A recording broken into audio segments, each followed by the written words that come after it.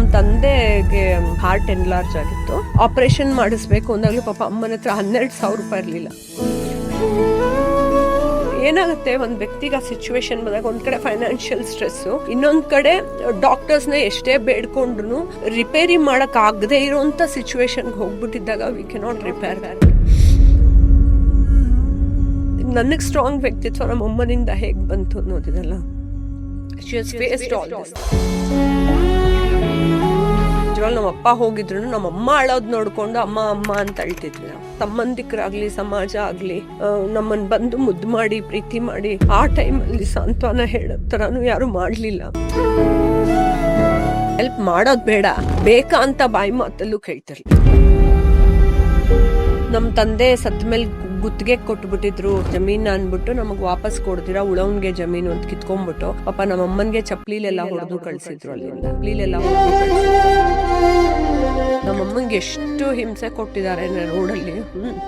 ಆಮೇಲೆ ನಾವು ನಮ್ ರಿಲೇಟಿವ್ಸ್ ಮನೆಗೆ ಹೋದ್ರು ಅವ್ರದ್ದು ಯಾರ್ದಾರ ಕಸಿನ್ದೊಂದು ಹಾಕೊಂಡ್ರು ಬಟ್ಟೆ ಕೊಡ್ತಾರ ಅಂತ ಕಾಯ್ಕೊಂಡು ಕೂತಿರ್ತಿದ್ವಿ. ಫ್ಯಾಷನ್ ಶೋಗಳಿಗೆ ಹೋಗ್ತಾ ಇದ್ದೆ. ಆ ಟೈಮಲ್ಲಿ ಆಲ್ರೆಡಿ ನಾನು ಡ್ಯಾನ್ಸ್ ಪ್ರೋಗ್ರಾಮ್ಸ್ ಎಲ್ಲ ಕೊಡ್ತಾ ಇದ್ದೆ. ಸೊ ಆ ಟೈಮಲ್ಲಿ ನನ್ಗೆ ಈ ತರ ಬಟ್ಟೆಗಳು ತುಂಬಾ ಹೆಲ್ಪ್ ಮಾಡಿದೆ. ಶಿವಾಜಿನಗರಿಂದ ನಾನು ತಗೊಂಡ್ಬರ್ತಿದ್ದೆ 30 ರೂಪಾಯಿಗೆ ಅನ್ನಲ್ಲ. ಸತ್ತ ಹೆಣಗಳ ಮೇಲೆ ಹಾಕಿದ್ದು ದೊಡ್ಡ ದೊಡ್ಡ ಗೌನ್ಗಳನ್ನ ತಗೊಂಡ್ಬಂದು ಹೆಣಗಳ ಮೇಲೆ ಹಾಕಿದ್ ಬಟ್ಟೆ ಎತ್ಕೊಂಡ್ಬರ್ತಿದ್ದೆ. ನಮ್ಮಮ್ಮ TCH ಓದಿ ನಾನ್ ಹುಟ್ಟಿದ ಮೇಲೆ ನನ್ನ ಬಿಟ್ಟು ಮಗುನೇ ಬಿಟ್ಟು ಹೋಗಿ ನಮ್ಮಮ್ಮ ಪಾಪ ಕಾಲೇಜಲ್ಲಿ ಓದಿ ಟೀಚರ್ ಆದ್ರು. ಇಂಡಿಪೆಂಡೆಂಟ್ ಆಗಿ ಸ್ವಾವಲಂಬಿಯಾದ ಮಹಿಳೆಯಾಗಿ ದುಡಿದು ನಮ್ಮ 3 ಜನ ಸಾಕಿದ್ರು. 2 ವೀಲರ್ ತಗೋಬೇಕು ಅಂತಾನೆ ನಾನು ದುಡ್ಡು ಕೂಡಿ ಇಟ್ಕೊಂಡು ಸನ್ನಿ ಜಿಪ್ ತಗೊಂಡೆ ಫಸ್ಟ್. ಅದನ್ನ ತಗೊಂಡ್ರು ಜನ ಆಡ್ಕೊಳ್ಳೋರು, ಏನು ನೀನ್ ಕೊಂಡು ಸನ್ನಿ ಜಿಪ್ ಅಲ್ಲಿ ಹೋಗ್ತಿದ್ಯಾ ಅಂತ. ಅವಾಗ ಒಂದ್ ಟ್ರೆಂಡ್ ಇತ್ತು ಎಲ್ರು ಫಾರಿನ್ಗೆ ಹೋಗೋದು. ಸೊ ಅಲ್ಲಿ ಹೋದ್ಮೇಲೆ ನಾನು ಒಂದ್ ಕೆಲ್ಸಕ್ಕೂ ಸೇರ್ಕೊಂಡು ಒಂದ್ ಪುಟ್ಟ ಕೆಲಸ ಮಾಡ್ತಾ ಇದ್ದೆ ಕಾಫಿ ಶಾಪ್ ಅಲ್ಲಿ. ಜೆರಾಕ್ಸ್ ಕೆಲಸ ಮಾಡೋದು, ಏನ್ ಕೆಲಸ ಕೊಟ್ರು ಮಾಡ್ತೀನಿ ಅಂತ. ದಿನ ಕ್ಲಾಕ್ ನೋಡ್ಕೊಂಡು ಅಳ್ತಿದ್ದೆ, ನಾನು ಇಂಡಿಯಾಗೆ ಯಾವಾಗ ವಾಪಸ್ ಹೋಗ್ತೀನಿ ಅಂತ. ಒಂಥರ ರೂಡ್ ಆಗಿ ಬಿಹೇವ್ ಮಾಡಿದ್ದು ಉಂಟಾ? ತುಂಬಾ ಜನ ಮಾಡೋರು, ತುಂಬಾ ಜನ ರೂಡ್ ಆಗಿ ಬಿಹೇವ್ ಮಾಡಿದವ್ರು ನಾ ಹೇಳ್ತೀನಿ ಕೇಳಿ. ಈಗ ಸಿನಿಮಾ ನೀವೊಬ್ಬ ಅಥವಾ ಯಾರಾದ್ರೂ ಹೇಳಿದ್ರ ಸಿನಿಮಾಗೆ ಸೇರ್ಕೊಂಬ? ಒಬ್ಬ ಮಹಿಳಾ ನಿರ್ದೇಶಕಿ ನಿರ್ಮಾಪಕಿ ಅಂದಾಗ ಅದೆಲ್ಲ ಅವ್ರಿಗೆ ಬರುತ್ತೆ. ಇವಾಗ ಫಿಲ್ಮ್ ಮಾಡ್ದವ್ರಿಗೆ ಗೊತ್ತು ಪ್ರೊಡ್ಯೂಸರ್ಗೆ ಏನ್ ಕಷ್ಟ ಇರುತ್ತೆ, how to reach out people ಅಂತ. ಅದು ಆರ್ಟಿಸ್ಟ್ ಗೊತ್ತಿರಲ್ಲ. ಸೊ ಆರ್ಟಿಸ್ಟ್ಗಳು ಅದಕ್ಕೆ ತಲೆ ಹಾಕೊಂಡು ಬರ್ಕೂಡ್ದು. ಆಕ್ಚುಲಿ ನೀವು ಕೆಲ್ಸಕ್ಕಾಗಿ ಬಂದಿದ್ದೀರಾ, ಅದು ನೀವು 1.5 ಬಾಟ ತಗೋತಿದ್ದೀರಾ ಅಂದ್ರೆ you have to show extraordinary interest, ಮಾನವೀಯತೆನ ತೋರಿಸ್ಬೇಕು.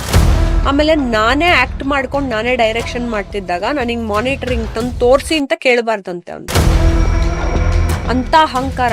ತುಂಬಾ ಎವ್ರಿ ಡೇ ಸೆಟ್ಟಲ್ಲಿ ಅಳಿಸಿದ್ದಾರೆ, ನೋವು ಕೊಟ್ಟಿದ್ದಾರೆ, ಬಿಟ್ಬಿಟ್ಟು ಹೊರಟೋಗ್ತಾರೆ, ಏನೇನೋ ಮಾಡ್ತಾರೆ. ನಮ್ಮ ಲೇಬರ್ಸ್ ನಾ ಕೆಲಸ ಕೊಡ್ಬೇಕು ಅನ್ಕೊಂಡು ನಾ ಕೊಡಲ್ಲ next film because they have.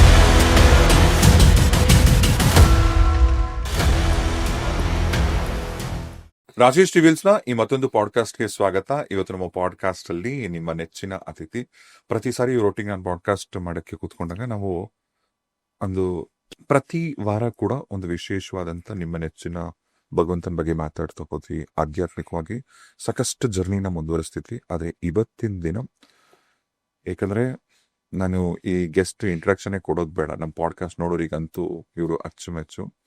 ಒಂದು ಹೆಣ್ಮಗಳಾಗಿ ಅವರ ಏನಂತ ಹೇಳಿ ಆಂತರಿಕ ಬಾಹ್ಯ ಸೌಂದರ್ಯ ಹೆಸರಿಗೆ ತಕ್ಕಂಗಿದ್ದಾರೆ ಇವರು. ಎಲ್ಲದಕ್ಕಿಂತ ಹೆಚ್ಚಾಗಿ ಇವರಲ್ಲಿ ಇರ್ತಕ್ಕಂಥ ಒಂದು ಆ ಬೋಲ್ಡ್ನೆಸ್, ಒಂದು ಧೈರ್ಯ ಇದೆಲ್ಲ ಸಾಕಷ್ಟು ಜನ ಹೆಣ್ಮಕ್ಳಿಗೆ ಖಂಡಿತ ಮಾದರಿ ಆಗತ್ತೆ.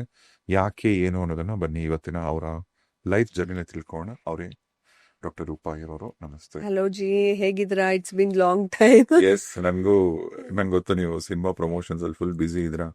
ಬೆಂಗಳೂರು, ಕೋಲ್ಕತ್ತಾ, ಬಾಂಬೆ, ಡೆಲ್ಲಿ. ಅದಕ್ಕೆ ನಾನು ಅದಕ್ಕೆ ನಿಮಗೆ ಕಾಲ್ ಕೂಡ ಮಾಡಲ್ಲ, ವಾಯ್ಸ್ ನೋಟ್ ಕಳಿಸ್ತಿದೀನಿ. ನೀವು ಅಷ್ಟು ಬಿಸಿ ಇದ್ರ. Thank you G. ಎಲ್ಲ ಪ್ರಿಯ ವೀಕ್ಷಕರಿಗೂ ನಮಸ್ಕಾರ.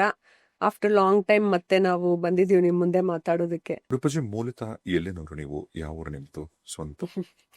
ನಾನು ಮೂಲತಃ ಅಮ್ಮ ಕೋಲಾರ ಹತ್ರ ಅಷ್ಟಗ್ರಾಮ ಅಯ್ಯರ್ಸ್. ನಾವು ಅಲ್ಲಿಂದ ಬೆಂಗಳೂರಿಗೆ ಬಂದ್ ಸೆಟ್ಲ್ ಆಗಿದ್ರು. ಮುಳಬಾಗ್ಲ ಹತ್ರ. ಮುಳಬಾಗ್ಲ ಹತ್ರ ಗಂಜಗುಂಟೆ, ವಿಜಯಪುರ, ದೇವರಾಯನ ಸಮುದ್ರ ಅದೆಲ್ಲ ಇದೆಯಲ್ಲ, ಅಲ್ಲಿದ್ದವರು. ಸೌಂದರ್ಯ ಹುಟ್ಟಿದ್ದು? ಎಸ್, ಅವ್ರು ನಮ್ ರಿಲೇಟಿವ್ಸ್. ಅಪ್ಪ ಮಂಡ್ಯ, ಕೌಡ್ಲೆ ಬೋಳಾರೆ ಅಂತ, ಕೌಡ್ಲೆ ಪಟ್ಲದಮ್ಮನ ದೇವಸ್ಥಾನ ಇದೆ, ಕೌಡ್ಲೆ ಅವರು.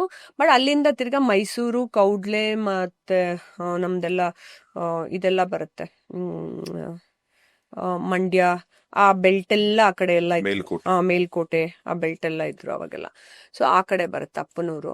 ಅದಾದ್ಮೇಲೆ ನಾನು ಚಿಕ್ಕವಳಾಗಿದ್ದಾಗ್ಲೇ ಅಪ್ಪ ಸತ್ತೋದ್ರಲ್ಲ, ಅವಾಗ ಅದಾದ್ಮೇಲೆ ಅಮ್ಮ ಯಾವ ಗೌರ್ಮೆಂಟ್ ವಯಸ್ಸಲ್ಲಿ ಟೀಚರ್ ಸತ್ತೋದ್ರು? ಆಗಿದ್ರು. ನಾನು first standard to second standard, probably around 5-6 years. ನಿಮಗೆ ಏನ್ ನೆನಪಿದೆ ಅವಾಗ? ತುಂಬಾ ನೆನಪಿದೆ. ಆಕ್ಚುಲಿ ನಮ್ಮಪ್ಪ ನಾನೊಬ್ಬಳನ್ನೇ ಪ್ರೀತಿಯಿಂದ ನೋಡ್ಕೋತಾ ಇದ್ದಿದ್ದು ಅಂದ್ರೆ, ನಾನು ಸ್ಕೂಲ್ಗೆ ಹೋಗದೆ ಚಕ್ಕರ್ ಹಾಕ್ಬಿಟ್ಟು ಶಿಶು ವಿಹಾರಕ್ಕೂ ಹೋಗ್ದಿರಾ ನಮ್ಮಪ್ಪನ ಜೊತೆ ನಾಟಿ ನೆಡಕ್ಕೆ ಗದ್ದೆಗೆ ಹೋಗ್ತಾ ಇದ್ದೆ. ಅವರು ಫಾರ್ಮರಾ? ನಮ್ಮಪ್ಪ ಫಾರ್ಮರ್ ಆಗಿದ್ರು, ರೈತರಾಗಿದ್ರು. ಈಗ್ಲೂ ನಮ್ದು ಹಳ್ಳಿನಲ್ಲಿ ಮನೆ ಜಮೀನೆಲ್ಲ ಇದೆ. ಸೊ ಮಕ್ಕಳು ನೀವು? ನಾವು 3 ಜನ ಹೆಣ್ಮಕ್ಳು. ಹೆಣ್ಮಕ್ಳು. ಆಗಿನ ಕಾಲದಲ್ಲಿ ಹೆಣ್ಮಕ್ಳು ಅಂದ್ರೇನೆ ಗಂಡ್ಮಕ್ಳಾಗಿಲ್ವಾ ಅಂತ. ಅಕ್ಕ ದೀಪಾ ಅಯ್ಯರು, ನಾನು ರೂಪಾ ಅಯ್ಯರು, ಕೊನೆಯವಳು ಶಿಲ್ಪಾ ಅಯ್ಯರು. Okay. 3 ಜನ ಹೆಣ್ಮಕ್ಳು. ನಮ್ ತಾತ ಮುತ್ತಾತ ಎಲ್ಲ ಮಹಾರಾಜರ ಕಾಲದಿಂದ ದೊಡ್ಡ ಹೋರಾಟಗಾರರಾಗಿದ್ರು, ರಂಗರಾವ್ ಸುಬ್ಬರಾವ್ ಅಂತ. ಅವರೆಲ್ಲ ಕುದುರೆಲ್ಲೇ ಓಡಾಡೋರು ಅವಾಗ ಮಹಾರಾಜರ ಕಾಲದಿಂದ. ಈಗ ಅಪ್ಪ ಎಲ್ಲ ಇದ್ದಾಗ ನೀವು ಅಲ್ಲೇ ಊರಲ್ಲೇ ಇದ್ರಿ, ಮಂಡ್ಯಲ್ಲಿ? ಅಂದ್ರೆ ಬೋಳಾರಲ್ಲಿದ್ವಿ, ಕೌಡ್ಲೆ. ಹಾ. ಅಂದ್ರೆ ನಾನು ಬೆಳ್ಳೂರ್ಗೂ ಹೋಗಿ ಬಂದು ಓಡಾಡ್ತೀನಿ. ಅಂದ್ರೆ ಅಮ್ಮ ನಾನ್ ಹುಟ್ಟಿದ ಮೇಲೆ TCH ಮಾಡ್ಕೊಂಡು ಸ್ಕೂಲ್ ಟೀಚರ್ ಆದ್ರು. ನಮ್ಮಮ್ಮಂಗೆ ಯಾವಾಗ 2 ಹೆಣ್ಮಕ್ಳು ಹುಟ್ಟುತ್ತೋ, ನಮ್ಮಮ್ಮಂಗ್ ನೋಡಿ ದೇವ್ರು ಸಂಚಿತ ಕರ್ಮ ಪಾಪಪ್ ಮಾಡಿಸಿ ನೀನ್ ಎದ್ದು ಕೆಲ್ಸಕ್ಕೆ ಸೇರ್ಬೇಕು ಅಂತ ನಮ್ಮಮ್ಮಂಗ್ ನೋಡಿ ಗೋಚಾರ ಕೊಟ್ಟು, ನಮ್ಮಮ್ಮ TCH ಓದಿ ನಾನ್ ಹುಟ್ಟಿದ ಮೇಲೆ ನನ್ನ ಬಿಟ್ಟು ಮಗುನೇ ಬಿಟ್ಟು ಹೋಗಿ ನಮ್ಮಮ್ಮ ಪಾಪ ಕಾಲೇಜಲ್ಲಿ ಓದಿ ಟೀಚರ್ ಆದ್ರು. ನೋಡಿ, ಮುಂದೊಂದು ದಿನ ನಮ್ಮ ತಂದೆ ಸತ್ತೋಗ್ತಾರೆ ಅನ್ನೋದು ನೇಚರ್ಗೆ ಗೊತ್ತಿತ್ತು, ನಮಗ್ ಗೊತ್ತಿರ್ಲಿಲ್ಲ. ಸೊ ನೇಚರ್ ನಮ್ಮಮ್ಮನ್ನ ಪ್ರಿಪೇರ್ ಮಾಡ್ತು. ಮುಂದೊಂದು ದಿನ ನೀನ್ ನಿನ್ನ 3 ಮಕ್ಕಳನ್ನು ನೋಡ್ಕೋಬೇಕಾಗತ್ತೆ, ಇವಾಗ ಹೋಗಿ ನೀನ್ ಈ ತರ ಓದ್ಬೇಕು ಅಂತ. ಅದನ್ನ ನಮ್ಮಮ್ಮ ಗಮನಿಸಿ ಸೊ TCH ಮಾಡ್ಕೊಂಡ್ರು. ಆಮೇಲೆ ಅವ್ರಿಗೊಂದು ಗೌರ್ಮೆಂಟ್ ಕೆಲಸ ಸಿಕ್ತು. ಅವಾಗ ನಮ್ಮಮ್ಮ ಫಸ್ಟ್ ಸಂಬಳ ಬರೀ 350 ರೂಪಾಯಿನೋ ಬರ್ತಿತ್ತು. ಅವ್ರಿಗೆ ಯಾವ್ದೋ ಒಂದು ಹಳ್ಳಿಗೆ ಹಾಕಿದ್ರು. ಆಮೇಲೆ ನಾನೇನ್ ಮಾಡ್ತಿದ್ದೆ, ನಮ್ಮಮ್ಮನೇ ಟೀಚರ್ ಅಲ್ವಾ, ನಾವು 3 ಜನ ಹೆಣ್ಮಕ್ಳು ಎಲ್ರು ಒಟ್ಟಿಗೆ ಸ್ಕೂಲ್ ಕರ್ಕೊಂಡು ಹೋಗೋರು, ಕೂಡಿಸ್ಕೊಳ್ಳೋ. ಯಾಕಂದ್ರೆ ಮನೆ ಬೀಗ ಹಾಕೊಂಡ್ ಮನೇಲಿ ನಮ್ಮನ್ ಪುಟ್ಟ ಮಕ್ಳನ್ನ ಎಲ್ಲಿ ಬಿಡಕ್ಕಾಗತ್ತೆ. ಇವಾಗೆಲ್ಲ ಆದ್ರೆ ನರ್ಸ್ಗಳ ತರ ನೋಡ್ಕೊಳ್ಳೋರು ಬೇರೆಯವರು ಮನೆಯೆಲ್ಲ ಫಿಕ್ಸ್ ಮಾಡ್ಬೋದು, ಅಥವಾ ಬೇಬಿ ಸಿಟ್ಟಿಂಗ್ ಕಳಿಸ್ಬೋದು. ಆಗೆಲ್ಲ ಹಳ್ಳಿಗಳಲ್ಲಿ ಹಂಗಿರ್ತಿರ್ಲಿಲ್ಲ. ಅದಕ್ಕೆ ನಮ್ಮಮ್ಮ ಕರ್ಕೊಂಡು ಹೋಗೋರು. ಇಲ್ಲಾಂದ್ರೆ ನಾನಂತೂ ಕ್ಲಾಸ್ಗೆ ಹೋಗ್ತಿರ್ಲಿಲ್ಲ, ಚಕ್ಕರ್ ಹೊಡೆದ್ ನಮ್ಮ ಅಪ್ಪನ ಜೊತೆ ಹಳ್ಳಿಗೆ ಹೋಗ್ಬಿಡ್ತಿದ್ದೆ. ಎಲ್ಲಿ? ಬೆಳ್ಳೂರಿಂದ ಬೋಳಾರೆಗೆ ಹೋಗ್ತಿದ್ದೆ, ಕೌಡ್ಲೆಗೆ. ಇಲ್ಲಿ ಎತ್ಕೊಂಡು ಕೂಡಿಸ್ಕೊಂಡು ಹೋಗೋರು. ಯಾಕೆಂದ್ರೆ ಬಸ್ ಇಳಿದ್ಮೇಲೆ 3 ಕಿಲೋಮೀಟರ್ ನಡಿಬೇಕಿತ್ತು ನಾವು ನಿಮ್ಮೂರಿಗೆ. ನಮ್ಮೂರ್ಗೆ. ಅವಾಗೆಲ್ಲ ಚಪ್ಲಿ ಇರ್ತಿರ್ಲಿಲ್ಲ ನಮ್ಮ ಹತ್ರ ಕಾಲ್ಗೆ ಹಾಕೊಳಕ್ಕೆ ಎಲ್ಲ ಅಂತ ನಮ್ಮನ್ನ ಹೆಗಲ್ ಮೇಲೆ ಕೂಡಿಸ್ಕೊಂಡು ಹೋಗೋರು. ಅಲ್ಲಿಂದ ಹೋಗಿ ನಮ್ಮ ಅಪ್ಪನ ಜೊತೆ ನಾಟಿ ನೆಡಕ್ಕೆಲ್ಲ ಹೋಗ್ಬಿಟ್ಟು ಬರ್ತಿದ್ದೆ, ನಾನು ಕಲ್ತ್ಕೋತೀನಿ ಅಂತ. ಅವಾಗ್ಲೇ ನಾನು ಹೂ ಕಟ್ಟೋದು ಕಲ್ತ್ಕೋತಿದ್ದೆ, ನಾಟಿ ನೆಡೋದು, ರಂಗೋಲೆ ಹಾಕೋದು. ಅವಾಗ್ಲೇ ಪುಟ್ಟ ಹುಡುಗಿನಲ್ಲಿ. ಆಮೇಲೆ ನಂಗೆ ಪುಟ್ಟ ಹುಡುಗಿ ಆಗಿದ್ದಾಗಲೇ ಸೀರೆ ಉಟ್ಕೋಬೇಕು ಅಂತ ಆಸೆ. ಸುಮ್ಮನೆ ಗಲಾಟೆ ನಮ್ಮ ಅಮ್ಮಂಗೆ, ಸೀರೆ ಉಡ್ಸು, ನನಗೆ ಸೀರೆ ಉಡ್ಸು. ನನ್ನ ಹೈಟಿಗೆ ಸೀರೆನೇ ಸಿಗ್ತಾ ಇರ್ಲಿಲ್ಲ, ಆದ್ರೂ ನನಗೆ ಸೀರೆ ಉಡ್ಸು ಅಂತ ಗಲಾಟೆ ಮಾಡ್ತಿದ್ದೆ. ಆಮೇಲೆ ನಮ್ಮ ತಂದೆಗೆ ಹುಷಾರಿಲ್ದೆ ಇದ್ದಾಗ, ಅವ್ರಿಗೆ ಹಾರ್ಟ್ ಎನ್ಲಾರ್ಜ್ ಆಗಿತ್ತು. ಯಾವಾಗ್ಲೂ ಅವ್ರ ಗದ್ದೆನಲ್ಲಿ ನೇಗ್ಲು ಅವ್ರ ಎದೆಗ್ ತಾಗ್ಬಿಟ್ಟು ಹಾರ್ಟ್ ಎನ್ಲಾರ್ಜ್ ಆಗಿದೆ. ನಮ್ಗೆ ಅದು ಗೊತ್ತಾಗಿರ್ಲಿಲ್ಲ, ಚಿಕ್ಕ ವಯಸ್ಸಲ್ಲೇ ಆಗಿತ್ತಂತ ಅವ್ರಿಗೆ. ಅಂದ್ರೆ ನಾಟಿ ಮಾಡೋ ಟೈಮಲ್ಲಿ ಯಾವಾಗ್ಲೂ ನೇಗಲ್ ಉಳಿತಾರಲ್ಲ, ಅವಾಗ ಅದ್ರ ಮೇಲೆ ಬಿದ್ದೋ ಏನೋ ಅವ್ರಿಗೆ ಹಾರ್ಟ್ ಆಗಿ ಕಂಜೆಷನ್ ಆಗಿ ಅದು ಹಾಳಾಗೋಗಿತ್ತು, 2 ಇದು ರಿಬ್ಸ್ ಇದ್ರಲ್ಲಿ. ಅದು ನಮ್ಗೆಲ್ಲ ಗೊತ್ತಿರ್ಲಿಲ್ಲ ಯಾರಿಗೂನು. ಅವ್ರ ಪಾಡಿಗೆ ಅವ್ರು ಮದ್ವೆ ಮಾಡ್ಕೊಂಡ್ರು. ಅವಾಗ ಒಂದೊಂದ್ ಚೂರು ಅವ್ರಿಗೆ ಜ್ವರ ಬರೋದು, ಅದೆಲ್ಲ ತೊಂದರೆಗಳಾಗ್ತಿತ್ತು. ಆಮೇಲೆ ಏನಕ್ಕೆ ಅಂತ ಎಲ್ಲಾ ಹಾಸ್ಪಿಟ್ಲಿಗೂ ಹೋಗಿ ತೋರಿಸ್ದಾಗ್ಲೂ ಅವ್ರಿಗೆ ಹಾರ್ಟ್ ಎನ್ಲಾರ್ಜ್ ಆಗೋಗಿತ್ತು. ಆಮೇಲೆ ಒಂದ್ಸತಿ ಈ ತರ ಎಲ್ಲ ಬೆಂಗಳೂರಲ್ಲೇನೆ ಫೈನಲ್ ಸ್ಟೇಜ್ ಅಲ್ಲಿ ಕರ್ಕೊಂಬಂದಾಗ ಅವ್ರಿಗೆ ಜಾಂಡೀಸ್ ಆಗಿ ಕೈ ಕಾಲೆಲ್ಲ ಊದ್ಕೊಂಡು, ಆಮೇಲೆ ನಾವ್ ಅವಾಗ ತುಂಬಾ ಪುಟ್ಟ ಮಕ್ಳು. ನಮ್ಮ ಅಪ್ಪ ಸತ್ತೋದ್ರು ನ್ಯೂಸ್ ಬಂದಾಗ ನಮ್ಮ ಮಣ್ಣಲ್ಲಿ ಆಟ ಆಡ್ತಿದ್ದೆ ಮನೆ ಮುಂದೆ. ಆಮೇಲೆ ನಾವು ಮಣ್ಣಲ್ಲಿ ಆಟ ಆಡ್ತಾ ಇದ್ದಾಗ ಒಳಗಡೆ ಅವ್ರು ಮಾತಾಡ್ಕೋತಿದ್ರು, ಅವರು ಹೊರಟೋಗ್ಬಿಟ್ರು, ಪ್ರಕಾಶ್ ಸತ್ತೋದ್ರಂತೆ ಅಂತಂದಾಗ ನಾವು ಏನು ಹಂಗಂದ್ರೆ ಸತ್ತೋದ್ರು ಅಂದ್ರೆ ಏನ್ ಅರ್ಥ ಅನ್ನೋದು ನಮಗ್ ಗೊತ್ತಿರ್ಲಿಲ್ಲ. ಮತ್ತೆ ವಾಪಸ್ ಮಾತಾಡಲ್ವಾ, ಅವರು ಬಿಹೇವ್ ಮಾಡಲ್ವಾ ಅಂದ್ರೆ ಅನ್ನೋದು. ನಾನು ನಮ್ಮ ಅಕ್ಕ ಕೂತ್ಕೊಂಡು ಮಣ್ಣಲ್ಲಿ ಆಟ ಆಡ್ತಾ ನಾವು ಮಾತಾಡ್ಕೋತಿದ್ವಿ. ಸತ್ತೋದ್ರಂತೆ ಕಣೆ, ಹಂಗಂದ್ರೇನು ಆಗಾರ ಮತ್ತೆ ವಾಪಸ್ ಮಾತಾಡಲ್ಲ ನಮ್ಮ ಹತ್ರ ಅನ್ನೋದು. ಸಾವು ಅನ್ನೋ ಕಾನ್ಸೆಪ್ಟೇ ಅಷ್ಟು ಪುಟ್ಟ ಮಕ್ಳಿಗೆ ಗೊತ್ತಿರಲ್ವಲ್ಲ. ಏನು ರಿಯಲೈಸ್ ಆಗಿಲ್ಲ. ಬಟ್ ನಮ್ಮಪ್ಪ ಹಾಸ್ಪಿಟ್ಲಲ್ಲಿ ಇದ್ದಾಗಲೂ ಪಾಪ ನಮ್ಮಮ್ಮ ಶಿ ಸಫರ್ಡ್ ಎನಫ್. ನಮ್ಮಮ್ಮ ಒಬ್ಬರೇ ಇದ್ರು. ಅವಾಗ್ಲೂ ನಮ್ಮ ಅಪ್ಪಂಗೆ ಆಪರೇಷನ್ ಮಾಡಿಸ್ಬೇಕು ಅಂದಾಗ್ಲೂ ಪಾಪ ಅಮ್ಮನ ಹತ್ರ 12,000 ರೂಪಾಯಿ ಇರಲಿಲ್ಲ. ಆ 12,000 ರೂಪಾಯಿ ಇರಲಿಲ್ಲ ಅಂತಾನು ಶಿ ಸಫರ್ಡ್ ಸೋ ಮಚ್. ಏನಾಗುತ್ತೆ ಒಂದು ವ್ಯಕ್ತಿಗೆ ಆ ಸಿಚುವೇಶನ್ ಬಂದಾಗ, ಒಂದು ಕಡೆ ಫೈನಾನ್ಷಿಯಲ್ ಸ್ಟ್ರೆಸ್ಸು, ಇನ್ನೊಂದು ಕಡೆ ಡಾಕ್ಟರ್ಸ್ನ ಎಷ್ಟೇ ಬೇಡ್ಕೊಂಡ್ರು ರಿಪೇರಿ ಮಾಡೋಕ್ಕಾಗದೇ ಇರೋಂಥ ಸಿಚುವೇಶನ್ಗೆ ಹೋಗ್ಬಿಟ್ಟಿದ್ದಾಗ we cannot repair that. So ಆ ಸಿಚುವೇಶನ್ಗಳನ್ನು ನನಗೆ ಸ್ಟ್ರಾಂಗ್ ವ್ಯಕ್ತಿತ್ವ ನಮ್ಮ ಅಮ್ಮನಿಂದ ಹೇಗೆ ಬಂತು ಅನ್ನೋದಿದಲ್ಲ. She has faced all this things. ಅವತ್ತಿನ ದಿನ ನಮ್ಗೆ 12,000 ರೂಪಾಯಿ ಕೊಡಿ ಅಂದ್ರೂ ಕೊಡೋರು ಇರ್ತಿರ್ಲಿಲ್ಲ. ಇವತ್ತಿನ ದಿನ ನಾನು ಎಷ್ಟೋ ಜನಕ್ಕೆ ಲಕ್ಷಾಂತರ ರೂಪಾಯಿ ಹಾಗೆ ಕೊಟ್ಬಿಟ್ಟಿದ್ದೀನಿ, ನನಗೆ ಮೋಸ ಮಾಡಿ ಹೋದವ್ರಿಗೂ ಕೂಡ. ಯಾರು ಸಂಬಂಧಿಕರು ಯಾರು ಸರ್, ಎಲ್ಲರೂ ಅವತ್ತಿನ ಸಿಚುವೇಶನ್ಲಿ ಅವ್ರುಗಳಿಗೂ ಕೂಡ ಬಡತನ ಇರುತ್ತೆ, ಅವರು ಒಂದೊಂದು ಸಿಚುವೇಶನಲ್ಲಿ ಇರ್ತಾರೆ. ಸೊ ನಾವು ಯಾರನ್ನು ಅವಾಗ ಎಕ್ಸ್ಪೆಕ್ಟ್ ಮಾಡ್ತಿದ್ವೇನೋ ಈಗ ನಾನು ಎಕ್ಸ್ಪೆಕ್ಟ್ ಮಾಡಲ್ಲ. ಯಾಕೆಂದ್ರೆ ಅವ್ರಿಗೆ ಏನು ಸಿಚುವೇಶನ್ ಇರುತ್ತೋ ಏನೋ ಅಂತ. ಬಟ್ ನನಗೆ ನಮ್ಮ ಅಪ್ಪನ ಸಿಚುವೇಶನ್ ಅಲ್ಲ, ನಮ್ಮ ಅಮ್ಮನ ಸಿಚುವೇಶನ್ ನೆನ್ಸ್ಕೊಂಡು ನಂಗೆ ಅಳು ಬರ್ತಿರೋದು. 12,000 ಕಷ್ಟ ಆಗ್ತಿತ್ತು. ಅದು ಆಪ್ರೇಷನ್ ಮಾಡಕ್ಕೆ ಅವಾಗ 12,000 ರೂಪಾಯಿ ಬೇಕಿತ್ತಷ್ಟೇ.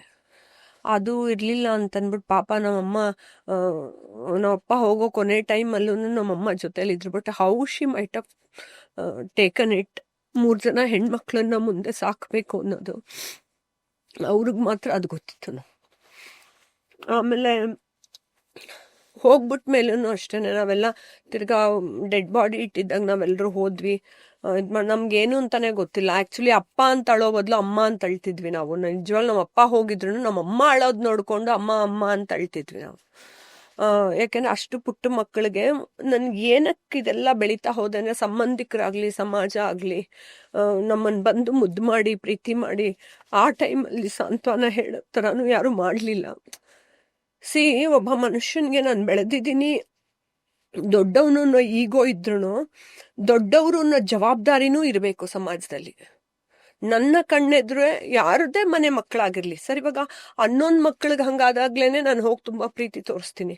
ಸೊ ನಿಮ್ಮನೆ ಮಕ್ಕಳುಗಳಿಗೆ ಹಂಗಾದಾಗ ಒಬ್ರು ಕೂಡ ಬಂದು ತಬ್ಕೊಂಡು ಪ್ರೀತಿ ಮಾಡಿ, ನೀವಪ್ಪ ಹೋಗ್ಬಿಟ್ರು ಪುಟ, ದಟ್ಸ್ ಓಕೆ ನಾವು ನೋಡ್ಕೋತೀವಿ ಅನ್ನೋ ಥರ ಒಂದು ಮಾತನ್ನು ಒಬ್ರು ಹೇಳಲಿಲ್ಲ. ಸುಮ್ಮನೆ ಒಂದು ಫಾರ್ಮ್ಯಾಲಿಟೀಸಿಗೆ ಬರ್ತಾರೆ, ಓಕೆ ಕಾರ್ಯ ಮಾಡ್ತಾರೆ ಹೋಗ್ತಾರೆ ಅಂತ ಅನ್ನೋದನ್ನ ಮಾಡಿದ್ರೆ ಹೊರತು ಆ ಮಾನವೀಯತೆ ಎಲ್ಲಿ ಹೋಗಿದೆ ಸಮಾಜದಲ್ಲಿ ಅಂತ ನಾನು ಇವತ್ತಿನ ತನಕ ಹುಡುಕ್ತಾನೆ ಇದ್ದೀನಿ. ಅಲ್ಲ, ಎಷ್ಟೊಂದ್ಸರಿ ಅಂತವ್ರಿಗೆ ಏನಕ್ಕೆ ಭಯ ಇರುತ್ತೆ ಅಂದ್ರೆ, ಎಲ್ಲಿ ನಾವು ಅಂಟಿಸ್ಕೊಂಡ್ರೆ ನಾವು ನೋಡ್ಕೊಬೇಕಾಗತ್ತೇನೋ ಅಂತ.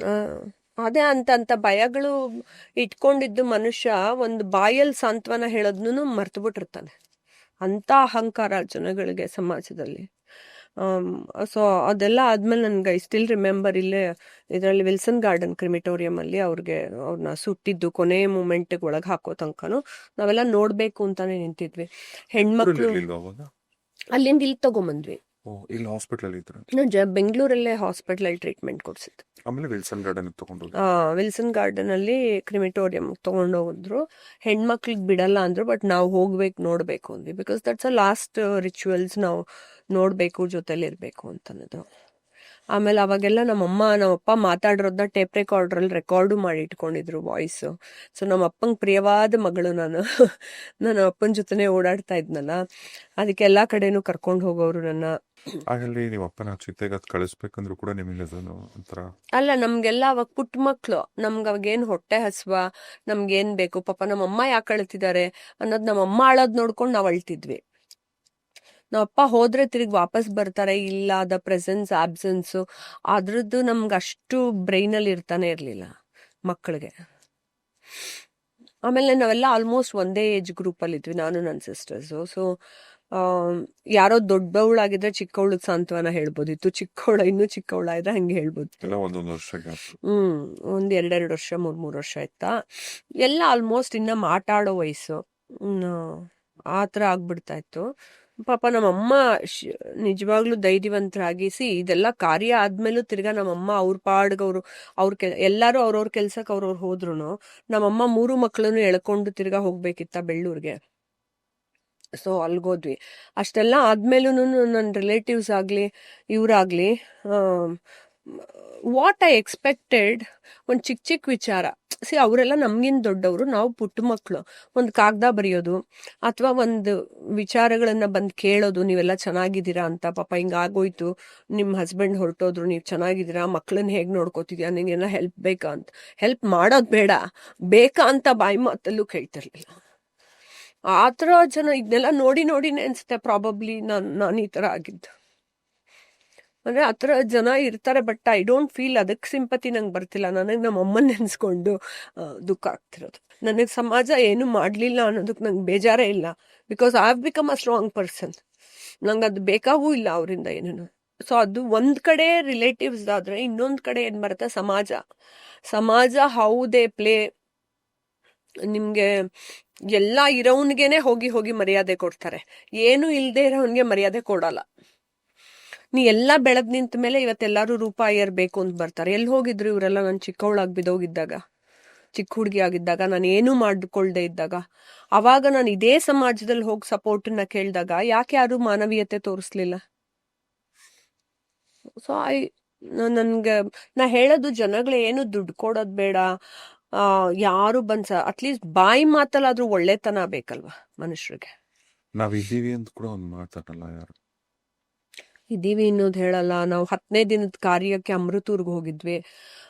ಜನಗಳಿಗೆ ಏನು ಅಂದ್ರೆ ಅಲ್ಲಿಂದ ಆಸ್ತಿ ಯಾರಿಗೆ ಇತ್ಯರ್ಥ ಮಾಡ್ಕೋಬೇಕು, ಯಾರೇನ್ ಕಿತ್ಕೋಬೇಕು, ಯಾರಿಗೇನ್ ಬೇಕು ಅನ್ನೋದೇ ಇರುತ್ತೆ ಹೊರತು ಪಾಪ ನಮ್ಮಮ್ಮ ಒಬ್ಬರೇ ಆಗ್ಬಿಟ್ಟಿದ್ರಲ್ಲ, ಹೆಂಗ್ ನೋಡ್ಕೋತಾರ 3 ಜನ ಹೆಣ್ಮಕ್ಳನ್ನ ಅಂತ ಯೋಚನೆ ಮಾಡೋದಾಗ್ಲಿ, ನಾವ್ ಹೆಂಗ್ ಸಪೋರ್ಟ್ ಮಾಡ್ಬೋದು ಅನ್ನೋದಾಗ್ಲಿ. ವಯಸ್ಸಲ್ಲಿ ದೊಡ್ಡವರು, ವಯಸ್ಸಲ್ಲಿ ಮಾತ್ರ ಗಡವಾಗಳ ತರ ದೊಡ್ಡವರಾಗಿ ಬೆಳ್ದಿರ್ತಾರೆ, ಆದ್ರೆ ಬುದ್ಧಿ ನೋಡಿ ಬೆಳ್ದಿರಲ್ಲ. ಹೌದೇ ಯಾರು ಅನ್ನೋದು. ಬಟ್ ನನ್ಗೆ ಅದ್ರ ಬಗ್ಗೆ ಏನು, ಈಗ ನೀವು ಕೇಳ್ತಿದ್ರ ಅಂತ ಇಷ್ಟು ವರ್ಷ ಆದ್ಮೇಲೆ ಈ ಕತೆಗಳು ಹೇಳ್ತಿದ್ದೀನಿ. ನನಗೆ ಆ ಥರ ನಾನು ಸೆಲ್ಫ್ ಸಿಂಪತಿನೂ ಇಟ್ಕೊಂಡಿಲ್ಲ, ಅವ್ರು ಮಾಡ್ಲಿ ಅಂತಾನು ಇಟ್ಕೊಂಡ.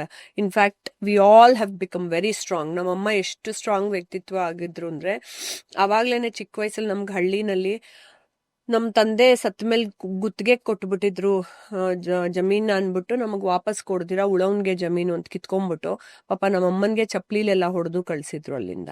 ನಾನ್ ತಿರ್ಗಾ ಪುಟ್ಟ ಹುಡುಗಿ, I've seen all those things. ನಮ್ಮಮ್ಮಂಗೆ ಎಷ್ಟು ಹಿಂಸೆ ಕೊಟ್ಟಿದ್ದಾರೆ ರೋಡಲ್ಲಿ. ಸೊ ಅಷ್ಟೆಲ್ಲ ಮಾಡಿ ಕಳ್ಸಿದ್ರು. ಯಾರು ಮುಂದೆ ಬರ್ಲಿಲ್ಲ. ಇವತ್ತೆಲ್ರು ಬರ್ತಾರೆ, ನೀವು ಚೀಫ್ ಗೆಸ್ಟ್ ಆಗಿ ಬನ್ನಿ ಅಂತ. ಅಲ್ಲ, ಅವತ್ತಿನ ತಾಯಿಗೆ ಅಷ್ಟು ಅವಮಾನ ಮಾಡೋಕ್ಕಲ್ಲ ಯಾರು ಸ್ವಂತ ರಿಲೇಟಿವ್ಸ್ ಬರ್ಲಿಲ್ಲ, ಯಾರು ಬರಲ್ಲ, ಯಾರು ಬರೋದಿಲ್ಲ. ನೀವು 3 ಜನ ಹೆಣ್ಮಕ್ಳು ನಿಮ್ನೆಂಗ್ ನಾವು ಮನೇಲಿ ಇಟ್ಕೊಳ್ಳೋದು, ಎಲ್ರಿಗೂ ಅದೇ ವ್ಯಕ್ತಿತ್ವ ಬರುತ್ತೆ. ಆಮೇಲೆ ದೇವ್ರು ಒಬ್ಬರನ್ನ ಒಂದ್ ಸ್ಥಿತಿಲಿ, ಒಳ್ಳೆ ಸ್ಥಿತಿಲಿ ಇಟ್ಟಿದ್ದಾಗ, ಕೊಡೋ ಸ್ಥಿತಿಲಿ, ಒಳ್ಳೆ ಸ್ಥಿತಿಲಿ, ಅದನ್ನ ನಾವೇನ್ 100 ರೂಪಾಯಿ ಕೊಡಿ ಅನ್ನಲ್ಲ. ಆಗಿನ ಕಾಲಕ್ಕೆ 1 ರೂಪಾಯಿ ಹೆಲ್ಪ್ ಮಾಡಿದ್ರು it's a big thing. We would have remembered, ಪಾಪ ಅವ್ರು ಬಂದ್ ಮಾಡಿದ್ರು, ಪಾಪ ಇವ್ರು ಬಂದ್ ಮಾಡಿದ್ರು ಅನ್ನೋದು ಒಳ್ಳೆತನ ಇರ್ತಿತ್ತು. ನಮ್ಗೆ ಯಾರೋ ಒಬ್ರು ಇದ್ರು ಅಂತ ಎಲ್ಲ ಬಿಡಿ, ಪಕ್ಕ ಕೂಡಿಸ್ಕೊಂಡ್ ಮಾತಾಡ್ಬೋದಲ್ಲ. ನಿಮ್ಗೆ ಮಮತೆ ಪ್ರೀತಿ ಅನ್ನೋದು ದುಡ್ಡು ಕೊಟ್ಟು ಬರಲ್ಲ, ನೀವು ಪಕ್ಕ ಕೂಡಿಸ್ಕೊಂಡ್ ಮಾತಾಡ್ಬೋದಲ್ಲ.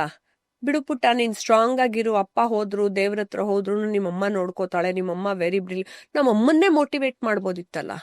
ಸತ್ಯ, ಯುವರ್ ಅ ಸ್ಟ್ರಾಂಗ್ ಪರ್ಸನ್, ನೀನ್ ನೋಡ್ಕೋಬಹುದು ನಿನ್ ಮಕ್ಕಳನ್ನ, ಯಾಕೆ ಹಿಂಗ ಅಂತಿದ್ಯಾ ಅಂತ. ಅದಕ್ಕೆ ಏನ್ ದುಡ್ಡು ಕೊಡ್ಬೇಕು ಜಿ? ಒಂದ್ ಒಳ್ಳೆ ಮಾತಾಡಿ ಒಬ್ರಿಗೆ ಮೋಟಿವೇಟ್ ಮಾಡಿ ಮುಂದೆ ಬಿಡೋದ್ರಲ್ಲಿ ಏನ್ ದುಡ್ಡು ಕೊಡ್ಬೇಕು? ಇವತ್ತಿನ ದಿನ ನನ್ಗೆ ನೇತಾಜಿ ಅವ್ರ ಮರಿಮೊಮ್ಮಗಳು ಅಷ್ಟು ಮೋಟಿವೇಟ್ ಮಾಡಿ ನನ್ನ ಮುಂದೆ ತಳ್ತಿದ್ದಾರೆ. ರೂಪಾ, ಡೋಂಟ್ ಸ್ಟಾಪ್, ನಿನ್ ಫಿಲಮ್ ನೀನ್ ಮಾಡಿ ಮುಗಿಸ್ಲೇಬೇಕು. ಈ ತರದವ್ರು 100 ಜನ ಬರ್ತಾರೆ ನಿನ್ ಜೊತೆ ಫೈಟ್ ಮಾಡಕ್ಕೆ, ಮುಂದೆನೂ ಬರ್ತಾರೆ, ಹಿಂದೆನೂ ಬರ್ತಿದ್ರು. ನೇತಾಜಿ ಬದುಕಿದ್ದಾಗ್ಲೂ ಬಿಡ್ಲಿಲ್ಲ ಇವರೆಲ್ಲ, ಅದಕ್ಕೆ ನೀನ್ ಮುಂದಕ್ಕೆ ಹೋಗಿ ಹೋರಾಟ ಮಾಡ್ಲೇಬೇಕು ಅಂತ. ಈ ತರ ಮಾತುಗಳು ಹೇಳಿ ಮೋಟಿವೇಟ್ ಮಾಡಕ್ಕೆ ನಿಮ್ಗೆ ದುಡ್ಡು ಕೊಡ್ಬೇಕಾಗಿಲ್ವಲ್ಲ. ಸೊ ನೀವು ಹೇಳಿದ ಮಾತ್ರಕ್ಕೆ ನಿಮ್ ಹಿಂದೆ ಏನ್ ಬಿದ್ಬಿಡಲ್ಲ ಅವರು. ಸರ್, ಅಷ್ಟು ಪುಟ್ಟ ಮಕ್ಕಳಲ್ಲಿ ನಾವು ಅಪ್ಪ ಹೋಗಿದ್ದಾಗ ಯಾರೋ ಅಂಕಲ್ಲು ಆಂಟಿದಿರು ದೊಡ್ಡಪ್ಪ ಚಿಕ್ಕಪ್ಪಂದ್ರು ಬಂದು ನಮಗ್ ಸಾಂತ್ವನ ಹೇಳಿದ್ರೆ ನಾವೇನ್ ಅವ್ರ ಹಿಂದೆ ಓಡೋಗ್ತೀವ? ನೀವೇ ನೋಡ್ಕೊಳ್ಳಿ ಅಂಕಲ್ ನಮ್ಮನ್ನ ಅಂತ. ಅಥವಾ ನಾವು ಸ್ಕೂಲಲ್ಲಿ ಓದ್ಬೇಕಾದ್ರೆ ನೀನ್ ಚೆನ್ನಾಗ್ ಓದ್ತೀಯ, ಮುಂದೊಂದು ದಿನ ನೀನ್ ದೊಡ್ಡ ವ್ಯಕ್ತಿ ಆಗು ಅಂತ ಒಬ್ರು ಮೋಟಿವೇಟ್ ಮಾಡಿಲ್ಲ. ಓಪನ್ ಆಗಿ ಹೇಳ್ತಿದ್ದೀನಿ ನಾನು, ನೀನ್ ಮುಂದೊಂದು ದಿನ ದೊಡ್ಡ ವ್ಯಕ್ತಿ ಆಗ್ಬೇಕು ನೋಡು, ನಿನ್ಗೆ ಈ ತರ ಎಲ್ಲ ಆಗಿದೆ ಸಮಾಜದಲ್ಲಿ, ಅಥವಾ ಈ ತರ ಎಲ್ಲ ಆಗಿದೆ, ಅಮ್ಮ ಒಬ್ಬರೇ ಕಷ್ಟಪಟ್ಟು ಸಾಕ್ತಿದ್ದಾರೆ, ನೀವೆಲ್ಲ ದೊಡ್ಡ ವ್ಯಕ್ತಿಗಳಾಗ್ಬೇಕು, ಓದಿ ಚೆನ್ನಾಗಿ ಅನ್ನೋದನ್ನ ಕೂಡ ಬಾಯಲ್ಲಿ ಒಬ್ಬ ವ್ಯಕ್ತಿನೂ ಹೇಳಿಲ್ಲ. ಅಂಡ್ ಎಷ್ಟೋ ಸಂದರ್ಭಗಳಲ್ಲಿ ಗಮನಿಸಿದ್ರೆ, ಈಗ ನಿಮಗಿಂತ ಒಂದ್ ಸ್ವಲ್ಪ ಮೇಲಿರ್ತಕ್ಕಂಥ ಸಂಬಂಧಿಕರು ಕೆಲವೊಂದ್ಸರಿ ಹೇಳ್ಕೊಡಲ್ಲ ಇವ್ರು ನಮ್ಮೋರು ನಮ್ಮ ಅಯ್ಯೋಯ್ಯೋಯ್ಯೋ, ನಮ್ಮಮ್ಮ ಎಷ್ಟೋ ಸತಿ ನಾನು ನಮ್ಮಮ್ಮ ಎಲ್ಲ ನನ್ನ ರಿಲೇಟಿವ್ಸ್ ಮನೆಗೆ ಹೋದಾಗ ಅವರೆಲ್ಲ ಕಾರಲ್ಲಿ ಹೋಗ್ತಿದ್ದಾಗ ನಮ್ಮನ್ನ ಹತ್ತಿಸ್ಕೋತಿರ್ಲಿಲ್ಲ ಕಾರಲ್ಲಿ. ಆಮೇಲೆ ನಾವು ನಮ್ಮ ರಿಲೇಟಿವ್ಸ್ ಮನೆಗೆ ಹೋದ್ರೂ ಅವ್ರದ್ದು ಯಾರ್ದಾರ ಕಸಿನ್ದೊಂದು ಹಾಕೊಂಡ್ರು ಬಟ್ಟೆ ಕೊಡ್ತಾರ ಅಂತ ಕಾಯ್ಕೊಂಡು ಕೂತಿರ್ತಿದ್ವಿ. ಅಂದ್ರೆ ಅಟ್ಲೀಸ್ಟ್ ನಮ್ಗೊಂದು ಹೊಸ ಬಟ್ಟೆ ಸಿಗತ್ತೆ ಅಂತ. ಅಂದ್ರೆ ಅವ್ರದ್ದು ಹೊಸ ಬಟ್ಟೆ ಅಲ್ಲ, ಅವ್ರು ಹಾಕೊಂಡು ಯೂಸ್ ಮಾಡಿರೋ ಹಳೆ ಬಟ್ಟೆನೆ ನನಗೆ ಹೊಸ ಬಟ್ಟೆ ಅಲ್ಲ ಅದಕ್ಕೆ. ಸೊ ಆ ಥರ ಎಲ್ಲ again it's not a sympathy. Again ನನ್ನ ಪಾಪ ನಮ್ಮ ಅಮ್ಮಂಗೆ ಅಷ್ಟು ಹಂಗೆ ಮಾಡಿದ್ರು ನಾವು ಸಿಚುವೇಶನ್ನಾಗ ನಾವು ಪುಸ್ಕೋತಿದ್ವಿ. ನಾವು ಚಿಕ್ಕವರಾಗಿದ್ದಾಗ ನಮ್ಗೆ ಬಟ್ಟೆ ಸಿಗಲಿ, ಐಸ್ ಕ್ರೀಮ್ ಸಿಗಲಿ, ಸಿಗದೆ ಹೋಗಲಿ, ಜೀವನ ಬೆಳ್ಕೊಂಡು ಹೋಗ್ಬಿಟ್ವಿ, ನಾನು ದೊಡ್ಡವರಾಗ್ಬಿಟ್ವಿ. ಆದರೆ ಸರ್ಟನ್ ಸಿಚುವೇಶನ್ಸ್ ಸಮಾಜದಲ್ಲಿ ಯಾಕೆ ಹಂಗೆ ಜನ ಅನ್ನೋದೊಂದೇ ನನಗೆ ಪ್ರಶ್ನೆ. ನಿಮ್ಮನ್ನ ಮನೆ ಒಳಗೆ ಕರೆದು ಕೂಡಿಸಿ ನೀರು ಕೊಡೋದಾಗಿರ್ಲಿ, ಕಾಫಿ ತಿಂಡಿ ಕೊಡೋದಾಗಿರ್ಲಿ, you are not gone to lose anything. ಯಾರಿಗೆ ಮಾಡ್ತೀರಾ ನೀವು? ನಿಮ್ಮ ರಿಲೇಟಿವ್ಸ್ಗೆ ಮಾಡ್ತಿದ್ದೀರಾ. ಆಮೇಲೆ ನಾವು ಅಪ್ಪ ಬದುಕಿದ್ದಾಗ ಎಲ್ಲ ರಿಲೇಟಿವ್ಸ್ಗೂ ಚೆನ್ನಾಗಿ ಮಾಡ್ತಿದ್ರು. ಸೊ ಅವ್ರು ಹೋದ್ರು ಅಂದ ತಕ್ಷಣನೇ ನೀವು ಮಾನವೀಯತೆನೇ ಬಿಟ್ಬಿಟ್ಟು ಯಾರನ್ನೂ ಮಾತಾಡ್ಸಲ್ಲ, ತುಂಬಾ ಅಹಂಕಾರ, ನಾವೇ ಶ್ರೀಮಂತರು ಅನ್ನೋ ರೀತಿ ಎಲ್ಲ ಇಟ್ಕೊಳ್ಳೋದು. ಅದು ಅವ್ರು ಇಟ್ಕೊಳ್ಳಿ, ಅವ್ರೆ ಯಾರು ಎತ್ಕೊಂಡು ಹೋಗಲ್ಲ. ಆದ್ರೆ ನಾನು ಇವತ್ತು ನಿಮ್ಮ ಮುಂದೆ ಸುಮ್ಮನೆ ಜ್ಞಾಪಿಸ್ಕೊಂಡು ಸಿಚುವೇಶನ್ಸ್ನ ಹೇಳ್ತಿದ್ದೀನಿ ಅಷ್ಟೆ. ಎಷ್ಟೋ ಸಂದರ್ಭದಲ್ಲಿ ಈಗ ಒಂದ್ ತಂದೆ ತಾಯಿ ಮೇಲೆ ಇರ್ತಕ್ಕಂಥ ಕೋಪ ಆ ಚಿಕ್ಕ ಮಕ್ಳು ಏನ್ ಮಾಡಿರ್ತಾರೆ, ಮಕ್ಕಳ ಮೇಲೆ ತೋರ್ಸೋದು, ಮಕ್ಕಳು ಮಾತಾಡ್ದೇನೆ ಇರೋದು, ಅದೆಲ್ಲ ಮಾಡ್ತಾರೆ. ಮೊದ್ಲಿಂದಾನು ಇದೆಲ್ಲಾ ಕಡೆ ಸಮಾಜದಲ್ಲಿ ಹಂಗ್ ಬಂದಿದೆ. ನಾನು ನಾಟ್ ಇವನ್ ಇನ್ ರಿಲೇಟಿವ್ಸ್, ನಾನು ಹೇಳ್ತೀನಲ್ಲ ನಿಮ್ಗೆ, ಸಮಾಜದ ಜನ ಕೂಡ ನಿಮ್ಮನ್ನ ಯಾವ ರೀತಿ ಪ್ರಿಕ್ ಮಾಡಿ ಮಾಡಿ ನಿಮ್ಮನ್ನ ಕೆಳಗ್ ತಳ್ಳಬೇಕು ಅಂತಾನೆ ನೋಡ್ತಾರೆ ಹೊರತು ನಿಮ್ಮನ್ನ ಮೇಲೆತ್ತಬೇಕು ಅಂತ ನೋಡಲ್ಲ. ನಿಮ್ನ ಹೇಳದೆ ನೀವು ಹೆಣ್ಮಕ್ಳು, ನೀವು ಹಿಂಗ್ ಮಾಡಬಾರ್ದು, ನೀವು ಹೆಣ್ಮಕ್ಳು ಹಂಗ್ ಮಾಡಬಾರ್ದು, ನೀವು ಹೆಣ್ಣು ಮಕ್ಳು ಹಿಂಗಿರಬಾರ್ದು, ಎಲ್ಲದಕ್ಕೂ ಹೇಳ್ತಾರೆ. ಒಂದು ಪೂಜೆ ಮಾಡಕ್ಕೂ ನೀನ್ ಹೆಣ್ಮಕ್ಳು ಹಿಂಗ್ ಮಾಡಬಾರ್ದು ಅಂತಾರೆ. ಕೆಟ್ಟದ್ದು ಬಿಟ್ಬಿಡಿ, ಕೆಟ್ಟದ್ದು ಹೋಗೋದು ಮಾಡೋದೆಲ್ಲ ಮಾಡದೇ ಇದ್ರೆ ಒಳ್ಳೇದು, ಓಕೆ. ಒಳ್ಳೇದಕ್ಕೂ ನೀ ಹೆಣ್ಮಕ್ಳು ಹಿಂಗ್ ಮಾಡಬಾರ್ದು ಅಂತಾರೆ. ಮೋಟಿವೇಟ್ ಮಾಡಲ್ಲ, ಸುಮ್ಮನೆ ತಿನ್ನೋದು, ಉಣ್ಣೋದು, ಭಜನೆ ಮಾಡ್ತೀವಿ ಅಂತ ಮಾಡೋದು, ದೇವ್ರ ಪೂಜೆ ಮಾಡ್ತೀವಿ ಅಂತ ಮಾಡೋದು. ಏನ್ ಅದರಿಂದ ನೀವೇನ್ ಅಚೀವ್ ಮಾಡ್ತಿದ್ದೀರಾ? ಇಫ್ ಯು ನಾಟ್ ಗೈಡಿಂಗ್, 10 ಜನನ ನೀವು ಬದಲಾಯಿಸ್ಲಿಲ್ಲ ಸಮಾಜದಲ್ಲಿ ಅಂದ್ರೆ, 10 ಜನಕ್ಕೆ ನೀವು ಒಳ್ಳೇದ್ ಹೇಳಲಿಲ್ಲ ಅಂದ್ರೆ, ಸರಿ ನೀವು ಏನ್ ಅಚೀವ್ ಮಾಡ್ತಿದ್ರ ಅಂತ ನಿಮ್ಗೆ ಗೊತ್ತಿಲ್ಲ. ಈಗ ಚಿಕ್ಕ ವಯಸ್ಸಲ್ಲಿ ಈಗ ನಿಮ್ ತಂದೆನ ಕಳ್ಕೊಂಡಿದ್ದು ಒಂದ್ ಕಡೆ, ತಾಯಿ ಪಟ್ಟಂತ ಕಷ್ಟಗಳು ಒಂದ್ ಕಡೆ, ಅಂಡ್ ಒಂದ್ ಸಂದರ್ಭದಲ್ಲಿ ಜಮೀನ್ ಕೂಡ ಕಿತ್ಕೊಂಡು ಅವಮಾನ ಮಾಡಿ ಅಮ್ಮಂಗ ಹಂಗೆಲ್ಲ ಮಾಡ್ಬೇಕಂದ್ರೆ ಕಣ್ಮುಂದೆ ಇದೆಲ್ಲ ವಿಟ್ನೆಸ್ ಮಾಡಿದಾಗ ನಿಮ್ ಮೇಲೆ ಅದು ಎಂತ ಪ್ರಭಾವ? ಆಕ್ಚುಲಿ ನಾನೊಬ್ಳೆ ನಮ್ಮ ಅಮ್ಮನ ಜೊತೆ ಹೋಗ್ತಿದ್ದೆ. ಇವಾಗ ನನಗೆ ಕೋರ್ಟ್ ಕೇಸ್ ಎಲ್ಲ ಬಂದ್ರೆ ನಮ್ಮಮ್ಮ ಅಯ್ಯೋ ಹಿಂಗ್ ಕೋರ್ಟ್ ಕೇಸ್ ಎಲ್ಲ ಬಂದ್ಬಿಡ್ತು ಅಂತ ಅಳ್ತಿರ್ತಾರೆ. ನಾನು ಹೇಳ್ತೀನಿ, ನೀನೇ ಹೇಳ್ಕೊಟ್ಟಿದ್ ನಂಗೆ ಇದೆಲ್ಲ. ಚಿಕ್ಕ ವಯಸ್ಸಿಂದ ನಾನು ಒಬ್ಬಳನ್ನೇ ಕರ್ಕೊಂಡು ಹೋಗ್ತಿದ್ದೆ ಎಲ್ಲ ಕೋರ್ಟ್ ಕೇಸ್ಗೆ. ಎಲ್ಲರ ಮೇಲೂ ಕೇಸ್ ಹಾಕ್ಬಿಟ್ಟು ತೊಂದರೆ ಆಯ್ತು, ನೋವಾಯ್ತು ಅಂದ್ಬಿಟ್ಟು ನೀನೊಬ್ಳೆ ಹೋರಾಟ ಮಾಡ್ತಿದ್ದಾಗ ಅವತ್ ನೀ ಹೇಳ್ಕೊಟ್ಟಿದ್ ನೋಡ್, ನಾನು ಇವತ್ ತನಕ ನಿಲ್ಸಿಲ್ಲ, ನಾನು ಕೇಸುಗಳಲ್ಲಿ ಓಡಾಡ್ತಾ ಇದ್ದೀನಿ ಅಂತ ಅನ್ನೋದು. ನಮ್ಮಮ್ಮಂಗೆ ಸುಮ್ಮನೆ ಕರೆದು ಹಿಂಸೆ ಕೊಟ್ಟು ಈ ತರ ಎಲ್ಲ ಮಾಡೋರು, ತುಂಬಾ ತೊಂದರೆ ಕೊಟ್ಟಿದ್ದಾರೆ. ಆಮೇಲೆ ಎಲ್ಲ ಬಿಟ್ಬಿಟ್ವಿ. ಲಕ್ಕಿಲಿ ನಮ್ಮಮ್ಮ ನೋಡಿ ಯೋಚನೆ ಮಾಡ್ಬಿಟ್ಟು ಟೀಚರ್ ಕೆಲ್ಸಕ್ಕೆ ಸೇರ್ಕೊಂಡು ಇಂಡಿಪೆಂಡೆಂಟ್ ಆಗಿ ಸ್ವಾವಲಂಬಿಯಾದ ಮಹಿಳೆಯಾಗಿ ದುಡಿದು ನಮ್ಮ 3 ಜನನ್ ಸಾಕಿದ್ರು. ಇವತ್ತಿಗೂ ಯಾವ್ದಾರ ಒಬ್ರು ಮಹಿಳೆ ನಮ್ಮ ಮನೆಗೆ ಬಂದಾಗ, ಮೇಡಮ್ ನಮ್ಮ ಯಜಮಾನ್ರು ಹಿಂಗ್ ಮಾಡ್ತಿದ್ದಾರೆ, ನನಗೆ ಹಿಂಗಾಗಿದೆ, ಅತ್ತೆ ಮಾವ ಕಿರುಕುಳ ಕೊಟ್ರು ಅಂದ್ರೂ ಬೈತೀನಿ ನಾನು. ಯಾಕೆ? ನಮ್ಮಮ್ಮನ ಕಾಲದಲ್ಲಿ ಅತ್ತೆ ಮಾವ ಕೊಟ್ರಲ್ವಾ, ಎಲ್ಲರ ಕಡೆನೂ ಕೊಟ್ಟಿರ್ತಾರೆ. ಸೊ ಬಟ್ ಎದ್ದು ದುಡ್ದು ತಾನೇ ಮಾಡಿದ್ರು, ಅವ್ರಿಗೂ 2 ಕೈ ಕಾಲು ಇದ್ದಿತ್ತಾನೆ. ಇವ್ರಿಗೆ ಯಾಕೆ ಮೈಗಳ್ತಾನ? ದುಡಿಬೇಕು. ಎಲ್ರು ಎದ್ದು ದುಡ್ದಾಗ ಸರ್ ಎಲ್ರು ಸ್ವಾವಲಂಬಿಗಳಾಗಿ ಬದುಕಬಹುದು. ಏನೂ ಕಷ್ಟ ಇಲ್ದೇನು ಜನ ಬಂದು ಹಂಗೆ ಹೇಳ್ತಾರೆ. ಆಮೇಲೆ ಅದಾದ್ಮೇಲೂ ನಮ್ಮ ಅಮ್ಮಂಗೆ ಒಂದು ಪುಟ್ಟ ಮಕ್ಕಳಾಗಿದ್ದಾಗ ಓಕೆ, ಇನ್ನೊಂದು ನಾವೆಲ್ಲ ವಯಸ್ಸಿಗೆ ಬಂದಾಗ ಇನ್ನೊಂದು ಪ್ರಾಬ್ಲಮ್ಗಳಾಗತ್ತೆ ಸಮಾಜದಲ್ಲಿ, ಸೊಸೈಟಿನಲ್ಲಿ. ವಯಸ್ಸು ಅಲ್ಲೇ ಇದ್ರೆ ಬೆಂಗಳೂರು ಬಂದ್ಬಿಟ್ಟಿದೆ. ಆಮೇಲೆ 8ನೇ ಕ್ಲಾಸ್ಗೆ ಬೆಂಗಳೂರು ಬಂದ್ವಿ. ನಾನು 8ನೇ ಕ್ಲಾಸ್ ತನಕ ಅದೇ ಊರಲ್ಲಿ ಆದಿಚುಂಚನಗಿರಿ, ಜವರ್ನಹಳ್ಳಿ, ಬೆಳ್ಳೂರು ಆ 3 ಕಡೆ ಓದ್ತಿದ್ದೆ. ಜವರ್ನಹಳ್ಳಿ ಅಂತೂ ಬೆಳ್ಳೂರಿಂದ 2 ಕಿಲೋಮೀಟರ್ ಒಳಗಡೆ ತೆವರಿ ಮೇಲೆ ನಡ್ಕೊಂಡು ಹೋಗ್ಬೇಕಿತ್ತು. ನಾವೇನ್ ಮಾಡ್ತಿದ್ವಿ ಗೊತ್ತಾ, ಅಮ್ಮಂಗೆ ಎಲ್ಲೆಲ್ಲಿ ಟ್ರಾನ್ಸ್ಫರ್ ಆಗ್ತಿತ್ತೋ ನಾವು TC ಚೇಂಜ್ ಮಾಡ್ಕೊಂಡು ಅಲ್ಲಲ್ಲಿ ಹೊರಟೋಗ್ತಿದ್ವಿ. ಸೊ ನಮ್ಮ ಅಮ್ಮನ ಜೊತೆನೆ 3 ಜನ ಸ್ಕೂಲ್ಗೆ ಹೋಗ್ಬಿಟ್ರೆ ನಾವು ಸೇಫ್ ಆಗಿರ್ತೀವಿ ಅಂತ. ತಿರ್ಗಾ ಅಡುಗೆ ಎಲ್ಲ ಮಾಡ್ಕೊಂಡು ನಮ್ಮಮ್ಮ ಒಂದ್ ಮಾಡಿಟ್ರೆ ನಾವೆಲ್ಲ ಅದನ್ನ ಡಬ್ಬಿಗೆ ಹಾಕೊಂಡು ಹೋದ್ರೆ ತಿರ್ಗಾ ಅಲ್ಲಿಂದ ವಾಪಸ್ ಬರೋದು ನಾವೆಲ್ಲ. ಆ ಥರನೇ ಅಷ್ಟು ಜನ ಹಾಗಂಗೆ ಟ್ರಾವೆಲ್ ಮಾಡ್ತಿದ್ವಿ. ಮತ್ತೆ ಇನ್ನೊಂದ್ ತರ ಈಗ ಮದ್ವೆ ಈಗ ಮನೆಗಳಲ್ಲಿ ತಂದೆನೋ ಅಣ್ಣ ತಮ್ಮಂದ್ರು ಒಂದ್ ಗಂಡ್ ಮಕ್ಳಿದ್ರೆ ಆ ಮನೇಲಿ ಹೆಣ್ಮಕ್ಳು ಬೆಳೆಯೋ ರೀತಿ ಬೇರೆ, ಅವ್ರಿಗೊಂಥರ ಧೈರ್ಯ ಒಂಥರ ಇರ್ತಾರೆ. ಇಲ್ಲಿ ತಂದೆ ಇಲ್ಲ, ಅಣ್ಣ ತಮ್ಮ ಯಾರು ಇಲ್ಲ, ಸಂಬಂಧಿಕ ಇರ್ಲಿಲ್ಲ. ಇಂಥ ಟೈಮಲ್ಲಿ ನಿಮ್ಗೆಲ್ಲ ಅದು ಎಷ್ಟು ಕಷ್ಟ ಆಗ್ತಿತ್ತು? ಅದು ತುಂಬಾನೇ ಕಷ್ಟ ಆಯ್ತು. People have taken advantage also that ನಿಮ್ಮ ಮನೇಲಿ ಗಂಡ್ ಮಕ್ಳಿಲ್ಲ ಅನ್ನೋದಕ್ಕೆ. ತಂದೆನೂ ಇಲ್ಲ, ಚಿಕ್ಕಪ್ಪ ದೊಡ್ಡಪ್ಪ ಅಂದ್ರು ಸಪೋರ್ಟ್ಗಿಲ್ಲ. ನಮ್ಮಮ್ಮನ ಅಣ್ಣಂದ್ರಾಗ್ಲಿ ಅಥವಾ ಇವರಾಗ್ಲಿ. ಆಮೇಲೆ ನಮಗೆ ಅಣ್ಣಂದ್ರಿರ್ಲಿಲ್ಲ ಅನ್ನೋದ್ರಿಂದ ತುಂಬಾ ಜನ ಅಡ್ವಾಂಟೇಜ್ ತಗೋತಾರೆ. ಇವ್ರು ಹೆಂಗಸರು ಬಿಡು, ಚೀಟ್ ಮಾಡಿದ್ರು ಪರವಾಗಿಲ್ಲ, ಮೋಸ ಮಾಡಿದ್ರು ಪರವಾಗಿಲ್ಲ, ಅಂದ್ರೂ ಪರವಾಗಿಲ್ಲ ಬಿಡು, ಇವ್ರೇನ್ ಮಾಡ್ತಾರೆ ಜಗಳ ಆಡಕ್ ಬಂದು ಅಂತ. ಸೊ ಅವಾಗಿಂದ ನಮ್ಮ ಅಮ್ಮ ಪಾಪ ಹೋರಾಟ ಮಾಡ್ಕೊಂಡೇ ಬಂದ್ರು. ಸೊ ಅದೇ ಬುದ್ಧಿ ನನಗೆ, ನಾನು ಅದಕ್ಕೆ 6ನೇ ಕ್ಲಾಸಲ್ಲಿ ಇದ್ದಾಗಲೇ ನಾನು ಬೆಳ್ಳೂರಿಂದ ಜವರ್ನಹಳ್ಳಿ ಕ್ಲಾಸ್ಗೆ ಹೋಗ್ಬೇಕಾದ್ರೂ ನಾನು ಚಾಕ್ಲೇಟ್ಗಳು, ಪೆಪ್ಪರ್ಮೆಂಟ್ ಎಲ್ಲ ಮಾರ್ತಿದ್ದೆ. ಬೆಳ್ಳೂರು ಒಂದು ಹೋಬಳಿ ತರ, ಅಲ್ಲಿಂದ ಜವರ್ನಹಳ್ಳಿ ಒಂದು ಪುಟಾಣಿ ಹಳ್ಳಿ. ಇಲ್ಲಿ ನಾನು ಜೀರಿಗೆ ಪೆಪ್ಪರ್ಮೆಂಟು, ಇನ್ನೊಂದು ಪೆಪ್ಪರ್ಮೆಂಟ್ ಎಲ್ಲ ತಗೊಂಡು ಅದನ್ನ ಪ್ಯಾಕೆಟ್ಗಳು ಮಾಡಿ ಚಿಕ್ಕ ಚಿಕ್ಕದು ಸ್ಕೂಲ್ಗೆ ಹೋಗ್ತಿದ್ದಾಗಲೇ 5ನೇ ಕ್ಲಾಸಲ್ಲಿ ಅದನ್ನ ಬ್ಯಾಗಲ್ಲಿ ಇಟ್ಕೊಂಡು ಹೋಗಿ ಆ ಹಳ್ಳಿಲಿ 25 ಪೈಸಕ್ಕೆ 20 ಪೈಸಕ್ಕೆಲ್ಲ ಮಾರಿ ಅದ್ರಲ್ಲಿ ನಾನು ದುಡ್ಡು ಮಾಡ್ಕೋತಿದ್ದೆ. ನನ್ನ ಬಿಸ್ನೆಸ್ ಮೈಂಡು ಅವಾಗಿಂದ ಬಂದಿತ್ತು. ಅದಾದ್ಮೇಲೆ ನಮ್ಮಮ್ಮ ತುಂಬಾ ಬುದ್ಧಿವಂತ ಮಹಿಳೆ. ನನಗೆ ಬಟ್ಟೆ ಹೊಲಿಯೋದೆಲ್ಲ ಹೇಳ್ಕೊಟ್ಟಿದ್ರು. ಸೊ ಅವಾಗ ಮನೆ ಏರಿಯಾ ಅಕ್ಕಪಕ್ಕದಲ್ಲಿ ಪುಟ್ಟ ಮಕ್ಕಳಿಗೆಲ್ಲ ಫ್ರಾಕ್ ಹೊಲ್ಕೊಡ್ತಿದ್ದೆ ಡಿಸೈನ್ ಆಗಿ. ಅದೆಲ್ಲ 20-30 ರೂಪಾಯಿ ತಗೋತಿದ್ದೆ. ಮತ್ತೆ ಬೆಳ್ಳೂರಿಂದ ಅರಸೀಕೆರೆಗೆ ಹೋಗಿ ಡ್ಯಾನ್ಸ್ ಕಲ್ತ್ಕೊಂಬಂದು ಇಲ್ಲಿ ನಾಗಮಂಗ್ಲಲ್ಲಿ ಡ್ಯಾನ್ಸ್ ಹೇಳ್ಕೊಡ್ತಿದ್ದೆ. ಅವಾಗ್ಲೂ ಈಗ ಇದೇ ತರ ಕಾಲಕ್ಕೆ ಚಕ್ರ ಹಾಕೊಂಡು ನಂಗೆ ಓಡಾಟ ನೋಡಿ. ಬೆಳ್ಳೂರಿಂದ ನಾಗಮಂಗ್ಲಾಗ್ ಬಸ್ ಹಿಡ್ಕೊಂಡು ಹೋಗಿ ಬೆಳಗ್ಗೆ 8 ಗಂಟೆಗೆ ಅಲ್ಲಿ ಡ್ಯಾನ್ಸ್ ಹೇಳ್ಕೊಟ್ಟು ಬಂದು ತಿರ್ಗಿ 10 ಗಂಟೆಗೆ ಬೆಳ್ಳೂರು ಸ್ಕೂಲಲ್ಲಿ ನಾನು ಸ್ಟೂಡೆಂಟ್ ಆಗಿ ಅಟೆಂಡ್ ಮಾಡ್ತಿದ್ದೆ. ನೀವು ಕಲ್ತ್ಕೊಂಡು ಕಲ್ತ್ಕೊಂಡು ಅಲ್ಲಿ 10 ರೂಪಾಯಿ ತಗೋತಿದ್ದೆ 10 ಜನಕ್ಕೆ. ನಾನು ಅವಾಗ್ಲೇ 100 ರೂಪಾಯಿ ದುಡಿತಿದ್ದೆ. ಆಮೇಲೆ ನೀವು ಬೆಂಗಳೂರು ಶಿಫ್ಟ್. ಆಮೇಲೆ ನಮ್ಮಮ್ಮಂಗೆ ಗೊತ್ತಾಯ್ತು ನನಗೆ ಡ್ಯಾನ್ಸ್ ಎಲ್ಲ ತುಂಬಾ ಇಷ್ಟ, ಕ್ಲಾಸಿಕಲ್ ಡ್ಯಾನ್ಸ್ ಎಲ್ಲ ಅಂತ. ಸೊ ಅದಕ್ಕೆ ಅಮ್ಮ ನಾವೆಲ್ಲ ಬೆಂಗಳೂರಿಗೆ ಹೊರಟೋಗೋಣ ಅಂತ ಬೆಂಗಳೂರಿಗೆ ಶಿಫ್ಟ್ ಮಾಡ್ಕೊಂಡು ಬಂದ್ವಿ. ಇಲ್ಲಿ ಅಮ್ಮಂಗೆ ಓಬಿ ಚೂಡಳ್ಳಿಗೆ ಫಸ್ಟ್ ಟ್ರಾನ್ಸ್ಫರ್ ಆಯ್ತು, ಕನಕಪುರ ರೋಡ್ಗೆ.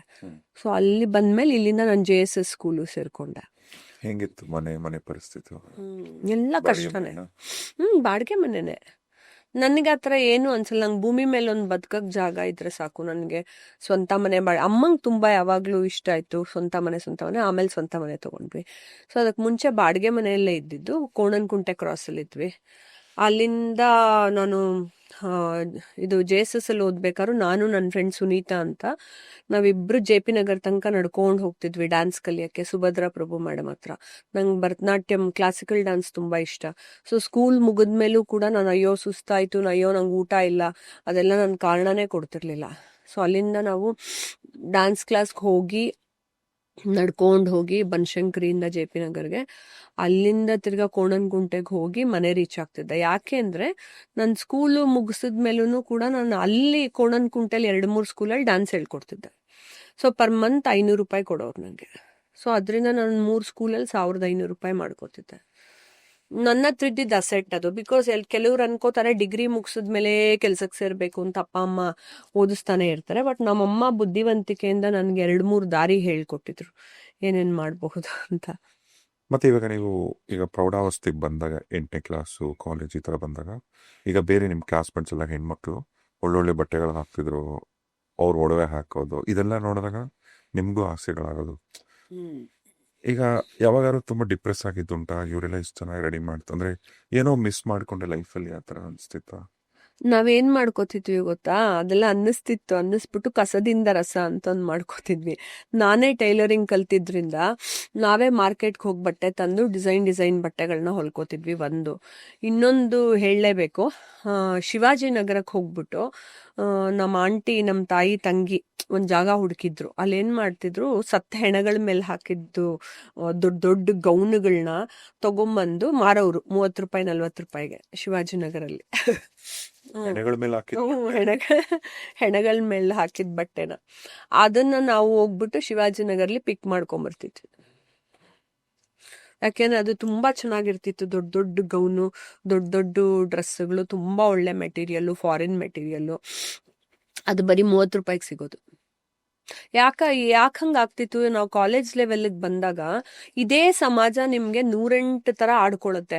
ನಾನು ಅಷ್ಟು ಕಷ್ಟಪಟ್ಟು, ನನ್ನಂತ ಹುಡುಗಿ ಯಾರೋ ಒಬ್ಳು ಕಷ್ಟಪಟ್ಟು ನಾನು ಚೀಟಿಗೆ ಹಾಕೊಂಡು 17,000 ರೂಪಾಯಿ ಚೀಟಿಗೆ ಹಾಕೊಂಡು ನಾನೊಂದು ಸನ್ನಿ ಜಿಪ್ ತಗೊಂಡೆ ಗಾಡಿ. ಅವಾಗ ಸನ್ನಿ ಜಿಪ್ ಅಂತ ಬರುತ್ತೆ, ಪುಟಾಣಿ ಕಪ್ಪದು, ಕೈನೆಟಿಕ್ ಹೊಣೆಯಿಂದ ಪುಟಾಣಿ ಕುಟ್ಟಿದ್ದು. ಅದನ್ನ ತಗೊಂಡ್ರು ಜನ ಆಡ್ಕೊಳ್ಳೋರು. ಏನು ನೀನ್ ಕಾಗೆ ತರ ಕೂತ್ಕೊಂಡು ಸನ್ನಿ ಸಿಪ್ಪಲ್ಲಿ ಹೋಗ್ತಿದ್ಯಾ ಅಂತ. ಇವರೆಲ್ಲ ಇವ್ರ ಅಪ್ಪ ಅಮ್ಮನ ದುಡ್ಡು ತಿಂದು ಬದುಕೋ ಅಂತ ಗಂಡ್ ಮಕ್ಳು ನಿನಗ್ ಸಮಾಜದಲ್ಲಿ ಎಲ್ಲಾ ರೀತಿನೂ ಏನೋ ಒಂದು ನಿನ್ನ ಕೆಳಗಿನ ಲೆವೆಲ್ಗೆ ಆಡ್ಕೋಬೇಕು, ಹೀಯಾಳಿಸ್ಬೇಕು ಅಂತಾನೆ ಬದುಕಿರೋ ಅಂತ ಜನ. ಯಾರೋ ಒಬ್ರು ಕಷ್ಟಪಟ್ಟು ಏನೋ ಒಂದು ತಗೊಂಡ್ರು ಅದನ್ನ ಅಪ್ರಿಶಿಯೇಟ್ ಮಾಡಲ್ಲ, ಅದನ್ನ ಹೀಯಾಳ್ಸಕ್ ನೋಡ್ತಾರೆ. ಸೊ ನಾನು ಬಸ್ಸಲ್ಲಿ ಓಡಾಡ್ತಾ ಇದ್ದವಳು ನನಗೆ 2 ವೀಲರ್ ಬೇಕು ಅಂತ ಅನ್ನಿಸ್ತು.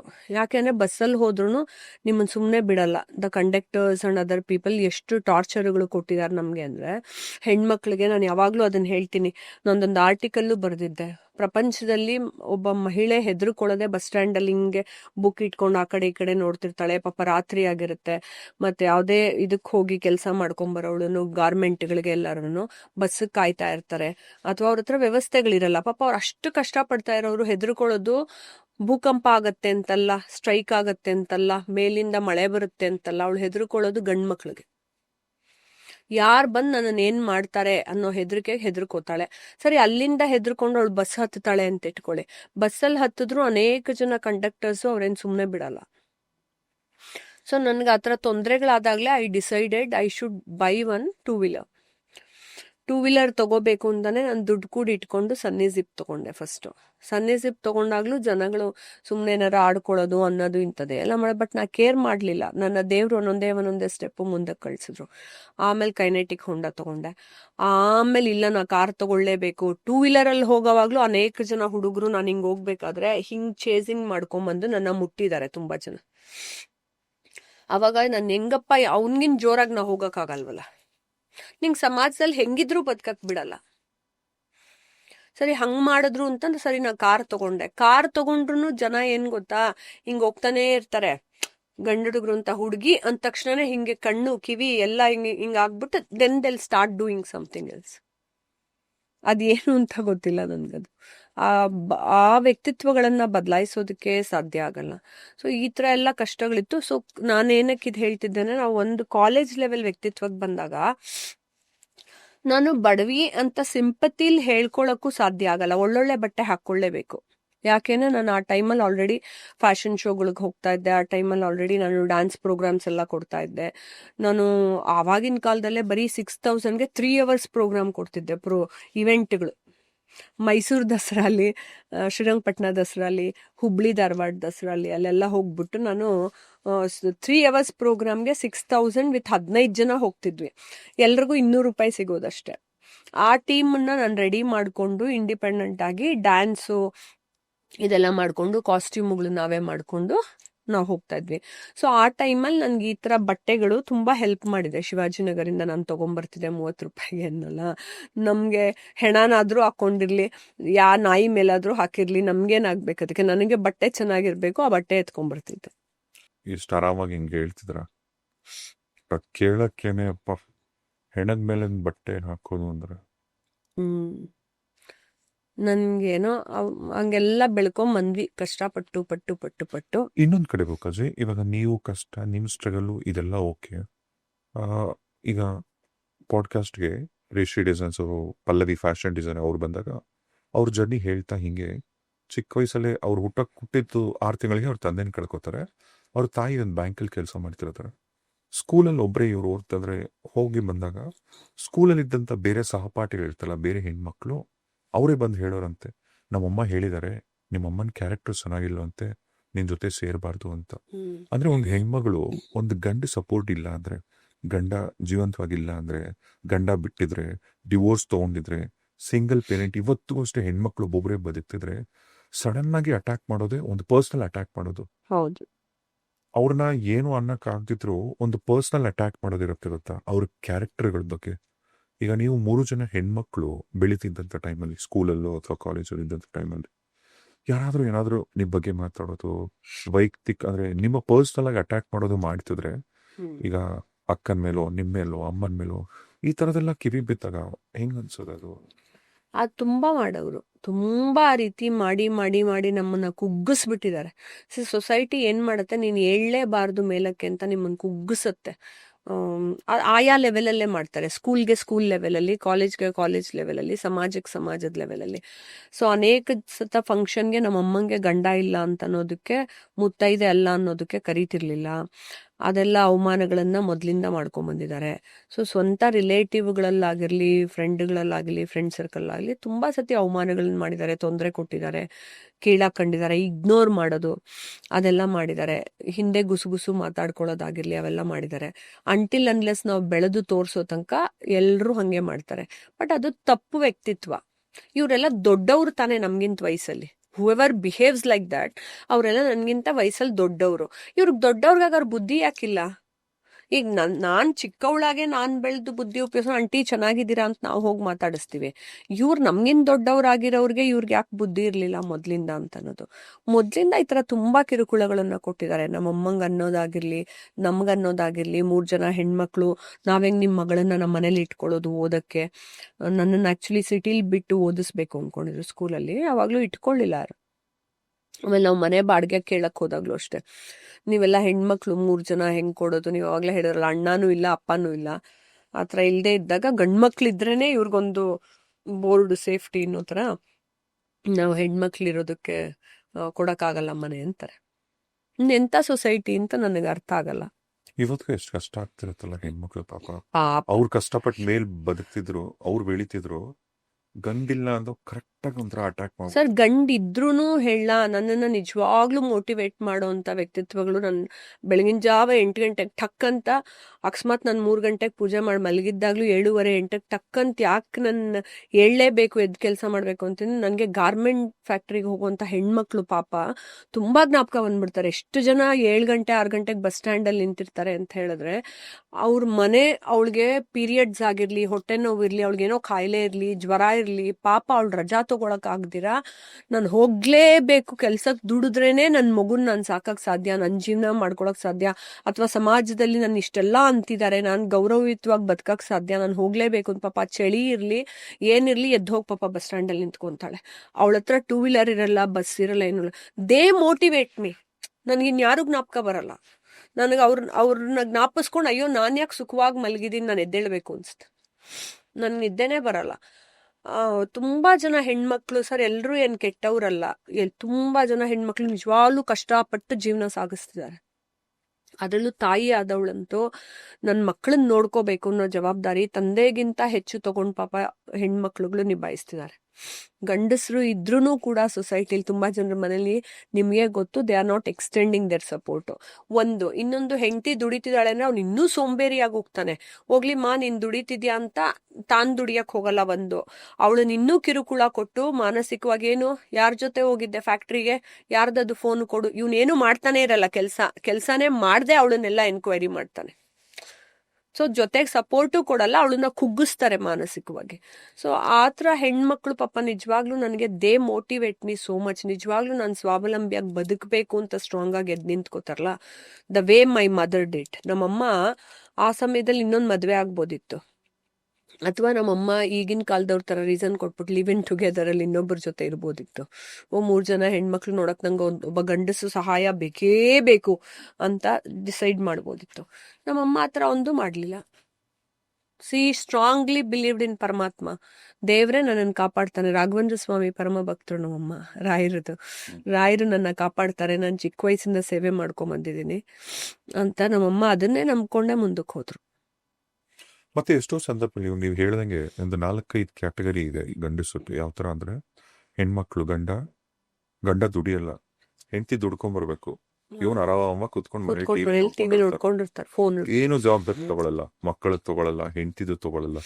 ಇದು ಒಂದ್ ಕಡೆ. ಇನ್ನೊಂದ್ ಕ್ಯಾಟಗರಿ ಇದೇ ತರ, ಹೆಂಡತಿ ಹೋಗಿ ದುಡ್ಕೊಂಡ್ಬರ್ಬೇಕು, ಇವ್ನು ಮನೇಲಿರ್ಬೇಕು, ಬಂದೇನು ದುಡ್ಡು ಅವನು ಕೊಡ್ಬೇಕು, ಇವ್ನು ಮಾನಸಿಕವಾಗಿ ಕಿರುಕುಳ ಕೊಟ್ಟು ಅವಳನ್ನ ತಿರ್ಗಾ ಹೋಗ್ಲಿ, ಅವಳು ಕೊಡಕ್ಕೂ ರೆಡಿ. ಪಾಪ ಮನಿ ಪೀಪಲ್ ನನಗೆ ಫೋನ್ ಮಾಡಿ ಹೇಳ್ತಾರೆ ಪಾಪ ಹೆಣ್ಮಕ್ಳು, ಮ್ಯಾಮ್ ನಾನು ಕೊಡ್ತೀನಿ, ನನ್ನನ್ನು ಸಂತೋಷವಾಗಿ ನೋಡ್ಕೊಳ್ಳಿ ಅಂತಾರೆ. ಕೊಟ್ಬಿಟ್ಟು ಕಿರುಕುಳ ಕೊಡ್ತಾನೆ. ಏನ್ ನೀನು ಇಷ್ಟು ಚೆನ್ನಾಗಿ ಯಾಕೆ ಡ್ರೆಸ್ ಮಾಡ್ಕೊಂಡು ಹೋಗ್ತಿದ್ಯಾ, ಏನಕ್ಕೆ ಬ್ಲೌಸ್ ಹಿಂಗ್ ಹಾಕೊಂಡಿದ್ಯಾ, ಯಾರಿಗೋಸ್ಕರ ಹಿಂಗ್ ಹಾಕೊಂಡಿದ್ಯಾ ಅಂತಾರೆ. ಪಾಪ ಒಂದ್ ಹುಡುಗಿ ಅವಳಿಗೋಸ್ಕರ ಅವಳು ಡ್ರೆಸ್ ಮಾಡ್ಕೊಳಂಗೂ ಇಲ್ಲ. ಇನ್ನೊಂದು ಕ್ಯಾಟಗರಿ ಗಂಡಸರು ಹೇಳ್ತಾರೆ, ಇದರ ನಿಜವಾಗ್ಲೂ ಹೇಳಕ್ಕೆ ಬೇಜಾರಾಗತ್ತೆ. ಯಾಕಂದ್ರೆ ನಾನು ಮಾಡೋ ರೇಡಿಯೋ ಕಾರ್ಯಕ್ರಮದಲ್ಲಿ ಎಷ್ಟೋ ಜನ ಹೆಣ್ಮಕ್ಳು ಈ ಥರದನ್ನ ಹೇಳ್ಕೊಂಡಿದ್ದಾರೆ. ಹಿಂಗೆ ಹೊರಗಡೆ ದುಡ್ಕೊಂಬಂದ್ರು, ಇವ್ರ ಮನೆಗಳಲ್ಲಿ ಇದ್ದು ಟಿವಿ ನೋಡೋದು, ಮನೇಲಿ ಅಮ್ಮನೋ ಅಪ್ಪ ಏನಿದ್ರೆ ಅವ್ರ ಮಾತುಗಳು ಕೇಳೋದು. ಹೌದು. ಯಾವ ಹಂತಕ್ಕೆ ಹೋಗ್ತಾರೆ ಅಂದ್ರೆ, ಕೆಲ್ಸ ಮುಗಿಸ್ಕೊಂಬಂದ್ರೆ ಅವಳ ಹತ್ರ ಹೋಗಿ ವಾಸನೆ ನೋಡ್ತಾರೆ. ಅದೆಲ್ಲ ಮಾಡ್ತಾರೆ. ಇದೆಲ್ಲ ಹೇಳಕ್ ಅಸಹ್ಯ ಆಗತ್ತಿರೋ ಪ್ರಜೆ ಹೌದು. ಇದಾರೆ ಅಂತ ಅವರು. ಪಾಪ ಹೆಣ್ಮಕ್ಳ ಮೇಲೆ ಎಷ್ಟು ಅನುಮಾನ ಪಡ. ಅಲ್ಲ, ಅದು ಅಪ್ಪ ಅಮ್ಮಂದು ತುಂಬಾ ತಪ್ಪು. ಅಪ್ಪ ಅಮ್ಮಂದ್ರು ಮಕ್ಳಿಗೆ ಸಪೋರ್ಟ್ ಮಾಡ್ಕೊಂಡು ಗಂಡ್ ಮಕ್ಳಿಗೆ ಮನೇಲೇ ಕೂರ್ಸ್ಕೊಂಡು, ಅಯ್ಯೋ ಬಾಪ ನಾವ್ ಯಾಕಪ್ಪ ಬದುಕಿದೀವಿ, ಎರಡೊತ್ತು ಊಟ ಮಾಡಕ್ ತಾನೆ ಅಂತಾರೆ. ಈ ಕಾನ್ಸೆಪ್ಟೇ ತಪ್ಪು. ನೀನ್ ಎರಡೊತ್ತು ಊಟ ಮಾಡಕ್ಕಲ್ಲ ಬದುಕಿರೋದು. ಫಸ್ಟ್ ಅದನ್ನ ತೆಗ್ದಾಕಿ ಮೈಂಡಿಂದ. ನನಗೂ ಯಾಕಮ್ಮ ಇಷ್ಟು ಕಷ್ಟ ಪಡ್ತೀಯ, ಎರಡೊತ್ತು ಊಟ ಮಾಡಕ್ ನಾನು ಯಾಕೆ ಕಷ್ಟ ಪಡ್ಬೇಕು? ದ ಪರ್ಪಸ್ ಆಫ್ ಲೈಫ್ ನೀವೆಲ್ಲ ಕರ್ಮ ಮುಗಿಸಿ ಮುಂದಕ್ಕೆ ಹೋಗ್ಬೇಕು. ಮತ್ತೆ ನೀವು ಸಮಾಜದಲ್ಲಿ ಎಷ್ಟು ಒಳ್ಳೆ ಕೆಲಸ ಮಾಡಿ ಪುಣ್ಯ ಕರ್ಮ ಮಾಡ್ತೀರಾ ಅಂತ. ಈ ಗಂಡ್ ಮಕ್ಳ ಅಪ್ಪ ಅಮ್ಮ ಗಂಡಸರಿಗೆ ಇದೊಂದು ತಲೆಗೆ ಹಾಕ್ಬಿಟ್ಟಿರ್ತಾರೆ. ಅಯ್ಯೋ ನಾವ್ ಯಾಕೋ ಬದುಕಿದೀವಿ, ಚೆನ್ನಾಗಿ ಊಟ ಮಾಡ್ಬಿಟ್ಟು ಎರಡೊತ್ತು ಚೆನ್ನಾಗಿ ಊಟ ಮಾಡ್ಬಿಟ್ಟು ಬದುಕಿರಕಲ್ವಪ್ಪ, ನೆಮ್ಮದಿಯಾಗಿರು, ಹೋಗ್ಲಿ ಬಿಡು, ಏನು ಯೋಚನೆ ಮಾಡ್ಬೇಡ ಅಂತ ಹೇಳ್ಬಿಡ್ತಾರೆ. ಇವ್ರುಗಳು ಹೆಣ್ಮಕ್ಳು ಹೊರಗಡೆ ಹೋಗಿ ದುಡಿತಾನೇ ಇರ್ಬೇಕು. ಇವರು ನೀ ಏನು ಮಾಡ್ಬೇಡ, ಆರಾಮಾಗಿರು. ಇವನ್ ಮಗ ಹಿಂಗನ ಹಾಳಾಗೋಗ್ಲಿ. ಏನ್ ಮಾಡ್ತಾರೆ ಈ ತಂದೆ ತಾಯಿಗಳ ಕೈ ತೊಳ್ಕೊಳಕ್ಕೆ ಯಾರೋ ಒಂದು ಅಮಾಯಕ ಹುಡುಗಿನ ಕರ್ಕೊಂಡ್ ಬರ್ತಾರೆ, ಇವನಿಗೆ ಕಟ್ತಾರೆ, ಇವ್ರ ತಲೆ ಮೇಲೆ ಹಾಕ್ಬಿಟ್ಟು ಆ ಕೈ ತೊಳ್ಕೊತಾರೆ. ಹೌದು. ಪಾಪ ಆ ಹುಡುಗಿ ಲೈಫ್ ಲಾಂಗ್ ಅನುಭವಿಸ್ಬೇಕು ಇಂಥವ್ರಿಂದ. ಕರೆಕ್ಟ್. ನಿಜವಾಗ್ಲೂ ಎಷ್ಟೋ ಜನ ಹೆಣ್ಮಕ್ಳು ಪಾಪ ಇದನ್ನ ಹೇಳ್ಕೊಳಕ್ಕೂ ಆಗದೆ, ಒಳಗೆ ಇಟ್ಕೊಳಕ್ ಆಗದೆ ಅಡ್ಜಸ್ಟ್ ಆಗ್ಬಿಡ್ತಾರೆ. ಇಲ್ಲ, ಇವತ್ತು ಪಾಡ್ಕಾಸ್ಟ್ ನೋಡ್ಬಿಟ್ಟು ನೋಡಿ ಆಗ್ತಾರ ಮೆಸೇಜ್, ಮ್ಯಾಮ್ ನಿಜ ಇದೆಲ್ಲ ನಮ್ಮ ಜೀವನದ ಕತೆ ಅಂತ. ತುಂಬಾ ಜನ ಪಾಪ ನನಗೆ ಫೋನ್ ಮಾಡ್ತಾರೆ, ಮ್ಯಾಮ್ ನಾವ್ ಈ ತರ ಎಲ್ಲ ಸಫರ್ ಮಾಡ್ತಿದೀವಿ ಅಂತ. ಬಿಟ್ಬಿಡ್ಬೇಕಾ ಅಂತ. ಅದಕ್ಕೆ ಇತ್ತೀಚೆಗೆ ಡಿವೋರ್ಸ್ ಯಾಕೆ ಆಗ್ತಿರೋದು ಅಂತಂದ್ರೆ ಬಿಕಾಸ್ ಆಫ್ ದಿಸ್. ಪಾಪ ಆದ್ರೆ ತುಂಬಾ ಜನ ಹೆಣ್ಮಕ್ಳು ತುಂಬಾ ಒಳ್ಳೆಯವ್ರು ಗೊತ್ತಾ, ಬಿಡ್ತಿಲ್ಲ. ಬಿಡ್ದೇನೂ ಕೂಡ ಮ್ಯಾಮ್ ನನ್ನ ಮಗುಗೋಸ್ಕರ ನನ್ನ ಜೊತೆಲಿ ಇರ್ತೀನಿ, ನನ್ನ ಗಂಡನ ಜೊತೆ ಅಂತ ಅದನ್ನು ಇದಾರೆ. ಮತ್ತೆ ಒಂದ್ ಸ್ವಲ್ಪ ಹೆಣ್ಮಕ್ಳಿಗೆ ಚೆನ್ನಾಗಿದ್ಬಿಟ್ರೆ ಅದಿನ್ನೂ ಅನುಮಾನ, ಅದು ಇನ್ನೂ ನೆಕ್ಸ್ಟ್ ಲೆವೆಲ್. ಅದು ನೋಡಕ್ ಚೆನ್ನಾಗಿದ್ರೆ. ಒಂದ್ ಸ್ವಲ್ಪ ಚೆನ್ನಾಗಿರೋ ಬಟ್ಟೆ ಹಾಕರೆ ಸಡನ್ ಆಗಿ ಹಿಂದೆ ಒಂದ್ ವಾಯ್ಸ್ ಕೇಳಿಸುತ್ತೆ, ಓ ಯಾರೋ ಇದಾರೆ ಇವನಿಗೆ, ಅಂದ್ರೆ ಇವ್ರಿಗೆ ಯಾರೋ ಇದಾರೆ. ಅದು ಎಂತ ಅಸಹ್ಯ ಸ್ಟೇಟ್ಮೆಂಟ್ ಅಲ್ಲ. ಹೌದು. ಇಲ್ಲ, ಅದೇ ಮನ್ಸು ಚುಚ್ಚಾಕಕ್ಕೆ. ಆಮೇಲೆ ಅವನು ಮೀನ್ ಮಾಡಿರಲ್ಲ, ಕೆಲವು ಸತಿ ಅವ್ನು ನಿಜವಾಗ್ಲೂ ಹೇಳಿರಲ್ಲ. ಇವಳು ನನ್ನ ಕಂಟ್ರೋಲ್ ಅಲ್ಲಿ ಇಟ್ಕೊಳಕ್ಕೆ ಈ ತರದೊಂದೊಂದು ಬಾಣ ಬಿಟ್ಬಿಟ್ಟು ಕಳಿಸ್ತಾರೆ ಆಫೀಸ್ಗೆ. ಯಾಕೆಂದ್ರೆ ಅವಳ ಮೈಂಡ್ ಡಿಸ್ಟರ್ಬ್ ಆಗಿನೇ ಕೆಲಸ ಮಾಡ್ಬೇಕು, ಅವಳ ಮೈಂಡ್ ಡಿಸ್ಟರ್ಬ್ ಆಗಿನೇ ಊಟ ಮಾಡ್ಬೇಕು, ಅವಳು ನೆಮ್ಮದಿಯಾಗಿ ಇರ್ಕೂಡ್ದು, ಬಟ್ ದುಡಿಬೇಕು, ಇವನ್ ಮನೇಲಿ ಕೂತಿರ್ಬೇಕು. ಈಗ ನೀವು ಅದೇ ಗಮನಿಸಿ, ಒಂದ್ ಗಂಡು 10 ಹೆಣ್ಣಿನ ಸಹವಾಸ ಮಾಡಿದ್ರೆ, ಅವ್ನಿಗೆ ಮದ್ವೆ ಆಗಿದ್ದು ಒಂದ್ 10 ಜನ ಎಲ್ಲ ಮೇಯ್ಕೊಂಬಂದ್ರು, ಹೊರಗಡೆ ಎಲ್ಲ ಏನೇನ್ ಆಟಗಳಾಡಿದ್ರು, ಹೀಸ್ ಕಾಲ್ಡ್ ರಸಿಕಾ. ಆಯ್ತಾ? ಅದೇ ಒಂದ್ ಹೆಣ್ಣು ಪಾಪ ಮದ್ವೆ ಆಗಿತ್ತು, ಮದ್ವೆ ಆಗಿಲ್ಲ ಅಂದ್ರು, ಒಬ್ಬ ಜೊತೆ ಒಂದ್ ಫ್ರೆಂಡ್ಶಿಪ್ ಮಾಡಿದ್ರು, ಏನು ಅವಳು ಹೌದು ಒಂದ್ ಕೆಟ್ಟ ಟೈಟ್ಲ್ ಕೊಟ್ಬಿಡ್ತಾರೆ. ತುಂಬಾ ಮಾತುಗಳು ಏನೇನೋ ಅಂತಾರೆ. ಇದೆಲ್ಲ ಮಾಡ್ಕೊಂಡ್ ಬಂದಿದ್ರು. ಸೊ ನಮ್ಮಮ್ಮಂಗೆ ಎಷ್ಟೇ ನೋವುಗಳಾಗಿದ್ರು, ಕಷ್ಟ ಆಗಿದ್ರು, ಎಲ್ಲ ಕಡೆಗೂ ನನ್ನ ಕರ್ಕೊಂಡು ಹೋಗೋರು ಚಿಕ್ಕ ವಯಸ್ಸಲ್ಲಿ ಇದೇ ತರ. ಆವಾಗಿಂದಾನೇ ನನ್ಗಿದ್ ರೂಢಿ ಆಗಿತ್ತು. ಎಷ್ಟೋ ಸತಿ ನಾನು ಕ್ಲಾಸ್ಗೆ ಹೋಗ್ತಿರ್ಲಿಲ್ಲ. ನಮ್ಮ ಅಮ್ಮಂಗೆ ಏನೇ ಸಮಾಜದಲ್ಲಿ ಪ್ರಾಬ್ಲಮ್ ಆದ್ರೂ ನಾನು ಎಳ್ಕೊಂಡು ಹೋಗೋರು ಬಸ್ಸಲ್ಲಿ, ಬಂದ್ಬಿಡು ನೀನ್ ಜೊತೆಗೆ ಅಂತ. ಸೊ ಬಟ್ ಅದ್ ಜೊತೆಗೆ ನಮ್ಮಮ್ಮ ಚಿಕ್ಕ ವಯಸ್ಸಲ್ಲಿ ನನಗೆ ನಮ್ಮ ಅಕ್ಕ ತಂಗಿರಿಗೆಲ್ಲ ಸಂಗೀತದ ಕ್ಲಾಸ್ಗೆ ಕಳ್ಸಿದ್ರು. ನಮ್ಗೆಲ್ಲ ಸಂಗೀತ ಹೇಳಿಸ್ಕೊಟ್ಟಿದ್ರು, ಡ್ಯಾನ್ಸ್ ಹೇಳಿಸ್ಕೊಟ್ಟಿದ್ರು, ಹಿಂದಿ ಎಕ್ಸಾಮ್ಸ್ ಮಾಡಿಸಿದ್ರು. ಸುಬೋಧ್ ಪ್ರಥಮ ಮಾಧ್ಯಮ, ವಸಂತ ಮೇಡಮ್ ನಮ್ಗೆ ಸಂಗೀತ ಟೀಚರ್ ಆಗಿದ್ರು, ಜ್ಯೋತ್ಸ್ನಾ ಮೇಡಮ್ ನನ್ಗೆ ಡ್ಯಾನ್ಸ್ ಟೀಚರ್ ಆಗಿದ್ರು. ಸೊ ಒಂದೊಂದೇ ಕಲ್ತ್ಕೊಂಡ್ ಹಿಂಗೆ ಮುಂದಕ್ಕೆ ಬಂದ್ವಿ. ಈ ಟೈಮಲ್ಲಿ ಅಂದ್ರೆ ನೀವು ಸ್ಟಾರ್ಟಿಂಗ್ ನೀವು ಓದಕ್ ಶುರು ಮಾಡಿದ್ರಿಂದ ಫಸ್ಟ್ ಸ್ಟ್ಯಾಂಡರ್ಡ್ ಇಂದ ನೀವು ಏನ್ ಎಜುಕೇಶನ್ ಅಥವಾ ನೀವು ನಾಟ್ಯ ಕಲೆ ಎಲ್ಲ ಏನೇನು ಕಲ್ತ್ರಲ್ಲ, ಈ ಥ್ರೂ ಜರ್ನಿ ಒಂದು ವಂಡರ್ಫುಲ್ ಫ್ರೆಂಡು ಅಥವಾ ಟೀಚರು ಯಾರಾದ್ರೂ ಒಬ್ರು ನಿಮ್ ಲೈಫಲ್ಲಿ ಇರ್ತಾರೆ, ನಿಮಗೆ ಅಂತ ಸಪೋರ್ಟ್ ಮಾಡಿದ್ರು ಯಾರಾದ್ರೂ ಇದ್ರ ಆ ಥರದವರು? ನಂಗೆ ಬೆಳ್ಳೂರಲ್ಲಿ ಇದ್ದಾಗ ನಂಗೆ ವಂಡರ್ಫುಲ್ ಫ್ರೆಂಡು ಅಮ್ಮಯ್ಯ ಅಂತ, ವೆಂಕಟಲಕ್ಷ್ಮಿ. ಅವಳು ಇವಾಗ ಟೀಚರ್ ಆಗಿದ್ದಾಳೆ. ಅವಳು ತುಂಬಾ ಬಡತನದ ಹಿಂದ್ಗಡೆ ಕೊಟ್ಟಿಗೆನಲ್ಲಿ ಸಗಣಿ ಎತ್ತಾಕ್ತಾ ಇದ್ಲು. ಅವಳ ಜೊತೆ ಅವಳು ಎಲ್ಲ ಕೂತ್ಕೊಂಡು ಈ ಜ್ಞಾನಪೀಠ ಪ್ರಶಸ್ತಿ ವಿಜೇತರದ್ದು ಎಲ್ಲ ಪೇಪರಲ್ಲಿ ಅಂಟಿಸೋದು, ಆ ಥರದ್ದು ಈ ಥರದ್ದೆಲ್ಲ ಮಾಡ್ತಾ ಇದ್ವಿ. ಅದು ಬಿಟ್ಟು ಬೇರೆ ಗೊತ್ತಿರೋ ಫ್ರೆಂಡ್ಸ್ ಎಲ್ಲ ನಾಗರತ್ನ, ಜ್ಯೋತಿ ಅವರೆಲ್ಲ ಇದ್ರ ಸುನೀತಾ ಅವರೆಲ್ಲ ನಮ್ಮ ರೋಡಲ್ಲಿ ಇದ್ರು. ಬಟ್ ನಾನು ಅಮ್ಮಯ್ಯ ವೆಂಕಟಲಕ್ಷ್ಮಿ ಅವಳು ತುಂಬಾ ಬಡತನದಿಂದ ಬಂದಿದಂತ ಹುಡುಗಿ. ಸೊ ನಾವೆಲ್ಲ ಜೊತೆಗೆ ಸ್ವಲ್ಪ ಓದೋದಕ್ಕೆ ಪ್ರಾಮುಖ್ಯತೆ ಕೊಟ್ಟು ಮಾಡ್ತಿದ್ವಿ. ಅವಾಗ್ಲೇ ನಮ್ಮಮ್ಮ ನನ್ಗೆ ವೇಷಭೂಷಣ ಸ್ಪರ್ಧೆಗೆಲ್ಲ ಕಳಿಸ್ತಾ, ಫ್ಯಾನ್ಸಿ ಡ್ರೆಸ್ಗೆ. ನಾನು ಚಾಂದ್ವಿವಿನ್ ಸ್ಟೇಟ್ ಲೆವೆಲ್ಗೆಲ್ಲ ಸೆಲೆಕ್ಟ್ ಆಗ್ಬಿಟ್ಟಿದ್ದೆ. ಆಮೇಲೆ ಅವಾಗ್ಲೇ ನಮ್ಮಮ್ಮ ನಮ್ಗೆ ಬೆಳ್ಳೂರು ಸಿಸ್ಟರ್ಸ್ ಅಂತ ನಮ್ಮ ಕೈಲಿ ಡ್ಯಾನ್ಸ್ ಪ್ರೋಗ್ರಾಮ್ಸ್ ಮಾಡ್ಸೋರು ಗಣೇಶ ಹಬ್ಬದಲ್ಲಿ. ಸೊ ನಾವು ಅಕ್ಕ ತಂಗಿರು 3 ಜನ ಎಲ್ಲರೂ ಡ್ಯಾನ್ಸ್ ಪ್ರೋಗ್ರಾಮ್ ಮಾಡ್ತಿದ್ವಿ, ಕ್ಲಾಸಿಕಲ್ ಡ್ಯಾನ್ಸು. ಅವಾಗಿಂದ ಹಾಗೆ ಈ ಥರ ಇವೆಂಟ್ಸು ಸ್ಟೇಜ್ ಪ್ರೋಗ್ರಾಮ್ಸು ಇದೆಲ್ಲ ಹಾಗೆ ನಡ್ಕೊಂಬಂತು. ನಾನು ಬೆಂಗಳೂರಿಗೆ ಬಂದಮೇಲೆ ಸುನೀತಾ ಅಂತ ನನಗೆ ಸ್ಕೂಲಲ್ಲಿ ಫ್ರೆಂಡ್ನ ಹೇಳಿದ್ನಲ್ಲ, ಡ್ಯಾನ್ಸ್ ಒಟ್ಟಿಗೆ ಕಲಿತಿದ್ವಿ. ಸುನೀತಾ, ಶಶಿ ಅವರೆಲ್ಲ ನನ್ನ ಇಲ್ಲಿನ ಫ್ರೆಂಡ್ಸ್ ಇದ್ರು. ಬಟ್ ಹಂಗೆ ಹೋಗ್ತಾ ಹೋಗ್ತಾ ಎಲ್ಲರೂ ಮದುವೆ ಆದ್ಮೇಲೆ ಎಲ್ಲರೂ ನಮ್ಮ ಪಾಡ್ಗೆ ಒಬ್ಬೊಬ್ಬರೇ ಆಗೋದ್ವಿ. ಈಗ ನೀವು ನೋಡಕ್ ಇಷ್ಟು ಚೆನ್ನಾಗಿದ್ರಲ್ಲ, ಥ್ಯಾಂಕ್ ಯು. ಯಾವಾಗ್ಲೂ ಸ್ಕೂಲಿಂದ ಕಾಲೇಜಲ್ಲಿ ಇವಾಗೆಲ್ಲ ಇಷ್ಟು ಚೆನ್ನಾಗಿದ್ರ, ನಿಮ್ಮ ಹೆಸರಿಗೆ ತಕ್ಕಂಗೆ ಲಕ್ಷಣವಾಗಿ. Thank you. ಎಷ್ಟೊಂದ್ ಸಾರಿ ನಾವು ಪ್ರತಿ ಸಾರಿ ನಿಮ್ ಒಟ್ಟಿಗೆ ಮಾಡೋ ಒಂದು ಡಿವೋಷನಲ್ ಪಾಡ್ಕಾಸ್ಟ್ ಎಲ್ಲ ಆಗ್ತಾರೆ, ಎಷ್ಟು ಚೆನ್ನಾಗಿದೆಯಮ್ಮ, ಮಹಾಲಕ್ಷ್ಮಿ ಇದ್ದಂಗೆ ಇದೆಯಾ ಅಂತ ಪಾಪ ಎಲ್ಲರೂ. ಅಂತ ಎಲ್ರು ವೀಕ್ಷಕರದ್ದು ಹೇಳ್ತಾರೆ. ಧನ್ಯವಾದಗಳು ಎಲ್ರಿಗೂ. ಈಗ ನೀವು ಕಾಲೇಜಿಗೆ ಬಂದಾಗ ನಾಟ್ಯ ಕಲಿತಿದ್ದಂಥ ಟೈಮಲ್ಲಿ ನಿಮ್ಮ ಲೈಫಲ್ಲಿ ಒಂದು ಲವ್ ಯಾರಾದರೂ ಒಂದು ಜೋಡಿ ಪ್ರಪೋಸ್ ಮಾಡಿದ್ದು ಏನಾದರೂ ಆಗಿತ್ತಾ? ತುಂಬಾ ಜನ ಪ್ರಪೋಸ್ ಮಾಡಿದ್ರು. ನಾ ಸ್ಕೂಲಲ್ಲಿ ಇರೋವಾಗ್ಲೇನೆ ರೂಪಾ ಐ ಲವ್ ಯು ಅಂತ ಹೇಳ್ಬಿಟ್ಟು ಹೊಟ್ಟೋಗೋರು. ನಾವೆಲ್ಲ ಹಳ್ಳಿಯಿಂದ ಬಂದ್ವಾ, ನನಗೆ ಇನ್ಫೀರಿಯಾರಿಟಿ, ಇನ್ಸೆಕ್ಯೂರಿಟಿ ಕಾಂಪ್ಲೆಕ್ಸ್ ಎಲ್ಲವೂ ಇತ್ತು. ನಾನು JSS ಫಸ್ಟ್ ಬಂದಾಗ್ಲೂ. ಬಟ್ JSS ಅಲ್ಲಿ ನಾನು ಒಂದು ಡ್ಯಾನ್ಸ್ ಪ್ರೋಗ್ರಾಮ್ ಮಾಡಿದೆ, ಸಾಗರ ಸಂಗಮಮ್ದು ಕ್ಲಾಸಿಕಲ್ ಡ್ಯಾನ್ಸ್ ಮಾಡಿದ ತಕ್ಷಣ ಟೀಚರ್ ಒಬ್ರು ನನ್ನ ಹುಡ್ಕೊಂಬಂದ್ರು. ಯಾರದು ನೆನ್ನೆ ಡ್ಯಾನ್ಸ್ ಮಾಡಿದ್ದು ತುಂಬಾ ಚೆನ್ನಾಗಿ ಮಾಡಿದ್ಲು ಅಂತ. ಅದು ಒಂದೇ ಕಾಂಪ್ಲಿಮೆಂಟು, ಇಟ್ ಮೋಟಿವೇಟೆಡ್ ಮಿ. ನಾನು ಹಳ್ಳಿಯಿಂದ ಇಲ್ಲಿಗೆ ಬಂದರೂ ಕೂಡ ನಾನು ಒಂದು ಡಿಫ್ರೆಂಟ್ ವ್ಯಕ್ತಿ, ನನ್ನನ್ನು ಇಷ್ಟಪಟ್ಟರು ಎಲ್ಲರೂ ಅನ್ನೋದು ನೋಡಿ. ಆ ಥರ ಸಣ್ಣ ಪುಟ್ಟ ಕಾಂಪ್ಲಿಮೆಂಟ್ ಕೂಡ ಒಂದು ವ್ಯಕ್ತಿತ್ವವನ್ನು ಬದಲಾಯಿಸುತ್ತೆ. ಅವ್ರು ನನ್ನ ಹುಡ್ಕೊಂಬಂದು ನನ್ನ ಇಂಗ್ಲೀಷ್ ಟೀಚರು ಕೇಳಿದ್ರು, ಯಾರದು ನಿನ್ನೆ ಡ್ಯಾನ್ಸ್ ಮಾಡಿದ್ದು ರೂಪಾಯಿ ಅಂತ. ಅದಾದ್ಮೇಲೆ ಟೀಚರ್ಸು ನನ್ನನ್ನು ಡಿಫ್ರೆಂಟಾಗಿ ಟ್ರೀಟ್ ಮಾಡೋಕ್ಕೆ ಶುರು ಮಾಡಿದ್ರು. ಸೊ ನನ್ನ ಡ್ಯಾನ್ಸ್ ಅನ್ನೋ ಒಂದು ಅಸೆಟ್ಟು ನನ್ನ ಹತ್ರ ಇದ್ದಿದ್ದು ಆಸ್ತಿ ನನ್ನನ್ನು ಬದಲಾಯಿಸ್ತು, ವ್ಯಕ್ತಿತ್ವನ. ಅದೇ ನನ್ನ ಅಮೆರಿಕಾಗೂ ಆಮೇಲೆ ಕರ್ಕೊಂಡು ಹೋಗಿದ್ದೆ, ಆಮೇಲೆ ಹೇಳ್ತೀನಿ. ಸೊ ಈ ಥರ ಟೀಚರ್ಸೇ ನನ್ನ ಹುಡ್ಕೊಂಬಂದ್ಬಿಟ್ಟೆ, ರೂಪಾಯರು ಏನು ಚೆನ್ನಾಗಿ ಡ್ಯಾನ್ಸ್ ಮಾಡ್ತೀಯಮ್ಮ, ಏನು ಚೆನ್ನಾಗಿ ಡ್ಯಾನ್ಸ್ ಮಾಡ್ತೀಯ, ನನಗೊಂದು ಗೌರವ ಕೊಡೋಕೆ ಶುರು ಮಾಡಿದ್ರು. ನಾನು ಕ್ಲಾಸಲ್ಲಂತೂ ಕನ್ನಡ ಔಟ್ ತೆಗಿತಾ ಇದ್ದೆ. ನನಗೆ ಅರ್ಧ ಮಾರ್ಕ್ಸ್ ಕಟ್ ಮಾಡೋಕ್ಕೂ ಮಾಸ್ಟರ್ಗಳು ಬಂದು ಹೇಳೋರು, ನೀನು ಇಷ್ಟು ಚೆನ್ನಾಗಿ ಬರೀತೀಯಾ. ಟೀಚರ್ ಮಗಳಿಗೂ ನನಗೇನೆ ಕಾಂಪಿಟೇಷನ್ ನಡೆಯೋದು, ಇಷ್ಟು ಚೆನ್ನಾಗಿ ಬರೀತೀಯ ಅಂತ. ಹಿಂದಿ ತುಂಬ ಚೆನ್ನಾಗಿ ಬರೀತಿದ್ದೆ, ಕನ್ನಡ ಚೆನ್ನಾಗಿ ಬರೀತಿದ್ದೆ. ನನ್ನ ಪ್ರಾಬ್ಲಮ್ ಇದ್ದಿದ್ದೆ science and English. Science maths ಎಲ್ರಿಗೂ ಪ್ರಾಬ್ಲಮ್ಮೇ, ಬಟ್ ಸೈನ್ಸ್ ಮ್ಯಾಥ್ಸ್ ಗೊತ್ತಿರೋರಿಗೆ ಅವ್ರು ಮಾಸ್ಟರ್ ಆಗಿಬಿಟ್ಟಿರ್ತಾರೆ. ಸೊ ಆ ಥರದ್ರಲ್ಲಿ ಇದ್ದಾಗ ನನಗೆ ಒಂದೊಂದೇ ನನಗೆ ಮೋಟಿವೇಶನ್ ಸಿಗ್ತಾ ಹೋಯ್ತು. ನಾವು ಹಳ್ಳಿಯಿಂದ ಬಂದಾಗ ಇನ್ಫೀರಿಯಾರಿಟಿ ಇದ್ದಾಗ. ಸೊ ಇಲ್ಲಿ ಬಂದಾಗ ಎಲ್ಲ ಸ್ಕೂಲ್ ಹುಡುಗರು ಯಾರ್ಯಾರೋ ಅವಾಗ ಪ್ರಪೋಸ್ ಬರ್ತವೆ. ನಮ್ಮ ಬ್ಯಾಗಲ್ಲಿ ವ್ಯಾಲೆಂಟೈನ್ಸ್ ಡೇಗೆ ರೋಸ್ ಇಟ್ಬಿಟ್ಟು ಓಡೋಟೋಗೋರು. ನಮ್ಗೆ ಅದೆಲ್ಲ ಭಯ. ಈಗೆಲ್ಲ ಬಂದಂಗೆ ಯಾರದು ಅಂತ ಹುಡ್ಕೋದು, ಮೆಸೇಜ್ ಮಾಡೋದು ಹಾಗೆಲ್ಲ ಇರ್ಲಿಲ್ವಲ್ಲ ಕಾನ್ಸೆಪ್ಟು. ಅವಾಗೆಲ್ಲ ತುಂಬಾ ಭಯ ಆಗ್ತಿತ್ತು ನನಗೆ. ಯಾಕಂದ್ರೆ ನನ್ನ ಬ್ಯಾಗಲ್ಲಿ ರೋಸ್ ಇಟ್ರೆ ಮಿಕ್ಕಿದ 10 ಹುಡುಗಿರು ಬಂದೇನೋ ಒಂದು ಕಾಮೆಂಟ್ ಮಾಡೋರಲ್ಲ, ಯಾರು ರೂಪಂಗ್ ಹಿಂಗಿಟ್ಟಿದ್ದು, ಯಾರಾಗ ಮಾಡಿದ್ದು ಅಂತೆಲ್ಲ. ಅವಾಗೆಲ್ಲ ತುಂಬಾ ಜನ ಹುಡುಗರು ಪ್ರಪೋಸ್ ಮಾಡೋರು. ಬಟ್ ನನ್ನ ಕಣ್ಣಿಗೆ ಏನ್ ಗೊತ್ತಾ, ಅವರೆಲ್ಲ ಅಮೆಚ್ಯೂರ್ ಆಗೇ ಕಾಣಿಸೋರು. ಇವನ್ನೆಲ್ಲ ನಾನು ಹೆಂಗ್ ಮದ್ವೆ ಆಗೋದು, ನಾನಿಷ್ಟು ಮೆಚುರಿಟಿ ಇದೆ ನನಗೆ, ಇವ್ರನ್ನ ಮದ್ವೆ ಆಗ್ಬಿಟ್ರೆ ಹೆಂಗಾಗತ್ತೆ, ಇವ್ರಿಗೆಲ್ಲ ಏನು ಗೊತ್ತೇ ಇಲ್ಲ, ಇವ್ರ ಅಪ್ಪ ಅಮ್ಮ ಸಾಕ್ತಿದಾರೆ ಇವ್ರನ್ನ ಅಂತ. ನಂಗೆ ಆಗ್ಲೇ ಅಜ್ಞಾನ ಆಯ್ತು. ನಾನು ಯಾರನ್ನೂ ಒಪ್ಕೊಳ್ಳೋಕ್ಕೂ ಹೋಗ್ಲಿಲ್ಲ, ಸೆಟ್ಲ್ ಆಗಕ್ಕೂ ಹೋಗ್ಲಿಲ್ಲ. ಯಾರು ಒಂದು ಇಂಟ್ರೆಸ್ಟಿಂಗ್ ಕ್ಯಾರೆಕ್ಟರ್ ಯಾರು ಸಿಗ್ಲಿಲ್ಲ? ಇಲ್ಲ, ನನ್ನ ಕಾಲೇಜಲ್ಲೂ ಸಿಗ್ಲಿಲ್ಲ.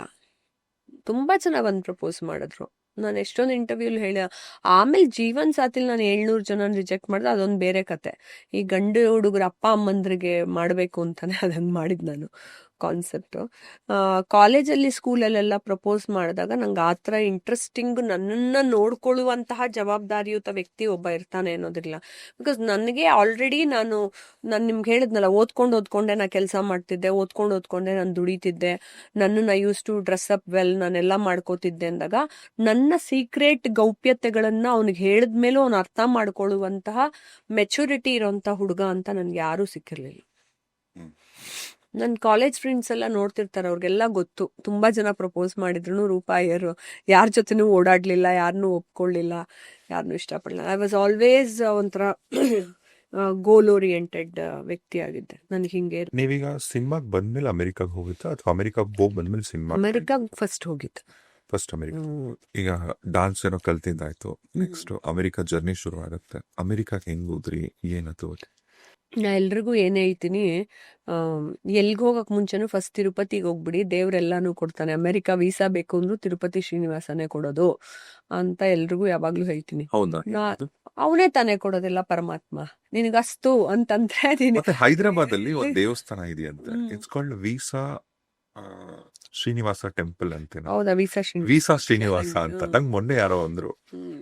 ವೀಸಾ ಬೇಕು ಅಂದ್ರೆ ಅಲ್ಲಿ ಹೋಗಿ ಕೇಳ್ಕೊಂಡ್ರೆ ಆಗತ್ತ. ಅವಾಗ ಒಂದು ಟ್ರೆಂಡ್ ಇತ್ತು ಎಲ್ಲರೂ ಫಾರಿನ್ಗೆ ಹೋಗೋದು. 2001-2 ಟೈಮಲ್ಲಿ ಎಲ್ರೂ ಅಮೆರಿಕಾಗೆ ಹೋಗು, ಇಲ್ಲ ಸಿಂಗಾಪುರ್, ರೀ ನಮ್ಮ ಮಗ ಅಮೆರಿಕಲ್ಲಿದ್ದಾರೆ ರೀ ನಮ್ಮ ಮಗ ಸಿಂಗಾಪುರಲ್ಲಿದ್ದಾರೆ ರೀ ನಮ್ಮ ಮಗ ಆಸ್ಟ್ರೇಲಿಯಾ, ಮಗ ಅನ್ನೋದೇ ಹೇಳೋರು, ಮಗಳು ಅನ್ನೋದು ಬರ್ಬೇಕಲ್ವಾ ಹೆಣ್ಮಕ್ಳದಕ್ಕೆ.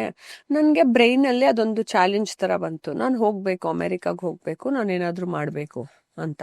ಇಲ್ಲಿ ನಾವೆಷ್ಟೇ ಕೆಲಸ ಮಾಡಿದ್ರು ನಮಗೆ ಕಷ್ಟ ಆಗತ್ತೆ ಅಂತ. ಆಮೇಲೆ ನನ್ನ ಹತ್ರ ಇದ್ದಿದ್ದು ಅಸೆಟ್ ನಿಮ್ಗೆ ಹೇಳ್ದಂಗೆ ಡ್ಯಾನ್ಸ್ ಮಾತ್ರ. ಬಟ್ ಜೊತೆಗೆ ನಾನು ICMG ಅಂತ ಒಂದು ಕಂಪ್ನಿ ಕೆಲ್ಸಕ್ಕೆ ಸೇರ್ಕೊಂಡಿದ್ದೆ.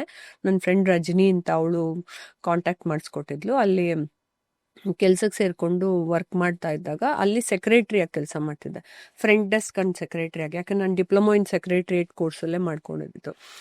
ಅಲ್ಲಿ ಮಾಡ್ದಂಗೆನೆ ನಾನು ಅಲ್ಲಿ ಜೊತೆಗೆ ಇದ್ಕೊಂಡೇನೆ ಅಮೆರಿಕಾಗೆ ಹೋಗೋಕ್ಕೆ, ಡ್ಯಾನ್ಸ್ ಪ್ರೋಗ್ರಾಮ್ ಕೊಡೋದಕ್ಕೆ, ಅಲ್ಲಿ ಅಕ್ಕ ಕನ್ನಡ ಸಮ್ಮೇಳನಕ್ಕೆ ಹೋಗಿ ಪಾರ್ಟಿಸಿಪೇಟ್ ಮಾಡಿ ಆಮೇಲೆ ಅಲ್ಲೇ ಕೆಲ್ಸಕ್ಕೆ ಸೇರ್ಕೊಳ್ಳೋಣ ಅಂತ ಪ್ಲಾನ್ ಮಾಡಿ, ಆ ರೀತಿ ನನ್ನ ಪ್ಲಾನ್ ಹಾಕೊಂಡು ಹೊರಟಿದ್ದು.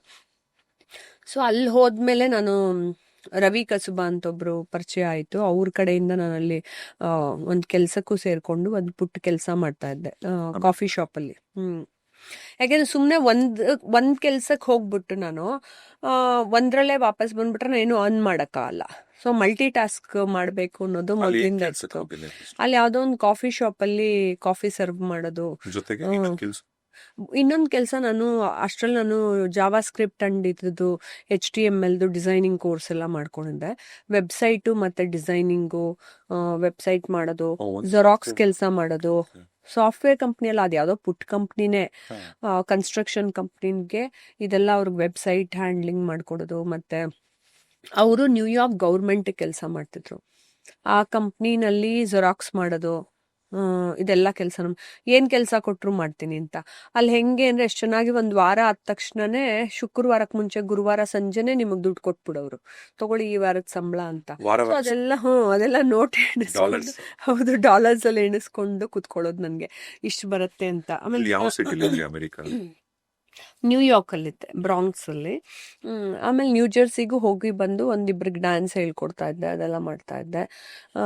ಮತ್ತೆ ದಿನಾ ಲಲಿತಾ ಸಹಸ್ರನಾಮ ಅಲ್ಲಿದ್ರು ಓದ್ತಿದ್ದೆ. ದಿನಾ ಕ್ಲಾಕ್ ನೋಡ್ಕೊಂಡು ಅಳ್ತಿದ್ದೆ, ನಾನು ಇಂಡಿಯಾಗೆ ಯಾವಾಗ ವಾಪಸ್ ಹೋಗ್ತೀನಿ ಅಂತ. ಸೊ ನನ್ಗೇನಂದ್ರೆ ದುಡ್ಡು ಕೂಡಿಟ್ಕೋಬೇಕು, ಆ ದುಡ್ಡು ತಗೊಂಡೋಗ್ಬಿಟ್ಟು ನಾವು ಬೆಂಗಳೂರಲ್ಲಿ ಸ್ವಂತ ಮನೆ ತಗೋಬೇಕು ಅಂತ ಒಂದು ಪ್ಲಾನ್ ಇತ್ತು. ನಮ್ಮಮ್ಮ ಯಾವಾಗ್ಲೂ ಬೈಯೋರು, ನನಗೇನು ಆಸೆ ಇರಲಿಲ್ಲ, ನಮ್ಮಮ್ಮಂಗೆ ಯಾವಾಗ್ಲೂ ಆಸೆ ಇತ್ತು ಸ್ವಂತ ಮನೆ ಮಾಡ್ಕೋಬೇಕು ಅಂತ. ಸೊ ಈ ಕಾನ್ಸೆಪ್ಟ್ ಎಲ್ಲ ಮಾಡ್ಕೊಂಡು ವಿ ಪ್ಲಾನ್ಡ್ ಎವ್ರಿಥಿಂಗ್. ಆಮೇಲೆ ಅಲ್ಲಿ ಹೋಗಿ ಒಂದು ಕೆಲಸ ಮಾಡಬಾರ್ದು ಅಂತ ಈ ಥರ 2-3 ಕೆಲಸ ಮಾಡೋದಕ್ಕೆ ಶುರು ಮಾಡಿದೆ. ಆಫೀಸ್ ಕೆಲಸ ಆದ್ಮೇಲೆ ಸಂಜೆ ನನ್ನ ಒಂದು ಕಡೆ ಕಾಫಿ ಶಾಪಿಗೆ ಕಳ್ಸೋರು. ಅಲ್ಲಿ ಯಾವ ರೀತಿ ಕಾಫಿ, ಆ್ಯಕ್ಚುಲಿ ಅವ್ರ ಆಕ್ಸೆಂಟ್ಗಳೇ ನನಗೆ ಗೊತ್ತಾಗ್ತಿರ್ಲಿಲ್ಲ. ಅಲ್ಲಿ ಹಾಫ್ ಆ್ಯಂಡ್ ಹಾಫ್ ಅಂತ ಮಿಲ್ಕ್ ಬರುತ್ತೆ, ಲೋ ಶುಗರ್ ಬರುತ್ತೆ. ಇವಾಗ ನಮ್ಮೆಲ್ರಿಗೂ ಪರಿಚಯ ಆಗಿದೆ ಅದೆಲ್ಲ, ಆವಾಗ ನನಗೆ ಅದೆಲ್ಲ ಏನೂ ಗೊತ್ತಿರಲಿಲ್ಲ, ತಲೆ ಬುಡ. ಅವ್ರನ್ನ ಅರ್ಥ ಮಾಡ್ಕೊಂಡು ಅವ್ರು ಕಾಫಿ ಮಾಡ್ಕೊಡ್ಬೇಕು ಅನ್ನೋದೇ ಗೊತ್ತಿಲ್ಲ. ಸುಮ್ಮನೆ ಅಳ್ತಾ ಇರ್ತಿದ್ದೆ ನಾನು, ಸುಮ್ಮನೆ ಅಳೋದು. ದುಃಖ ಅಷ್ಟು ನನಗೆ ಹಿಂಗೆ ಕಷ್ಟ ಆಗಿದೆ ಜೀವನದಲ್ಲಿ, ನಾನು ಹಿಂಗೆ ಮಾಡ್ತಾ ಇದ್ದೀನಿ ಅಂತ. ಬಟ್ ಎಷ್ಟು ಚೆನ್ನಾಗಿ ನನಗೆ ಎಲ್ಲ ಪ್ಲಾನೆಟ್ಸು, ಗ್ರಹಗಳು, ಶನಿದೇವರಂತೂ ನೀನು ಹಿಂಗೆ ಕಷ್ಟಪಟ್ಟು ಕೆಲಸ ಮಾಡು, ನಿನಗೆ ಕಿರೀಟ ಕೊಡ್ತೀನಿ ಅನ್ನೋ ರೀತಿನೇ ನನ್ನ ಕೈ ಹಿಡಿದು ನಾನು ಬೇಡ ಅಂದರೆ ನಂಗೆ ಸೋಂಬೇರಿತನ ಕೊಡದೆ, he made me work like anything. ಶನಿದೇವರು ತುಂಬ ಚೆನ್ನಾಗಿ ನನಗೆ ಇದನ್ನು ಮಾಡಿಕೊಟ್ರು. ಮತ್ತು ಅಲ್ಲಿ ಹೋದಾಗ ನಾವು ಒಂದಷ್ಟು ಜನ ಒಳ್ಳೊಳ್ಳೆ ವ್ಯಕ್ತಿಗಳನ್ನು ಭೇಟಿ ಮಾಡಿದೆ. ಬಟ್ ಯಾರನ್ನೇ ಭೇಟಿ ಮಾಡಿದ್ರು ರಾಜೇಶಿ ಒಂದು ಹೇಳ, ನಾವೇ ದುಡ್ದು ತಿನ್ನಬೇಕು. ನಾನು ಯಾರನ್ನೋ ಒಳ್ಳೆ ವ್ಯಕ್ತಿನ ಭೇಟಿ ಮಾಡಿಬಿಟ್ಟೆ ಅಂತ ಅಡ್ವಾಂಟೇಜ್ ತೊಗೊಂಡು, ನನಗೆ ತುಂಬ ಕಷ್ಟ, ನೀವು ಒಂಚೂರು ನಂಗೆ ಹೆಲ್ಪ್ ಮಾಡಿ, ನಂಗೆ ತುಂಬ ಕಷ್ಟ, ನಾವು ಒಂದು ದಿನ ಆ ಥರ ಸಿಂಪತಿಲಿ ಒಬ್ಬರ ಹತ್ರನೂ ದುಡ್ಡು ಇಸ್ಕೊಂಡಿಲ್ಲ. ಈದರ್ ಡ್ಯಾನ್ಸ್ ಹೇಳ್ಕೊಟ್ಬಿಟ್ಟು ನೀನು ಸಂಬಳ ತಗೋ, ಅಥವಾ ನೀನು ಕಂಪ್ನಿಲಿ ವರ್ಕ್ ಮಾಡ್ಬಿಟ್ಟು ಸಂಬಳ ತಗೋ, ಇನ್ನೊಂದು ಕಡೆ ತಗೋ ಅಂತಿದ್ನೇ ಹೊರತು ನಾನು ಯಾರ ಹತ್ರನೂ ಫ್ರೀ ದುಡ್ಡು ಕೊಡಿ, ಸಾಲ ಕೊಡಿ, ನನ್ನ ಸಾಲನೂ ತಗೊಂಡು ನನಗೆ ಭಯ ಆಗೋದು. ಸಾಲ ತಗೊಳ್ತಿದ್ದವಳೆ ಅಲ್ಲ ನಾನು ಕಾಲೇಜಲ್ಲಿ ಓದ್ಬೇಕಾದ್ರೆ ಮಾತ್ರ ಒಬ್ರು ರಾಜು ಅಂಕಲ್ ಅನ್ನೋರ ಹತ್ರ 1500 ರೂಪಾಯಿ ಸಾಲ ತಗೊಂಡು ಫೀಸ್ ಕಟ್ಟಿದ್ದೆ. ಅದು ನಮ್ಮ ಅಮ್ಮನ ಗ್ಯಾರಂಟಿಗೆ ಕರ್ಕೊಂಡು ಹೋಗ್ಬಿಟ್ಟು 1500 ರೂಪಾಯಿ ಸಾಲ ತಗೊಂಡಿದ್ದು. ನೀ ಹೆಂಗ್ ವಾಪಸ್ ತೀರ್ಸ್ತೀಯ ಅಂತ ಅಂಕಲ್ ಕೇಳಿದ್ರು. ಇಲ್ಲ ತೀರಿಸ್ತೀನಿ ಅಂಕಲ್, ಈ ಥರ ಎಲ್ಲ ಮಾಡ್ತಾ ಇದ್ದೀನಿ ಅಂತ ಭರವಸೆ ಕೊಟ್ಬಿಟ್ಟು ಅವ್ರು ಡಿಪ್ಲೊಮಾ ಓದ್ತಾ ಇದ್ದೆ. ಅವಾಗ ಕಾಲೇಜ್ ಬಿಟ್ಬಿಟ್ಟಿದ್ದೆ ನಾನು, ದುಡ್ಡಿಲ್ಲ ಅಂತ. ನಮ್ಮಮ್ಮ ಹೋಗಿ ಕಟ್ಟಲ್ಲ ನಾನು ಅಂದ್ಬಿಟ್ಟಿದ್ರು. ಎಲ್ಲ 3 ಜನಕ್ಕೆ ಕಟ್ಟಬೇಕಿತ್ತಲ್ಲ ಪಾಪ ನಮ್ಮಮ್ಮ, ಎಲ್ರಿಗೂ ಕಟ್ಟಕ್ಕಾಗಲ್ಲ ಅಂತ. ಅವಾಗ ತಿರ್ಗಾ ನಾವು ದುಡ್ಕೊಳ್ತಿರೋದು ಏನಾಗ್ತಿತ್ತು ಗೊತ್ತಾ, ನಾನು ಯಾವುದೋ ಒಂದು ಬಟ್ಟೆ ತಗೊಳಕ್ಕೆ ದುಡ್ಡು ಬೇಕಾಗಿತ್ತು, ದಿನ ಬಸ್ಸಲ್ಲಿ ಓಡಾಡೋದಕ್ಕೆ, ಬಸ್ ಪಾಸ್ಗೆ, ಬಸ್ ಚಾರ್ಜ್ ಬೇಕಾಗಿತ್ತು. ಕಾಲೇಜಲ್ಲಿ ಓಡಾಡ್ಬೇಕಾದ್ರೆ ನಾನು ಬೆಳಗ್ಗೆ ಒಂದು ಇಡ್ಲಿ ತಗೊಂಡು ತಿನ್ಬೇಕು ಅಂದ್ರೂ ನಾನು ಕಾಲೇಜ್ ಬೆಳಗ್ಗೆನೆ 8 ಗಂಟೆಗೆ ಹೋಗ್ಬಿಡ್ತೀನಿ, ಮನೆಯಿಂದ ತಿಂಡಿ ತಂದಿಲ್ಲ ಅಂದಾಗ ತುಂಬಾ ಕಷ್ಟ ಆಗೋದು. 5 ರೂಪಾಯಿ ಖರ್ಚು ಮಾಡಿ ನಾನು ಒಂದು ಇಡ್ಲಿಗೆ 5 ರೂಪಾಯಿ, 2 ಇಡ್ಲಿಗೆ 10 ರೂಪಾಯಿ, ನಾನು ಅಷ್ಟು ಖರ್ಚು ಮಾಡ್ಬೇಕಂತ ನೋಡಿ ನೋಡಿ ಯೋಚಿಸ್ಬಿಟ್ಟು ಮಾಡ್ಕೋತಿದ್ವಿ. ಅವಾಗೆಲ್ಲ ನಾವು ಒಂದು ದೂದ್ ಪೇಡ, ಒಂದು ಐಸ್ ಕ್ರೀಮು ತಿನ್ನಕ್ಕೂ ತುಂಬಾ ಯೋಚಿಸ್ತಿದ್ವಿ. ನಮ್ಮ ಅಕ್ಕ ಒಂದು ಐಸ್ ಕ್ರೀಮ್ ತಗೊಂಬಂದ್ರೆ ಅದನ್ನ 3 ಜನ ಕೆರೆದು ತಿನ್ಕೋತಿದ್ವಿ, ಭಾಗ ಮಾಡ್ಕೊಂಡು 3 ಜನ. ಸಮೃದ್ಧಿಯಾಗಿ ಅನ್ನೋದನ್ನ ಏನು ತಿಂದಿಲ್ಲ ಆತರ. ಮೋಸ್ಟ್ಲಿ ಅದು ಸಾಫ್ಟಿ ಅನ್ಸತ್ತಲ್ಲ. ಸಾಫ್ಟಿ ತರದ್ದು. ಈಗ ನೀವೊಂದು ಕಾಫಿ ಶಾಪ್ ಅಲ್ಲಿ ಕೆಲಸ ಮಾಡ್ತಿದ್ರಲ್ಲ, ಈಗ ಆ ಟೈಮಲ್ಲಿ ಆರ್ಡರ್ ತಗೊಂಡಾಗ ಈಗ ನೀವು ಕಾಫಿ ಸಪ್ಲೈ ಮಾಡೋದು ಅದೆಲ್ಲ ಮಾಡ್ತಿದ್ರಲ್ಲ, ಈಗ ಅಲ್ಲಿ ಬರೋ ಕಸ್ಟಮರ್ಗಳು ಕೂಡ ಯಾರಾದ್ರೂ ಒಂಥರ ರೂಡ್ ಆಗಿ ಬಿಹೇವ್ ಮಾಡಿದ್ದು ಉಂಟಾ? ತುಂಬಾ ಜನ ಮಾಡೋರು, ತುಂಬಾ ಜನ ರೂಡಾಗಿ ಬಿಹೇವ್ ಮಾಡಿದವ್ರು ನಮ್ಮ ಇಂಡಿಯನ್ಸೇ, ಹೇಳ್ತೀನಿ ಕೇಳಿ. ಅಲ್ಲಿನವರೆಲ್ಲ ಪಾಪ ನಾನು ಅಳ್ತಾ ಇದ್ರು, hi honey, why are you crying darling ಅಂತ ಪಾಪ ಬಂದು ಈ ಅಜ್ಜಿದಿರು ತರದವ್ರು, ಅಲ್ಲಿ ಕಾರ್ಪೊರೇಟ್ ಕಂಪ್ನಿಗೆ ಹೋಗುತ್ತವಲ್ಲ ಅವರೆಲ್ಲ ಬಂದು ನನ್ನ ಮಾತಾಡ್ಸೋರು. ನಾನು ಏನು ಇಲ್ಲ ಅನ್ನೋದು ಇಂಗ್ಲೀಷಲ್ಲಿ ಹೇಳಕ್ಕೂ ನಂಗೆ ಬರ್ತಿರ್ಲಿಲ್ಲ ಅವಾಗ. ಯಾಕೆ ನಾನು 10th ಸ್ಟ್ಯಾಂಡರ್ಡ್ ತನಕ ಕನ್ನಡ ಮೀಡಿಯಂ ಓದಿದ್ದು, ಆಮೇಲೆ ಕಲ್ತ್ಕೊಂಡಿದ್ದೆಲ್ಲ ಭಾಷೆಗಳು. ತುಂಬಾ ಕಷ್ಟ ಆಗಿತ್ತು. ಬಟ್ ಈ ನಮ್ಮ ಇಂಡಿಯನ್ಸೇ ಅಲ್ಲಿ ವರ್ಕ್ ಮಾಡೋರು ತುಂಬಾ ಅಹಂಕಾರ ತೋರಿಸೋದು, ಮತ್ತೆ ಜಂಬ ಮಾಡೋದು, ರೂಡಾಗಿ ಬಿಹೇವ್ ಮಾಡೋದು, ಮಾತಾಡೋದು, ಅದೆಲ್ಲ ಹಂಗೆ ಮಾಡ್ತಾರೆ. ಅದೇನೋ ನಮ್ಮವ್ರು ಇನ್ನೂ ತುಂಬಾ ಪಾಲಿಶ್ ಆಗಬೇಕು, ತುಂಬಾ ಮಾನವೀಯತೆ ಕಲ್ತ್ಕೋಬೇಕು. ಆ ರೀತಿ ರೂಡಾಗೂ ಬಿಹೇವ್ ಮಾಡ್ತಾರೆ. ನಾನು ತಪ್ಪು ಮಾಡಿದ್ದು ಉಂಟು. ಎಷ್ಟೊಂದ್ಸತಿ ಯಾರೋ ಯಾವುದೋ ಒಂದು ಕಾಫಿ ಕೇಳಿದ್ರೆ ನಾನು ಯಾವುದೋ ರಾಂಗ್ ಕಾಫಿ ಕೊಟ್ಟಿದ್ದು ಉಂಟು, ಬೈಸ್ಕೊಂಡಿದ್ದು ಉಂಟು. ಬಟ್ ಅಲ್ಲಿಂದ ಮುಗಿಸ್ಕೊಂಡು ಟಕ್ ಟಕ್ ಅಂತ ತಿರ್ಗಾ ನಾನು ಟ್ರೈನ್ ಹಿಡ್ಕೊಂಡು, ಸಬ್ವೆ ಹಿಡ್ಕೊಂಡು ಓಡಬೇಕಿತ್ತು ಇನ್ನೊಂದು ಜಾಗಕ್ಕೆ. ಅದೆಲ್ಲ ನನಗೆ ಗೊತ್ತೇ ಇರಲಿಲ್ಲ, ಆಮೇಲೆ ಕಲ್ತ್ಕೊಂಡೆ ಒಂದೊಂದೇ. ಅದಕ್ಕಿಂತ ಹೆಚ್ಚಾಗಿ ನಾನು ಬಟ್ಟೆ ಒಗೆಯೋಕ್ಕೆ ಮಿಷಿನ್ಗೆ ಹಾಕಬೇಕು ಅಂದರೆ ಅವಾಗ ಮನೇಲಿ ಮಿಷಿನ್ ಇರ್ತಿರ್ಲಿಲ್ಲ. ಅಲ್ಲಿ ನಾ ಇದ್ಕೊಂಡಿದ್ದ ಒಂದು ಕಾಲೋನಿ ಪೂರ್ತಿಗೆ ಒಂದು ಕಡೆ ಒಂದು ಮಿಷಿನ್ ಇಡೋರು. ಅಲ್ಲಿ ನೀವು $1 ಹಾಕಿದ್ರೆ ನಿನ್ನ ಬಟ್ಟೆನ ಹಿಂಗೆ ವಾಷಿಂಗಿಗೆ ಹಾಕ್ಬೋದಾಯ್ತು, ದುಡ್ಡಿಗೆ. ನಾನೇನ್ ಮಾಡ್ಬಿಟ್ಟಿದೀನಿ, ಅಷ್ಟು ಕಷ್ಟಪಟ್ಟು ದುಡಿತಿದ್ದವಳು $1ನ ಔಟ್ ಆಫ್ ಆರ್ಡರ್ ಅನ್ನೋ ಮಿಷಿನ್ ಒಳಗೆ ಹಾಕ್ಬಿಟ್ಟಿದೀನಿ. ನಾನು ಅದನ್ನ ಓದಿಲ್ಲ, ಔಟ್ ಆಫ್ ಆರ್ಡರ್ ಅದು ಕೆಲಸ ಮಾಡ್ತಿಲ್ಲ. ಬಟ್ಟೆನೂ ಹಾಕ್ಬಿಟ್ಟಿದೀನಿ, ವರ್ಕ್ ಆಗಲ್ಲ. ಒಂದು ಹತ್ತಿದೀನಿ ನಾನು $1 ಕಳ್ಕೊಂಬಿಟ್ಟೆ. ಇಷ್ಟು ಕಷ್ಟಪಟ್ಟು ದುಡಿತಿದ್ದೀನಿ, ದೇವ್ರೆ ನನಗೆ ಯಾಕಪ್ಪ ಹಿಂಗ್ ಮಾಡಿದೆ, ಔಟ್ ಆಫ್ ಆರ್ಡರ್ ಅನ್ನೋದನ್ನ ನನಗೆ ಓದಿಸ್ಲಿಲ್ಲ ನೀನು, ನನಗೆ ಈ ಮಿಷಿನ್ ವರ್ಕೇ ಆಗ್ತಿಲ್ಲ, ನಂಗೆ ಗೊತ್ತಿಲ್ಲ ಅಂತ $1ಗೆ ಅಷ್ಟು ಹತ್ತಿದ್ದೀನಿ, ತುಂಬಾ ಕಷ್ಟಪಟ್ಟು. ಆ ಕಷ್ಟಗಳೆಲ್ಲ ಒಂದೊಂದೇ ಮೀರ್ಕೊಂಡು ಬಂದಾಗ್ಲೇನೆ ದೆನ್ ಐ ರಿಯಲೈಸ್. ಬಟ್ ಅಲ್ಲಿನ ಕಂಪ್ನಿಯವರು ಪಾಪ they treated me very well. ನಾನು ಅಷ್ಟು ಕೆಲಸ ಮಾಡ್ತೀನಿ, Roopa you sit down, it's already 5 o'clock, ನೀ ಕೂತ್ಕೋ ಅನ್ನೋರು. ಆ ಥರ ನಮ್ಮೂರಲ್ಲಿ ಅನ್ನೋದೇ ಇಲ್ಲ, ನೀನು 5 o'clock ಆಯಿತು ಕೂತ್ಕೋ ಅಂತ. ಅವರು ನನಗೆ ಹೇಳಿ ನನಗೆ ಮಾನವೀಯತೆಯಿಂದ ಇವನ್ ನಾನು ಊರಿಗೆ ವಾಪಸ್ ಬಂದ್ಬಿಡ್ಬೇಕಾದ್ರು ಪಾಪ ಗಿಫ್ಟ್ ಎಲ್ಲ ಕೊಟ್ಟು ಕಳ್ಸಿದ್ರು. ಎಷ್ಟು ವರ್ಷ ಇದ್ರಿ ಅಮೆರಿಕ? ನಾನಲ್ಲಿ ಆಲ್ಮೋಸ್ಟ್ ಒಂದು 3 years ಇದ್ದೆ. ಬಟ್ ಹೋಗಿ ಬಂದು ಮಾಡ್ತಿದ್ದೆ, ಇನ್ ಬಿಟ್ವೀನ್ ಹೋಗಿ ಬಂದು ಮಾಡ್ತಾ. ಅದೊಂದು ಚಿಕ್ಕ ಕೆಲಸ ನಾನು ತಗೊಂಡಿದ್ದು. ನಾ ಇಲ್ಲಿಂದ ಒಂದು ದೊಡ್ಡ ಕಂಪ್ನಿ ಕೆಲಸಕ್ಕೆ ಅಂತೆಲ್ಲ ಹೋಗ್ಲಿಲ್ಲ. ಆಮೇಲೆ ನಾನು ಯಾವಾಗ್ಲೂ ಹೋದಾಗ ಮಲ್ಟಿ ಟಾಸ್ಕ್ ಮಾಡ್ಕೊಳ್ವೆ. 3 ತಿಂಗಳು ಒಂದ್ ಕಡೆ ಕೆಲಸ ಮಾಡಿದ್ರೆ ಅಲ್ಲಿ ಏನಾಗೋದು, ರಂಜಾನ್ ಟೈಮಲ್ಲಿ ಬಿಟ್ಟು ಹೋಗೋರು ಕೆಲವ್ರು ಕೆಲಸ, ಆ ಕೆಲಸ ನಮಗ್ ಕೊಡೋರು. ಅದನ್ನ ನಾವು ಮಾಡಿ ತಿರ್ಗಿ ನಾನು ಬೇರೆ ಕಡೆ ಕೆಲಸ, ಅವ್ರು ವಾಪಸ್ ಬಂದ್ಬಿಡ್ತಾರೆ ವೆಕೇಶನ್ಗೆ ಹೋದವ್ರು. ಅಲ್ಲಿಂದ ತಿರ್ಗಾ ನಾನ್ ಆ ಕೆಲಸ ಬಿಟ್ಬಿಡ್ಬೇಕಾಯ್ತು, ತಿರ್ಗಿ ನಾ ಬೇರೆ ಕೆಲ್ಸಕ್ಕೆ ಹೋಗ್ಬೇಕಿತ್ತು. ಆತರ ಚಿಕ್ಕ ಕೆಲ್ಸಗಳನ್ನ ಮಾಡ್ಕೊಂಡ್ ಬಂದಿತ್ತು. ನಂಗೆ ಫೈನಲಿ ಏನು, ನಾನ್ ದುಡಿಬೇಕು, ನಾನ್ ದುಡ್ಡು ಮಾಡ್ಕೋಬೇಕು ಅನ್ನೋದು ಅಷ್ಟೇ ಇತ್ತು ಇಂಟೆನ್ಷನ್. ಅದನ್ನ ಮಾಡ್ಕೊಂಡು ಇಲ್ಲಿ ಬಂದಿದ್ದು. ಸೊ ಇಲ್ಲಿಗೆ ಬಂದ್ಮೇಲೆ ಈಗ ಸಿನಿಮಾ ನೀವೊಬ್ಬ ಅಥವಾ ಯಾರಾದ್ರೂ ಹೇಳಿದ್ರ ಸಿನಿಮಾಗೆ ಸೇರ್ಕೊಮ್ಮ ಅಂತ? ಇಲ್ಲ, ನಾ ಮೊದ್ಲಿಂದ ಕ್ಲಾಸಿಕಲ್ ಡಾನ್ಸರ್ ಆಗಿದ್ನಲ್ಲ ಜಿ. ಅವಾಗ ನನಗೆ ಪ್ರೋಗ್ರಾಮ್ಸ್ ಎಲ್ಲ ಶುರು ಮಾಡಿದ್ದೆ. ನಾನು ಎಲ್ಲ ಕಡೆ ಪ್ರೋಗ್ರಾಮ್ ಮಾಡಬೇಕು ಅಂತ ಅಂದ್ಬಿಟ್ಟು ನಮ್ಮದೇ ಟೀಮ್ಗಳನ್ನ ಮಾಡ್ಕೊಂಡು ಪ್ರೋಗ್ರಾಮ್ ಮಾಡ್ತಿದ್ದೆ. ನಾನು ಕಾಲೇಜಲ್ಲಿ ಇದ್ದಾಗ ಬ್ಯಾಂಗ್ಳೂರ್ ಸೂಪರ್ ಮಾಡೆಲ್ ಆಗಿದ್ದೆ, ಮತ್ತು ಮಿಸ್ ಕರ್ನಾಟಕ ಆಗಿದ್ದೆ, ಮತ್ತು ಸೇಂಟ್ ಜೋಸೆಫ್ ಕಾಲೇಜಲ್ಲಿ ಆಗಿನ ಕಾಲದಲ್ಲೇ ಬೆಸ್ಟ್ ಫೀಮೇಲ್ ಮಾಡೆಲ್ ಅವಾರ್ಡ್ ಕೊಟ್ಟಿದ್ರು. ತೋ ನನಗೆ ಅಷ್ಟು ಇನ್ಫೀರಿಯಾರಿಟಿ ಕಾಂಪ್ಲೆಕ್ಸ್ ಇದ್ದಾಗಲೂ ಕೂಡ ನನಗೆ ಆ ರೀತಿ ಬಂದಾಗ it boosted my energy and ಇದು. ಸೊ ಅವಾಗಿಂದ ಕೆಲಸಗಳನ್ನ ಮಾಡ್ಕೊಂಬಂದೆ. ಅದಾದ್ಮೇಲೆ ನಾನು ಇವೆಂಟು ಪ್ರೋಗ್ರಾಮ್ಗಳು, ಡ್ಯಾನ್ಸ್ ಪ್ರೋಗ್ರಾಮ್ಗಳು ಮಾಡ್ತಾ ಮಾಡ್ತಾ ಮಾಡ್ತಾ ಹೋದಂಗೆ ನನಗೆ ಮಹಾಮಾಯೆ ಸೀರಿಯಲ್ಗೂ, ನಾನು ಕ್ಲಾಸಿಕಲ್ ಡ್ಯಾನ್ಸರ್ ಅಲ್ವಾ, ನಾಗಭರಣ ಸರು, ನಾಗಿಣಿ ಭರಣ ಅವರು ನನಗೆ ಇದಕ್ಕೆ ಕರೆದ್ರು, ಮಹಾಮಾಯದ್ ಮಾಡಿ ಅಂತ. ಅದ್ರ ಮಧ್ಯ ತುಂಬಾ ಸೀರಿಯಲ್ಸ್ ಅವಕಾಶಗಳು ಬಂತು, ತುಂಬಾ ಸೀರಿಯಲ್ಸ್ ಮಾಡಿದೆ. ಬಟ್ ನನಗೆ ಮಾಡಬೇಕು ಅನ್ನೋ ಆಸೆ ಇಲ್ಲ. ಯಾಕೆ ಅಂದ್ರೆ ನಂಗೆ ಮೊದ್ಲಿಂದಾನು ಆಸೆ ಇದ್ದಿದೆ, ನಾನು ಬ್ರೈನ್ ಉಪಯೋಗಿಸ್ಬೇಕು. ಸೀರಿಯಲ್ಲು ಬೆಳಗ್ಗೆ ಹೋಗ್ತೀವಿ ರಾತ್ರಿ ಬರ್ತೀವಿ, ಬೆಳಗ್ಗೆ ಹೋಗ್ತೀವಿ ರಾತ್ರಿ ಬರ್ತೀವಿ, ನಾನು ಏನು ಮಾಡ್ಕೊಳಕ್ಕೆ ಆಗಲ್ಲ ಬೇರೆ ಕೆಲಸಗಳನ್ನ. ಅದಕ್ಕೆ ನಾನು ಒಂದು ಕ್ಯಾರೆಕ್ಟರ್ ಅಂತ ತಗೊಂಡು ನಾನು ಮಾಡಕ್ ಹೋಗ್ಲಿಲ್ಲ. ನನಗೆ ಮೊದ್ಲಿಂದ ಮಲ್ಟಿ ಟಾಸ್ಕ್ ಮಾಡೋದು ಇಷ್ಟ, ನಾನೇ ಡೈರೆಕ್ಷನ್ ಮಾಡಬೇಕು, ನಾನು ಹಿಂಗೆ ಮಾಡ್ಬೇಕು ಹಂಗೆ ಮಾಡಬೇಕು ಅಂತಂತ. ಅದ್ರ ಜೊತೆಗೆ ನಮಗೇನು ಸೀರಿಯಲ್ಸ್ನು ಲೀಡ್ ರೋಲ್ ಕೊಡ್ತೀವಿ ಅಂತವಾಗೇನು ಕರೆದಿರಲಿಲ್ಲ. ಇವಾಗ ನನಗೆ ಗೊತ್ತಿರೋ ವ್ಯಕ್ತಿಗಳು ಇಷ್ಟು ಜನ ಬಂದು ಮಾತಾಡಿಸ್ತಾರಲ್ಲ, ನನಗಾಗ್ಲಿ, ನಮ್ಮ ಅಕ್ಕಂಗಾಗ್ಲಿ, ನನ್ನ ತಂಗಿಗಾಗ್ಲಿ, ನೀವು ಮಾಡಿ ಬನ್ನಿ ಅಂತ ಅವ್ರು ಮಾಡಿಸಿರ್ಲಿಲ್ಲ. ನಮ್ಮ ಹತ್ರ ಹೆಲ್ಪ್ ತಗೋತಾರೆ ಎಲ್ರು. ನಿಮಗೆ ನಿಮ್ಮಂತವ್ರಿಗೆ ಲೀಡ್ ರೋಡ್ ಕೊಟ್ಟಿಲ್ಲ ಅಂದ್ರೆ ಕೊಡ್ಲಿಲ್ಲ. ಫಿಲಮ್ಗಳು ಬಂತು, ಸೀರಿಯಲ್ಗಳು ನಮಗ್ ಗೊತ್ತಿರೋರೆ ಕೊಡ್ಲಿಲ್ಲ. ಇವಾಗ ನಮ್ಗಳ ಹತ್ರನೇ ಹೆಲ್ಪ್ ತಗೊಳಕ್ ಬರ್ತಾರೆ. Roopaji, we need your help, we need your help ಅಂತ. ಅಂಡ್ ಮಹಾಮಾಯ ಸೀರಿಯಲ್ ಬಗ್ಗೆ ಹೇಳಿ. ಅದು ನಾನ್ ಕೇಳ್ಪಟ್ಟಿದ್ದು ಅಣ್ಣವ್ರು ಕೂಡ ಸೀರಿಯಲ್ ನೋಡ್ತಿದ್ರು, ತುಂಬಾ ಇಷ್ಟಪಡ್ತಿದ್ರು ಸರ್.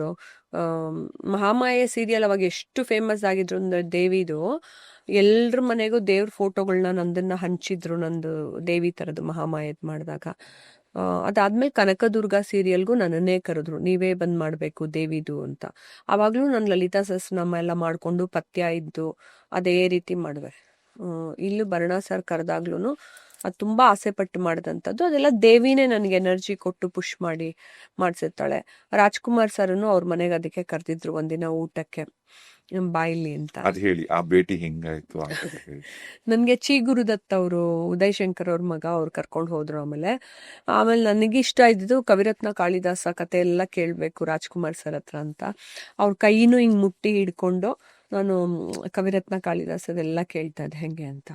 ಆಮೇಲೆ ಅವ್ರದ್ದು ವಾಯ್ಸಲ್ಲಿ ಹೇಳೋದು, ಹಿಂಗೋ ಹುಡುಕ್ಬಿಡ್ತಾನಲ್ಲ ಭರಣ ದೇವಿ ಕಳೈರವ್ರನ್ನ ಅಂತ. ಎಷ್ಟು ಚೆನ್ನಾಗಿ ರಾಘು ಸರ್ನ ಕರೆದ್ಬಿಟ್ಟು ಅವ್ರು ಹೇಳಿದ್ರು, ನೋಡೋ 100 ಜನ ಗ್ಲಾಮರ್ ಇರೋಂಥ ಹೀರೋಯಿನ್ಸ್ ಬರ್ಬೋದು ಕಣೋ, ಆದರೆ ದೇವಿ ಕಳೈರವರು ಸಿಕ್ಕಲ್ಲ. ನೆಕ್ಸ್ಟ್ ನಾವೇನೇ ದೇವಿ ಪಾತ್ರ ಮಾಡಿಸಿದ್ರು ರೂಪಾಗಿ ಹೇಳಬೇಕು. ನಾನು ಪುಟ್ಟ ಹುಡ್ಗಿ ಅವಾಗಿನ್ನು, ಅಷ್ಟೆಲ್ಲ ನನಗೆ ಗೌರವ ಕೊಟ್ಟು ಅವ್ರ ಮನೆಗೆ ಕರೆಸಿ ಅಷ್ಟು ಪ್ರೀತಿಯಿಂದ ನೋಡ್ಕೊಂಡು, ನಾವು ಹೋಗ್ಬೇಕಾದ್ರೂ ಗೇಟ್ ತನಕ ಬಂದ್ರು, ಅವ್ರ ಕೈ ಹಿಂಗ್ ನಡುಗ್ತಾ ಇತ್ತು, ಪಂಚೆ ಹಿಂಗ್ ಬಿದೋಗ್ತಾ ಇದ್ರು ಹಿಂಗ್ ಹಿಡ್ಕೊಂಡ್ ಬಂದ್ರು. ಅಷ್ಟು ನಮ್ರತೆ, ಅಷ್ಟು ಒಳ್ಳೆತನ. ಎವ್ರಿ ಸ್ಟೆಪ್ ಅಲ್ಲಿ I learn and I remember. ಯಾಕೆ ಗೊತ್ತಾ, ನಾವುಗಳೇ ಯಾರೋ ಹೋಗ್ತೀರಾ ಬಾಯ್ ಅಂದ್ಬಿಟ್ಟು ಇಲ್ಲೇ ಕುತ್ಕೊಂಡ್ಬಿಡ್ತೀವಿ. ಅವ್ರು ಹಂಗಲ್ಲಪ್ಪ, ಗೇಟ್ ತನಕ ಬಂದು ಬಿಟ್ಕೊಟ್ಬಿಟ್ಟು ಹೋದ್ರು. ನಾನು ಯಾರೋ ಒಂದ್ ಚಿಕ್ಕ ಹುಡುಗಿ ನನ್ನ ಅಷ್ಟು ಹೊಗಳಿದಾರೆ ಪಾಪ. ಆತರ ಯಾರು ಬಾಯಿ ತುಂಬಾ ಹೊಗಳ್ತಾರೆ, ನೀನ್ ಹಂಗಿದ್ಯಾ. That is the way you should motivate someone. ನಿನ್ನೆಲ್ಲ ಕಳೆ ಇದೆ, ನೀನ್ ಎಷ್ಟು ಚೆನ್ನಾಗಿ ಮಾಡಿದ್ಯಾ, ನಾನು ದಿನಾ ನೋಡ್ತೀನಿ. ಹೇಳ್ತಿರೋದು ಯಾರು? ಒಂದು ಮೇರು ಪರ್ವತ. ಆಮೇಲೆ ಅವ್ರನ್ನ ನೋಡಿ ನೋಡಿ ನಾನು ಆಸೆ ಪಟ್ಕೊಂಡು ಬೆಳೆದಂತ ವ್ಯಕ್ತಿ. ಇವಾಗ ನಾವು ರಾಜ್ಕುಮಾರ್ ಅವ್ರನ್ನ ಗುರು ಸ್ಥಾನದಲ್ಲಿ ಮಾತ್ರ ನೋಡ್ತಿರ್ಲಿಲ್ಲ. ನನ್ ಗಂಡ ಕೂಡ ರಾಜ್ಕುಮಾರ್ ಕ್ಯಾರೆಕ್ಟರ್ಗಳು ಬರ್ತಿತ್ತಲ್ಲ, ಈ ತರನೇ ನನ್ ಗಂಡ ನಂಗೆ ಮಲ್ಗೆ ಹೂ ತಂದ್ಕೊಡ್ಬೇಕು, ಈ ತರನೇ ನನ್ನ ನೋಡ್ಕೋಬೇಕು ಅಂತ ರಾಜ್ಕುಮಾರ್ ಕ್ಯಾರೆಕ್ಟರ್ಗಳನ್ನೇ ನೋಡ್ಕೊಂಡು ನಾವ್ ಆಸೆ ಪಟ್ಟವ್ರು. ಅವ್ರು ಅಷ್ಟು ಚೆನ್ನಾಗಿ ಮನೇಲಿ ಕೂಡ್ಸಿ ನಮ್ನ ಅಷ್ಟೆಲ್ಲ ಮಾತಾಡ್ಸಿ ಕಳ್ಸಿದ್ರು. I am extremely happy for that. ಅದಾದ್ಮೇಲೆ ನಾನು ದಾಟು ಫಿಲಮ್ಮು ಶುರು ಮಾಡಿದ್ದು. ದಾಟು ಫಿಲಮ್ ಶುರು ಮಾಡ್ಕೊಂಡ್ರು, ಆಮೇಲೆ ಮಧ್ಯ ನಿಂತೋದಾಗ ನಾನೇ ಫೈನಾನ್ಸ್ ಮಾಡ್ತೀನಿ ಅಂತ ಹೇಳಿ ಶುರು ಮಾಡ್ಕೊಂಡು. ದಾಟು ಅನ್ನೋ ಫಿಲ್ಮ್ ಬೇರೆ ಡೈರೆಕ್ಟರ್ ಫಸ್ಟ್ ಶುರು ಮಾಡಿ, ಶಿವರುದ್ರಯ್ಯ ಅವರು ಡೈರೆಕ್ಟ್ ಮಾಡಿದ್ದು. ನಾನ್ producer, one of the producers. ಮೊದ್ಲದ್ ಆಕ್ಟ್ ಮಾಡ್ಬೇಕು ಅಂತ ನನ್ನ ಲೀಡ್ ರೋಲ್ ತಗೊಂಡ್ರು. ಅದು ಕಾದಂಬರಿ ಆಧಾರಿತ ಚಿತ್ರ.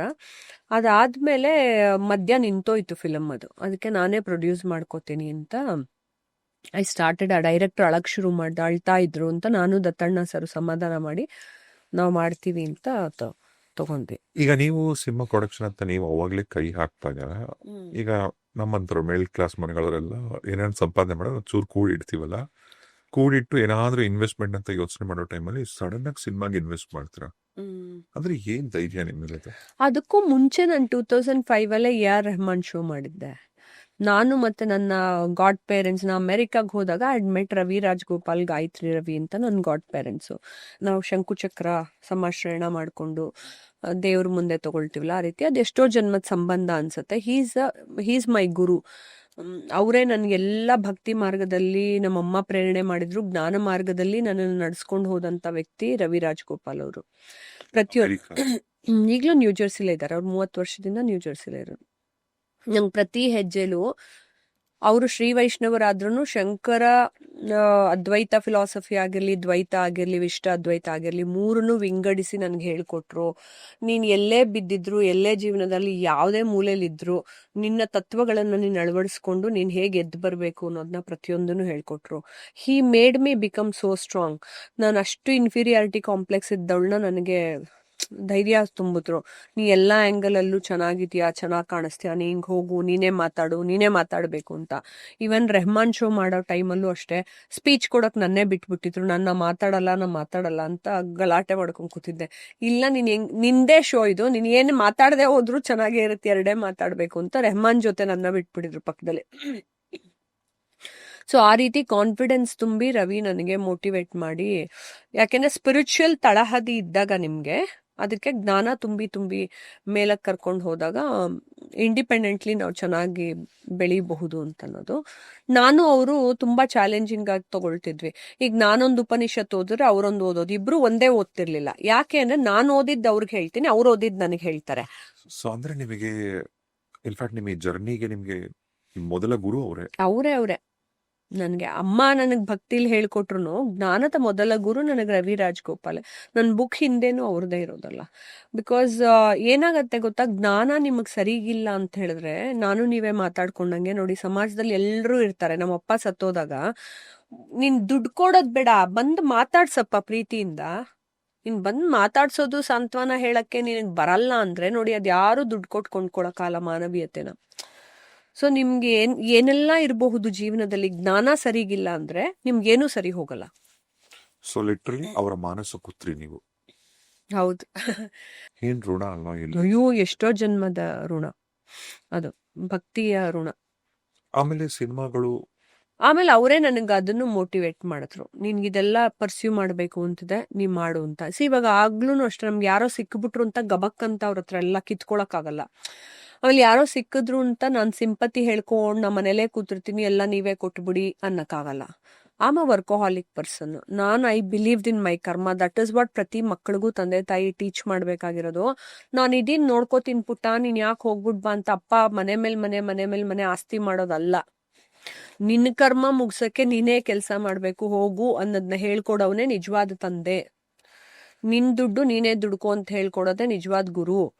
ಅದೆಲ್ಲ ಹೇಳ್ಕೊಟ್ಟಾಗ್ಲೇ ನಾವು ಕಷ್ಟಪಟ್ಟು, ನಮ್ಗೆ 1000 ಸತಿ ಅವಮಾನಗಳಾಗ್ಬೇಕು, 1000 ಸತಿ ನಾವು ಕೆಳಗ್ ಬೀಳ್ಬೇಕು, 1000 ಸತಿ ನಮ್ ಈಗೋನ ಸಪ್ರೆಸ್ ಮಾಡ್ಕೋಬೇಕು, 1000 ಸತಿ ನನ್ಗೆ ಚುಚ್ಚಿ ಜನ ಅನ್ಬೇಕು. ಅವಾಗ್ಲೇ ನಾನು ಕರೆಕ್ಟ್ ಆಗೋದು.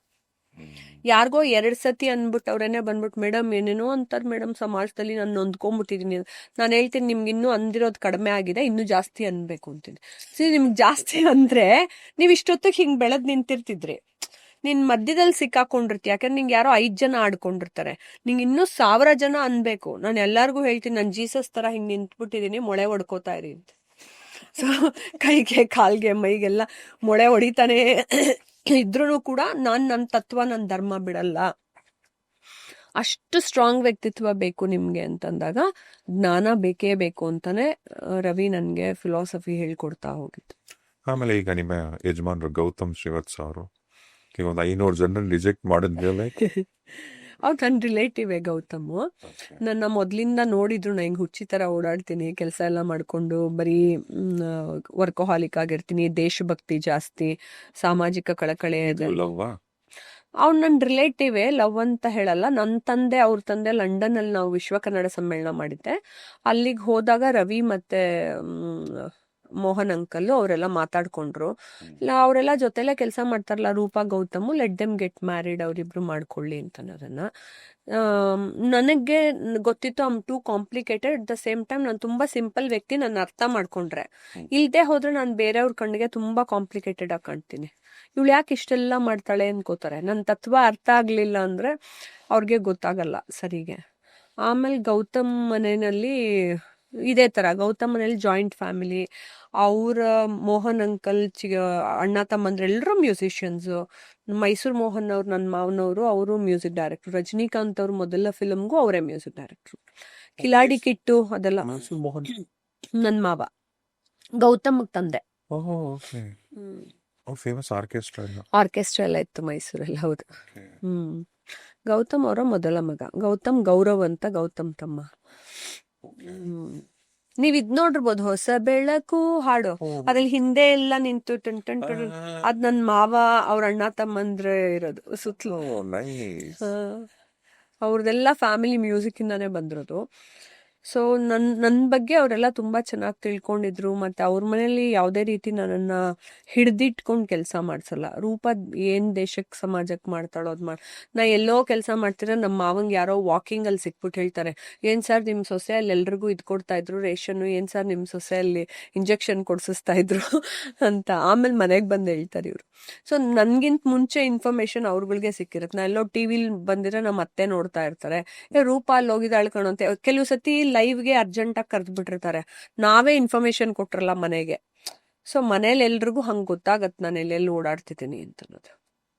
And he is a music director. Gautam ಚಿಕ್ಕ ವಯಸ್ಸಿಂದ ಮ್ಯೂಸಿಕ್ನ ಇಷ್ಟಪಟ್ಟು ಅವನು ಇಂಜಿನಿಯರಿಂಗ್ ಓದಿ ಆರಕಲ್ ಅಲ್ಲಿ ಕೆಲಸ ಮಾಡ್ತಿದ್ರು. ಅವನು ಒಂದಿನ ಕೆಲಸ ಬಿಟ್ಬಿಟ್ಟು ಬಂದ್ಬಿಟ್ಟು ಮ್ಯೂಸಿಕ್ ಡೈರೆಕ್ಷನ್ನೇ ಕಂಟಿನ್ಯೂ ಮಾಡ್ಕೊಂಡು ಹೋದ. ಸತ್ಯ ಅವನು ಚಿಕ್ಕ ಹುಡುಗ ಆಗಿದ್ದಾಗಲೇ 18 ವರ್ಷದ ಹುಡುಗದಲ್ಲೇ ಸತ್ಯ ಫಿಲಮ್ ಇವ್ರಿಗೆ ಮಾಡಿದ್ದು, ಕುಮಾರ್ ಗೋವಿಂದ್ ಅವ್ರಿಗೆ ಫಸ್ಟ್ ಮ್ಯೂಸಿಕ್ ಡೈರೆಕ್ಷನ್. ಅಂಡ್ ಇದ್ರ ಮಧ್ಯ ಕೂಡ ನೀವು ಯಾವಾಗ ಒಂದು 10-11 ವರ್ಷದ ಮುಂಚೆ ಒಂದು ದೊಡ್ಡ ಸಿನಿಮಾಗೆ ಕೈ ಹಾಕ್ತೀರಾ, ಚಂದ್ರ. ಆಗ ಸೌತ್ ಇಂಡಿಯಲ್ಲೇ ಟಾಪ್ ಹೀರೋಯಿನ್ ಶ್ರೇಯಾ ಸರಣ್ಣಕರ್, ಯಾರು ಚಿರಂಜೀವಿ ಅವರು, ರಜನಿಕಾಂತ್ ಅವರು, ಅವ್ರಗಳ ಜೊತೆ ಆಕ್ಟ್ ಮಾಡಿದಂತ ಹೀರೋಯಿನ್ ಅಷ್ಟು ದೊಡ್ಡ ರೆಮೆಂಡೇಶನ್ ಕೊಟ್ಟು ಕನ್ನಡ ಕರ್ಕೊಂಡ್ ಬರ್ತೀರಾ. ಅಂಡ್ ಯಶ್ ಅವ್ರು ಕೂಡ ಆಕ್ಟ್ ಮಾಡಿದ್ರು, ಪ್ರೇಮ್ ಅವ್ರ ಹೀರೋ. ಆ ಸಿನಿಮಾ ಜರ್ನಿ ಚಂದ್ರ ಅಗೇನ್ ನನ್ಗೆ ಮನ್ಸಿಗೆ ತುಂಬಾ ಹತ್ರವಾದಂತ ಸಿನಿಮಾ. ಬಿಕಾಸ್ ಮಹಾರಾಜರ ಮನೆತನದ ಕೊನೆ ಪೀಳಿಗೆ ಬಗ್ಗೆ ಮಾಡಿದ್ ನಾನು. ಮಹಾರಾಣಿ ಇತ್ಲಾಗ ನಾರ್ಮಲ್ ಹುಡುಗಿ ತರಾನು ಇರಕ್ಕಲ್ಲ, ನಾನು ಮಹಾರಾಣಿ ಅನ್ಕೊಳಕ್ಕೂ ಆಗಲ್ಲ. ಇನ್ ಬಿಟ್ವೀನ್ ಸರ್ಕಾರ ತಗೊಂಡ್ಬಿಟ್ಮೇಲೆ ಹೇಗೆ ಅವಳು ಸಿಕ್ಕಾಕೊಳ್ತಾಳೆ, ಒಬ್ಬ ನಾರ್ಮಲ್ ಹುಡುಗನ್ನ ಪ್ರೀತಿಸ್ತಾಳೆ ಅಂತ ಅನ್ನೋದ್ರ ಬಗ್ಗೆ. ಆಗ ನನಗೆ ಶ್ರೀಕಂಠ ದತ್ತ ಒಡೆಯರು ನಿಜವಾಗ್ಲೂ ನಾನ್ ರಾಜಮನೆತನಕ್ಕೆ ಮೊದ್ಲಿಂದ ತುಂಬಾ ಗೌರವ ಕೊಟ್ಕೊಂಬಂದ್ರು ಅಂತ ವ್ಯಕ್ತಿ. ಬಿಕಾಸ್ ನನ್ನ ತಾತ ಮುತ್ತಾತಂಗೆ ಊಟ ಹಾಕದಂತ ವ್ಯಕ್ತಿಗಳು ಅವರು.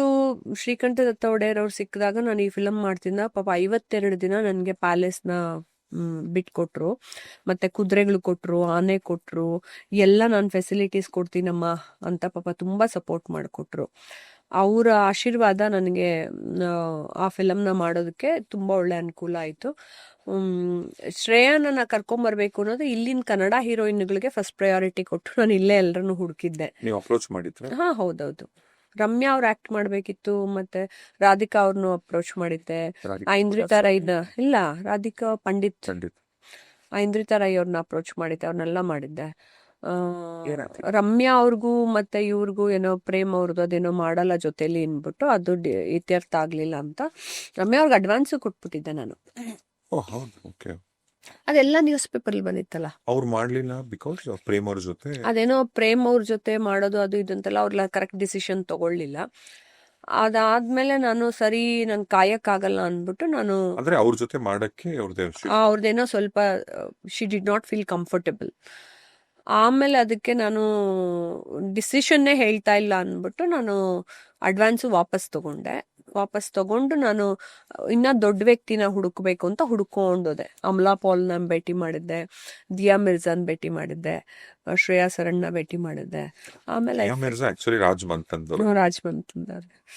ಆಮೇಲೆ ಇಲ್ಲಿ ತಮಿಳ್ ಅಂಡ್ ಕನ್ನಡಗೆ ಮ್ಯಾಚ್ ಆಗಬೇಕು ಅನ್ನೋದಕ್ಕೆ ಶ್ರೇಯಾ ಸರಣ್ನ ತಗೊಂಡೆ. Because she is also very good classical dancer. ನನಗೆ ಕ್ಲಾಸಿಕಲ್ ಡ್ಯಾನ್ಸರ್ ಬೇಕಾಗಿತ್ತು, ಆ ಥರದವರು ಅಂತ ಶ್ರೇಯಾ ಅವ್ರನ್ನ ಸೆಲೆಕ್ಟ್ ಮಾಡ್ಕೊಂಡೆ. ನಾನು ಶ್ರೇಯಾ ಅಂತ ಚೆನ್ನಾಗಿ ನಾನು ರೇಡಿಯೋಗೆ ಬಂದಾಗ ನಾನು ಮಾಡಿದಂತ ಮೊದಲ ಸಂದರ್ಶನ ಶ್ರೇಯಾ ಶರಣ್. ಓ ನೈಸ್. ಇಲ್ಲಿ ಇಲ್ಲಿ ರೇಡಿಯೋ.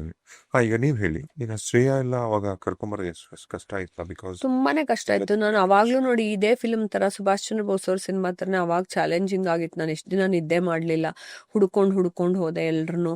ಅವ್ರವ್ರ ಮನೆಗಳಿಗೆ ಹೋಗಿ ಅವ್ರ ಕಾಂಟ್ಯಾಕ್ಟ್ ಹುಡುಕಿ ಅವ್ರ ಮನೆಗೆ ಹೋಗಿ ಅವ್ರಿಗೆ ಕತೆ ನರೇಟ್ ಮಾಡಿ ಅವ್ರನ್ನ ಒಪ್ಸಿ ಅವ್ರನ್ನ 2-3 ಸತಿ ಭೇಟಿ ಮಾಡಿ ಅವ್ರ ಹ್ಞೂ ಅನ್ನೋ ತನಕ ತುಂಬಾ ಆತಂಕದಲ್ಲಿದ್ದು, ಮತ್ತೆ ಅವ್ರ ಪೇಮೆಂಟ್ ಫಿಕ್ಸ್ ಮಾಡಿ ಅವ್ರಿಗೆ ಅಗ್ರಿಮೆಂಟ್ ಮಾಡಿ ಅವ್ರನ್ನ ಕರ್ಕೊಂಬಂದು ಇಲ್ಲಿ ಸಿನಿಮಾ ಲಾಂಚ್ ಮಾಡಿ ಶೂಟಿಂಗ್ ಮಾಡಿ ಮುಗಿಸಿ ಅದನ್ನೆಲ್ಲ ತೆರೆ ಮೇಲೆ ತರೋ ತನಕ ಹಾಗಾಗಿತ್ತು. ಅಂಡ್ ನಾನು ಉದಯ ಟಿವಿಗೆ ಅದರ ರೈಟ್ಸ್ ಕೊಟ್ಟಿದ್ದೆ, ಸನ್ ಟಿವಿ ಅಂಡ್ ಉದಯ ಟಿವಿಗೆ. ಈಗ ಎಷ್ಟೊಂದ್ಸರಿ ಈಗ ದೊಡ್ಡ ಟಾಪ್ ಸ್ಟಾರ್ ಅಂತ ಹೀರೋಯಿನ್ಸ್ ನ ಕರ್ಕೊಂಬಂದಾಗ ಅವ್ರನ್ನ ನೀವು ಸಂಭಾವನೆ ಕೊಡೋದು ಒಂದ್ ಕಡೆ ಆದ್ರೆ ಮತ್ತೊಂದು ಟೀಮ್ ನ ಮೇಂಟೈನ್. ಅಯ್ಯೋ ಹೌದೌದು. ಈಗಲೂ ಶ್ರೇಯಸ್ ತಲ್ಪಡೆನ್ ಕರ್ಕೊಂಬಂದಾಗ 8 ಜನ ಹಿಂದೆ ಬಂದಿದ್ರು ಹಿಂದಿ ಫಿಲ್ಮ್ಗೆ. ಶ್ರೇಯಾ ಸರಣ್ನ ಕರ್ಕೊಂಬಂದಾಗ್ಲೂ ಅಷ್ಟೇ ಅವ್ರ ತಾಯಿಯವ್ರು ಬರ್ತಿದ್ರು, ಮತ್ತೆ ಅವ್ರದೇ ಕ್ರೂ ಬರೋದು. ಯಾಕಂದ್ರೆ ಮೇಕಪ್, ಹೇರ್ ಸ್ಟೈಲು, ಅಸಿಸ್ಟೆಂಟ್ ಎಲ್ಲ ಅವ್ರವ್ರದೇ ಬರ್ತಾರೆ, ಕಾಸ್ಟ್ಯೂಮರ್ಸು ಎಲ್ಲ ಅವ್ರವ್ರ ಟೀಮೇ ಬರ್ತಾರೆ. ಅವ್ರಿಗೆಲ್ಲ ತಿರ್ಗಾ ನಾವು ಫ್ಲೈಟ್ ಟಿಕೆಟ್ ಕೊಡ್ಬೇಕು, ಇಲ್ಲಿ ರೂಮ್ ಮಾಡ್ಕೊಡ್ಬೇಕು, ಅಷ್ಟು ದಿನ ಇರಿಸ್ಕೋಬೇಕು. ಯಾವುದು ಸುಲಭ ಅಲ್ಲ ಸರ್. ನೀವೊಂದು ಅಚೀವ್ ಮಾಡಬೇಕು ಅಂದ್ರೆ ಆ ಕೆಲಸನ ಸಿನ್ಸಿಯರ್ ಆಗಿ ಎಫರ್ಟ್ ಹಾಕಿ ಮಾಡಿದಾಗ್ಲೂ 100 ತೊಂದರೆ ಬರುತ್ತೆ. ನೀವು ಸಿನ್ಸಿಯರ್ ಆಗೇ ಎಫರ್ಟ್ ಹಾಕದೆ ಹೋದ್ರೆ ಇನ್ನೆಷ್ಟು ತೊಂದರೆ ಬರುತ್ತೆ ಲೆಕ್ಕ ಹಾಕೊಳ್ಳಿ. ಬಟ್ ಕೆಲವ್ರಿಗೆ ಲಕ್ ಚೆನ್ನಾಗಿದ್ದಾಗ ಅವ್ರು ನೋಡಪ್ಪ ಏನು ಮಾಡಿದ್ರು ಚೆನ್ನಾಗ್ ಆಗ್ಬಿಡ್ತು ಅಂತ ನೀವ್ ಅನ್ಕೋಬಹುದು ಜನ. ಬಟ್ ಅವ್ರಿಗೆ ಹಂಗಿತ್ತು ಪುಣ್ಯ, ಅವ್ರು ಮಾಡ್ಕೊಂಡ್ರು. ಬಟ್ ಬೇರೆ ಅವರು ನೀವು ಎದ್ದು ಕೆಲಸ ಮಾಡ್ತೀವಿ ನಂಗೆ 100 ತೊಂದರೆ ಬರ್ತಿದೆ ನಿಲ್ಲಿಸ್ಬಿಡ್ಬೇಕು ಅಂತ ನಿಲ್ಲಿಸಬಾರ್ದು. ನೀವು ಮುಂದಕ್ಕೆ ಹೋಗ್ತಾನೇ ಇರ್ಬೇಕು. ಮತ್ತೆ ಚಂದ್ರ ಫಿಲ್ಮ್ ಪ್ರಮೋಷನ್ಸ್ ರಿಲೀಸ್ ಟೈಮಲ್ಲೂ ಕೂಡ ತುಂಬಾ ಕಡೆ ಎಲ್ಲ ಯಶ್ ಪೋಸ್ಟರ್ಸ್ ಇತ್ತು. ಹೌದೌದು, ಯಶ್ ಪ್ರೇಮ್ದು ಅವ್ರಿಬ್ರಿಗೂ ಏನೋ ತಿರ್ಗಾ ಅಲ್ಲಿ ಇದಾಯ್ತು. ನಂದು ಹಾಕಿಲ್ಲ ಅಂತ ಪ್ರೇಮ್ ಅವರು ಗಲಾಟೆ ಮಾಡಿದ್ರು. ಆಮೇಲೆ ಪ್ರೆಸ್ ಮೀಟ್ಗೂ ಅಷ್ಟೇ ನನ್ನ ಕರೆದಿಲ್ಲ ಅಂತೇನೇನೋ ಅವ್ರು ಹೇಳ್ಕೊಂಡ್ರು. ಎಲ್ಲ ಕರೆದಿದ್ವಿ ನಾವು. ನೀವು ಕರೆದಿದ್ರಿ? ಆಮೇಲೆ ನನಗೆ ಪ್ರೇಮ್ ಅವರೇ ಬೇಕು ಅಂತ ನಾ ಹಾಕೊಂಡೆದ್ದೋ. ಬೇರೆ ಹೀರೋಯಿನ್ಸ್ ಬೇರೆ ಹೀರೋಗಳನ್ನ ಸಜೆಸ್ಟ್ ಮಾಡಿದ್ರು.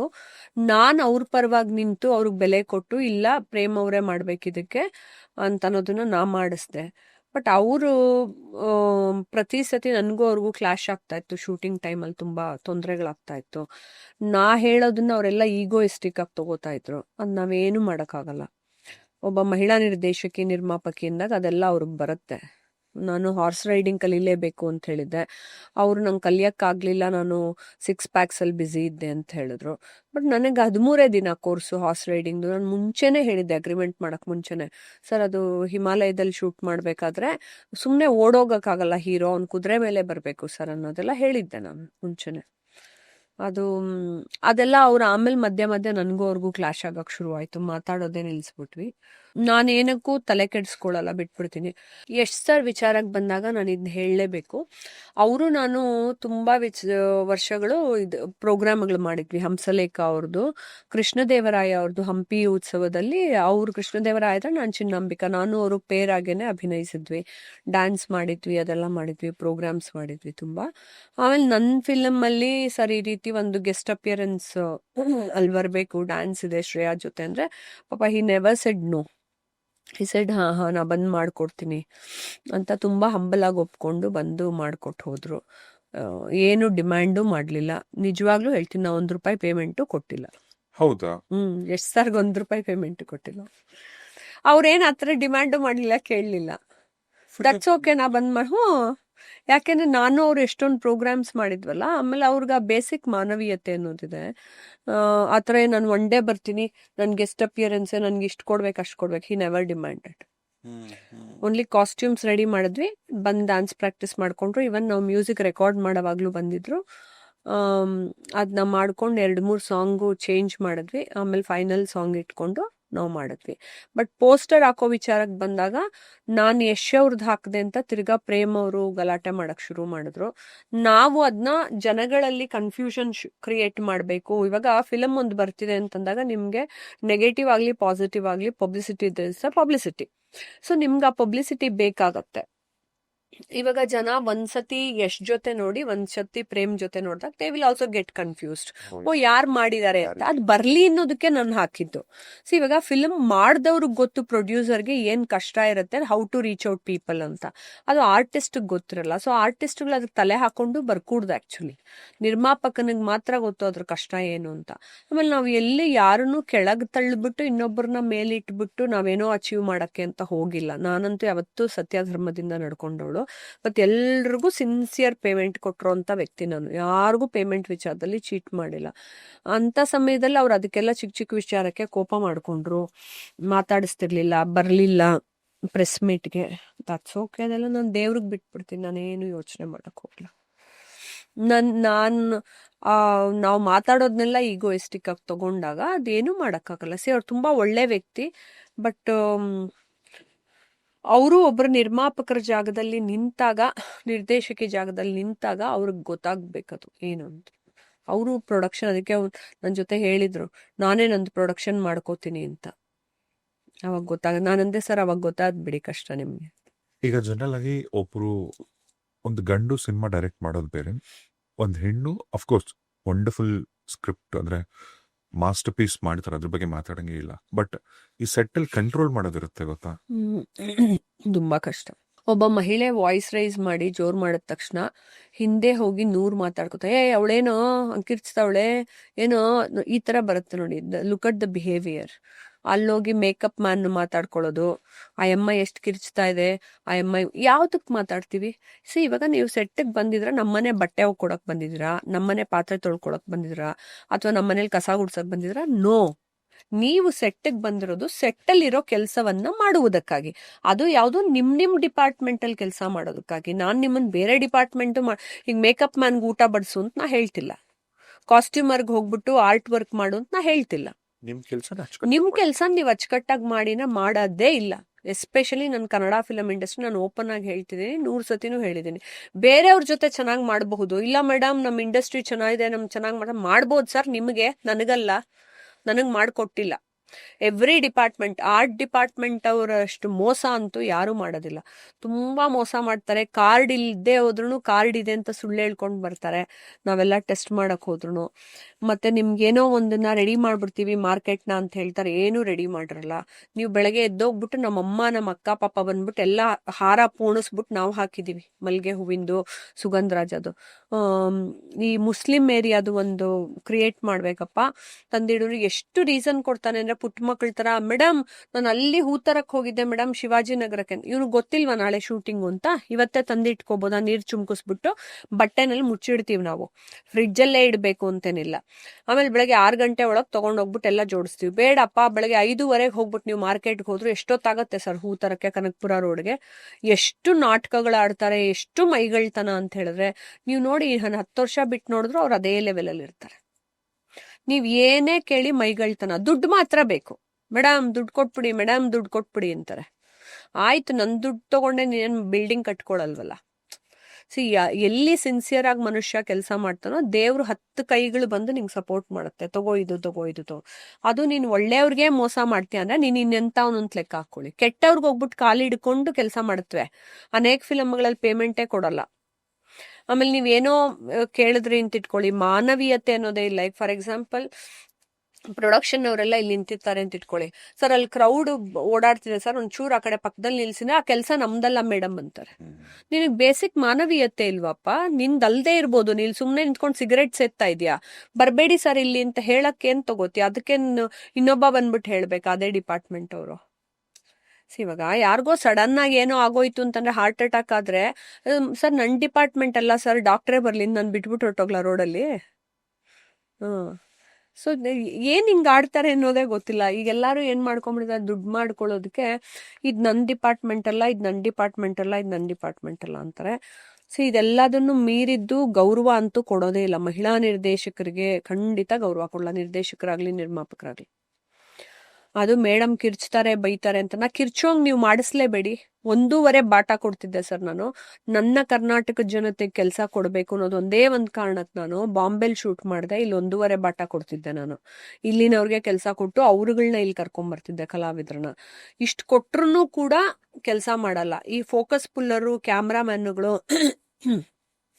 ಬೆಂಕಿ ಚಂದ್ರಶೇಖರ್ ಸರ್ ಜೊತೆ ನಂಗೆ ತುಂಬಾ ಗಲಾಟೆ ಆಗಿದೆ. ಗಿಂಬಲ್ ತರಿಸ್ತಿದ್ದೆ, 2 ಕ್ಯಾಮ್ರಾ ತರಿಸಿದ್ರು ಕ್ಯಾಮ್ರಾ ಮೂವ್ಮೆಂಟ್ ಇಟ್ಕೊಡ್ತಾ ಇರ್ಲಿಲ್ಲ. ಆರ್ಟ್ ಫಿಲಮ್ ತರ ಹಿಂಗ್ ತೆಗಿತಾರೆ. ಯಾಕೆಂದ್ರೆ ಅದೇ ಬೇರೆ ಹೀರೋಗಳ ಜೊತೆ ಹಂಗ್ ಮಾಡಲ್ಲ. ಅದೇ ರೂಪಾ ಅಯ್ಯರ್ ಫಿಲಮ್ ಅಂದ್ರೆ ಹಂಗ್ ಮಾಡ್ತಾರೆ. ಅದೇ ದುಡ್ಡು ಮಾತ್ರ ಬೇಕು, ನಂದು ದುಡ್ಡು ಮಾತ್ರ ಬೇಕು. ಎಲ್ರಿಗೂ 1.5 ಬಾಟ ಕೊಟ್ರು ಫೋಕಸ್ ಪುಲ್ಲರ್ ಮೇಲೆ ಅದಕ್ಕೆ ಕೋರ್ಟ್ ಕೇಸ್ ಹಾಕಿದ್ವಿ ನಾವು. ಆಮೇಲೆ ಅವ್ರ ಮ್ಯಾನೇಜರ್ ಬಂದು ಬೇಡ್ಕೊಂಡ್ರು ಹಂಗ್ ಮಾಡಬೇಡಿ ಅಂತ. ಹಾಕಿದ್ರೆ ಓ ನೀವೇನ್ ಮೇಡಮ್ ದೊಡ್ಡ ದೊಡ್ಡ ಹೀರೋಗಳಿಗೆ ನಾವು ಶೋಗನ್ ತೋರ್ಸಲ್ಲ, ನಿಮಗ್ ತೋರ್ಸ್ಬೇಕಾ ಅಂತಾರೆ. ದೊಡ್ಡ ದೊಡ್ಡ ಹೀರೋ ಆದವನೇ 1 ಬಾಟ ಕೊಟ್ಟಿದ್ದಾರೆ. ನಾನು ಹೀರೋಯಿನ್ ಅನ್ನೋದು ಇಲ್ಲಿ ಬರ್ಲೇ ಕೂಡ್ದು. ನೀವು ಕೆಲ್ಸಕ್ಕಾಗಿ ಬಂದಿದ್ದೀರಾ, ಅದು ನೀವು 1.5 ಬಾಟ ತಗೋತಿದ್ರ ಅಂದ್ರೆ you have to show extraordinary interest, ಮಾನವೀಯತೆನ ತೋರಿಸ್ಬೇಕು. ಆಮೇಲೆ ನಾನೇ ಆಕ್ಟ್ ಮಾಡ್ಕೊಂಡು ನಾನೇ ಡೈರೆಕ್ಷನ್ ಮಾಡ್ತಿದ್ದಾಗ ನನಗೆ ಮಾನಿಟರಿಂಗ್ ತಂದು ತೋರಿಸಿ ಅಂತ ಕೇಳಬಾರ್ದಂತೆ ಅವ್ನು. ಅಂತ ಅಹಂಕಾರ ನೀವು ಒಂದ್ ಫಿಲಮ್ ನಿರ್ಮಾಣ ನಿರ್ದೇಶನ ಮಾಡಿ, ಆದ್ರೆ ನೀವು ಹುಡುಗ ಅಲ್ವಾ, ತಿರ್ಗಾದಲ್ಲಿ ಬಿಹೇವ್ ಇಲ್ಲ. ಯಾಕಂದ್ರೆ ನೀವ್ರ ಅಪ್ಪನ್ ತೊಡಿತೀರಾ. ನನ್ಗೆ ಹಂಗೆ ಹಿಂಸೆ ಕೊಟ್ಟಿದ್ದಾರೆ ಪ್ರತಿಯೊಂದಕ್ಕೆ. ನಾನು ಅದಕ್ಕೆ ಡಿಸೈಡೆಡ್ ನಮ್ಮ ಲೇಬರ್ಸ್ಗೆ ನಾ ಕೆಲಸ ಕೊಡಬೇಕು ಅನ್ಕೊಂಡು ನಾ ಕೊಡಲ್ಲ ನೆಕ್ಸ್ಟ್ ಫಿಲಮ್ ಇಂದ. ನನಗೆ ದುಡ್ಡು ಖರ್ಚಾದ್ರೂ ಪರವಾಗಿಲ್ಲ, ನಾನು ಲೇಬರ್ನ ಬೇರೆ ಕಡೆಯಿಂದ ಕರ್ಕೊಂಡ್ಬಿಡ್ತೀನಿ. Because they have tortured me like anything. ನನ್ನ ಕನ್ನಡಿಗರಿಗೆ ನಾನು ಕೊಡಬೇಕು ಅಂತ ಅನ್ಕೊಂಡು ಮಾಡಿದ್ನಲ್ಲ, ನಂಗೆ ತುಂಬಾ ಎವ್ರಿ ಡೇ ಸೆಟ್ಟಲ್ಲಿ ಅಳಿಸಿದ್ದಾರೆ, ನೋವು ಕೊಟ್ಟಿದ್ದಾರೆ, ಬಿಟ್ಬಿಟ್ಟು ಹೊರಟೋಗ್ತಾರೆ, ಏನೇನೋ ಮಾಡ್ತಾರೆ. ಅಂತ ಅಹಂಕಾರ. ಬಿಟ್ಟು ಹೊರಟೋಗ್ಬಿಟ್ಟು 3-4 ಅವರ್ ನಮ್ದು ಶೂಟಿಂಗ್ ನಿಂತೋಗಿತ್ತು. ನಾನು ಈಗಲೂ ಅದು ಪೆಂಡಿಂಗ್ ಪೇಪರ್ ಇಟ್ಕೊಂಡಿದ್ದೀನಿ, ನೆಕ್ಸ್ಟ್ ಕೋರ್ಟ್ ಕೇಸ್ ಹಾಕ್ಲೇಬೇಕು ಅಂತ. ಐ ವಾಂಟ್ ಟು ಕ್ಲೇಮ್ 1-2 ಕೋಟಿ ಕ್ಲೇಮ್ ಮಾಡ್ಬೇಕು ಅವ್ರ ಹತ್ರ, ಬಿಡಲ್ಲ ಅವ್ರನ್ನ. ಈಗ ನಿಮ್ಮ ಒಂದು ಕನಸಿನ ಚಿತ್ರ Azad Bharat, story of Neera Arya. So ಆಕೆ ಒಂದು ವೀರ ಸೇನಾನಿ. ಆಕೆಯ ಕತೆ ಅಂತೂ ನಿಜ ನಾನೇನು ರಿವೀಲ್ ಮಾಡಕ್ಕೆ ಇಷ್ಟಪಡಲ್ಲ, ಯಾಕಂದ್ರೆ ಆ ಹೆಣ್ಮಗಳಿಗಾದಂಥದ್ದು. ನೀವ್ ಯಾಕೆ ಇದನ್ನೇ ಚೂಸ್ ಮಾಡ್ಬೇಕು ಅಂತ ಅನಿಸ್ತು? ನನಗೆ ಕೊರೋನಾ ಟೈಮಲ್ಲಿ ಏನೋ ಒಂದು ಸ್ಕ್ರೋಲ್ ಮಾಡ್ಕೊಂಡು ಹೋಗ್ಬೇಕಾದ್ರೆ ನೀರಾ ಆರ್ಯದೊಂದು ಕಡೆ ಕತೆ ಕಾಣಿಸ್ತು. ಸೊ ಅದನ್ನ ರಿಸರ್ಚ್ ಮಾಡ್ಕೊಂಡು ಹೋದೆ. ಸೊ ಡೆಲ್ಲಿಲಿ INA ಆರ್ಮಿ ವೆಟರ್ನ್ಸ್ ಎಲ್ಲ ಇದ್ರು, ಅವ್ರನ್ನೆಲ್ಲ ಭೇಟಿ ಮಾಡಿದೆ. ಒಂದಷ್ಟು ಜನ, ಮಾಧವನ್ಜಿ, ಮೀನಾಕ್ಷಿ ಅಮ್ಮನ್ಜಿ, ಲಕ್ಷ್ಮಿ ಅವರು ಎಲ್ಲ, ಹಾಗೆ ನೇತಾಜಿ ಅವರ ಮರಿ ಮೊಮ್ಮಗಳು ರಾಜ್ಯಶ್ರೀ ಚೌಧರಿ ಮ್ಯಾಮ್ನು ಭೇಟಿ ಮಾಡಿದೆ. ಸೊ ಅವ್ರನ್ನೆಲ್ಲ ಭೇಟಿ ಮಾಡಿ ಒಂದು ರಿಸರ್ಚ್ ಮಾಡ್ಕೊಂಡು ಇದ್ರದ್ದು ಬಗ್ಗೆ ಕತೆ ಮಾಡ್ಕೊಂಡೆ. ಯಾಕೆಂದ್ರೆ ತುಂಬಾ ಜನ ದೇಶಕ್ಕಾಗಿ ತುಂಬಾ ತ್ಯಾಗ ಮಾಡಿದ್ರು, ನೀರಾ ಆರ್ಯಾಗ ಅಷ್ಟು ಟಾರ್ಚರ್ ಕೊಟ್ರು, ಅವಳ ಗಂಡನ್ನೇ ಕೊಲೆ ಮಾಡಿ ಜೈಲ್ಗೆ ಹೋಗಿ ಅಷ್ಟೆಲ್ಲ ಟಾರ್ಚರ್ ಅನುಭವಿಸಿದ್ರು, ಅವಳು ಕೊನೆಗೂ ಸ್ವಾವಲಂಬಿಯಾಗಿ ರೋಡ್ ಸೈಡ್ ಬದುಕಿ, ಹೂ ಮಾರ್ಕೊಂಡು ಬದುಕಿ ಜೀವನ ನಡೆಸಿದ್ಲು.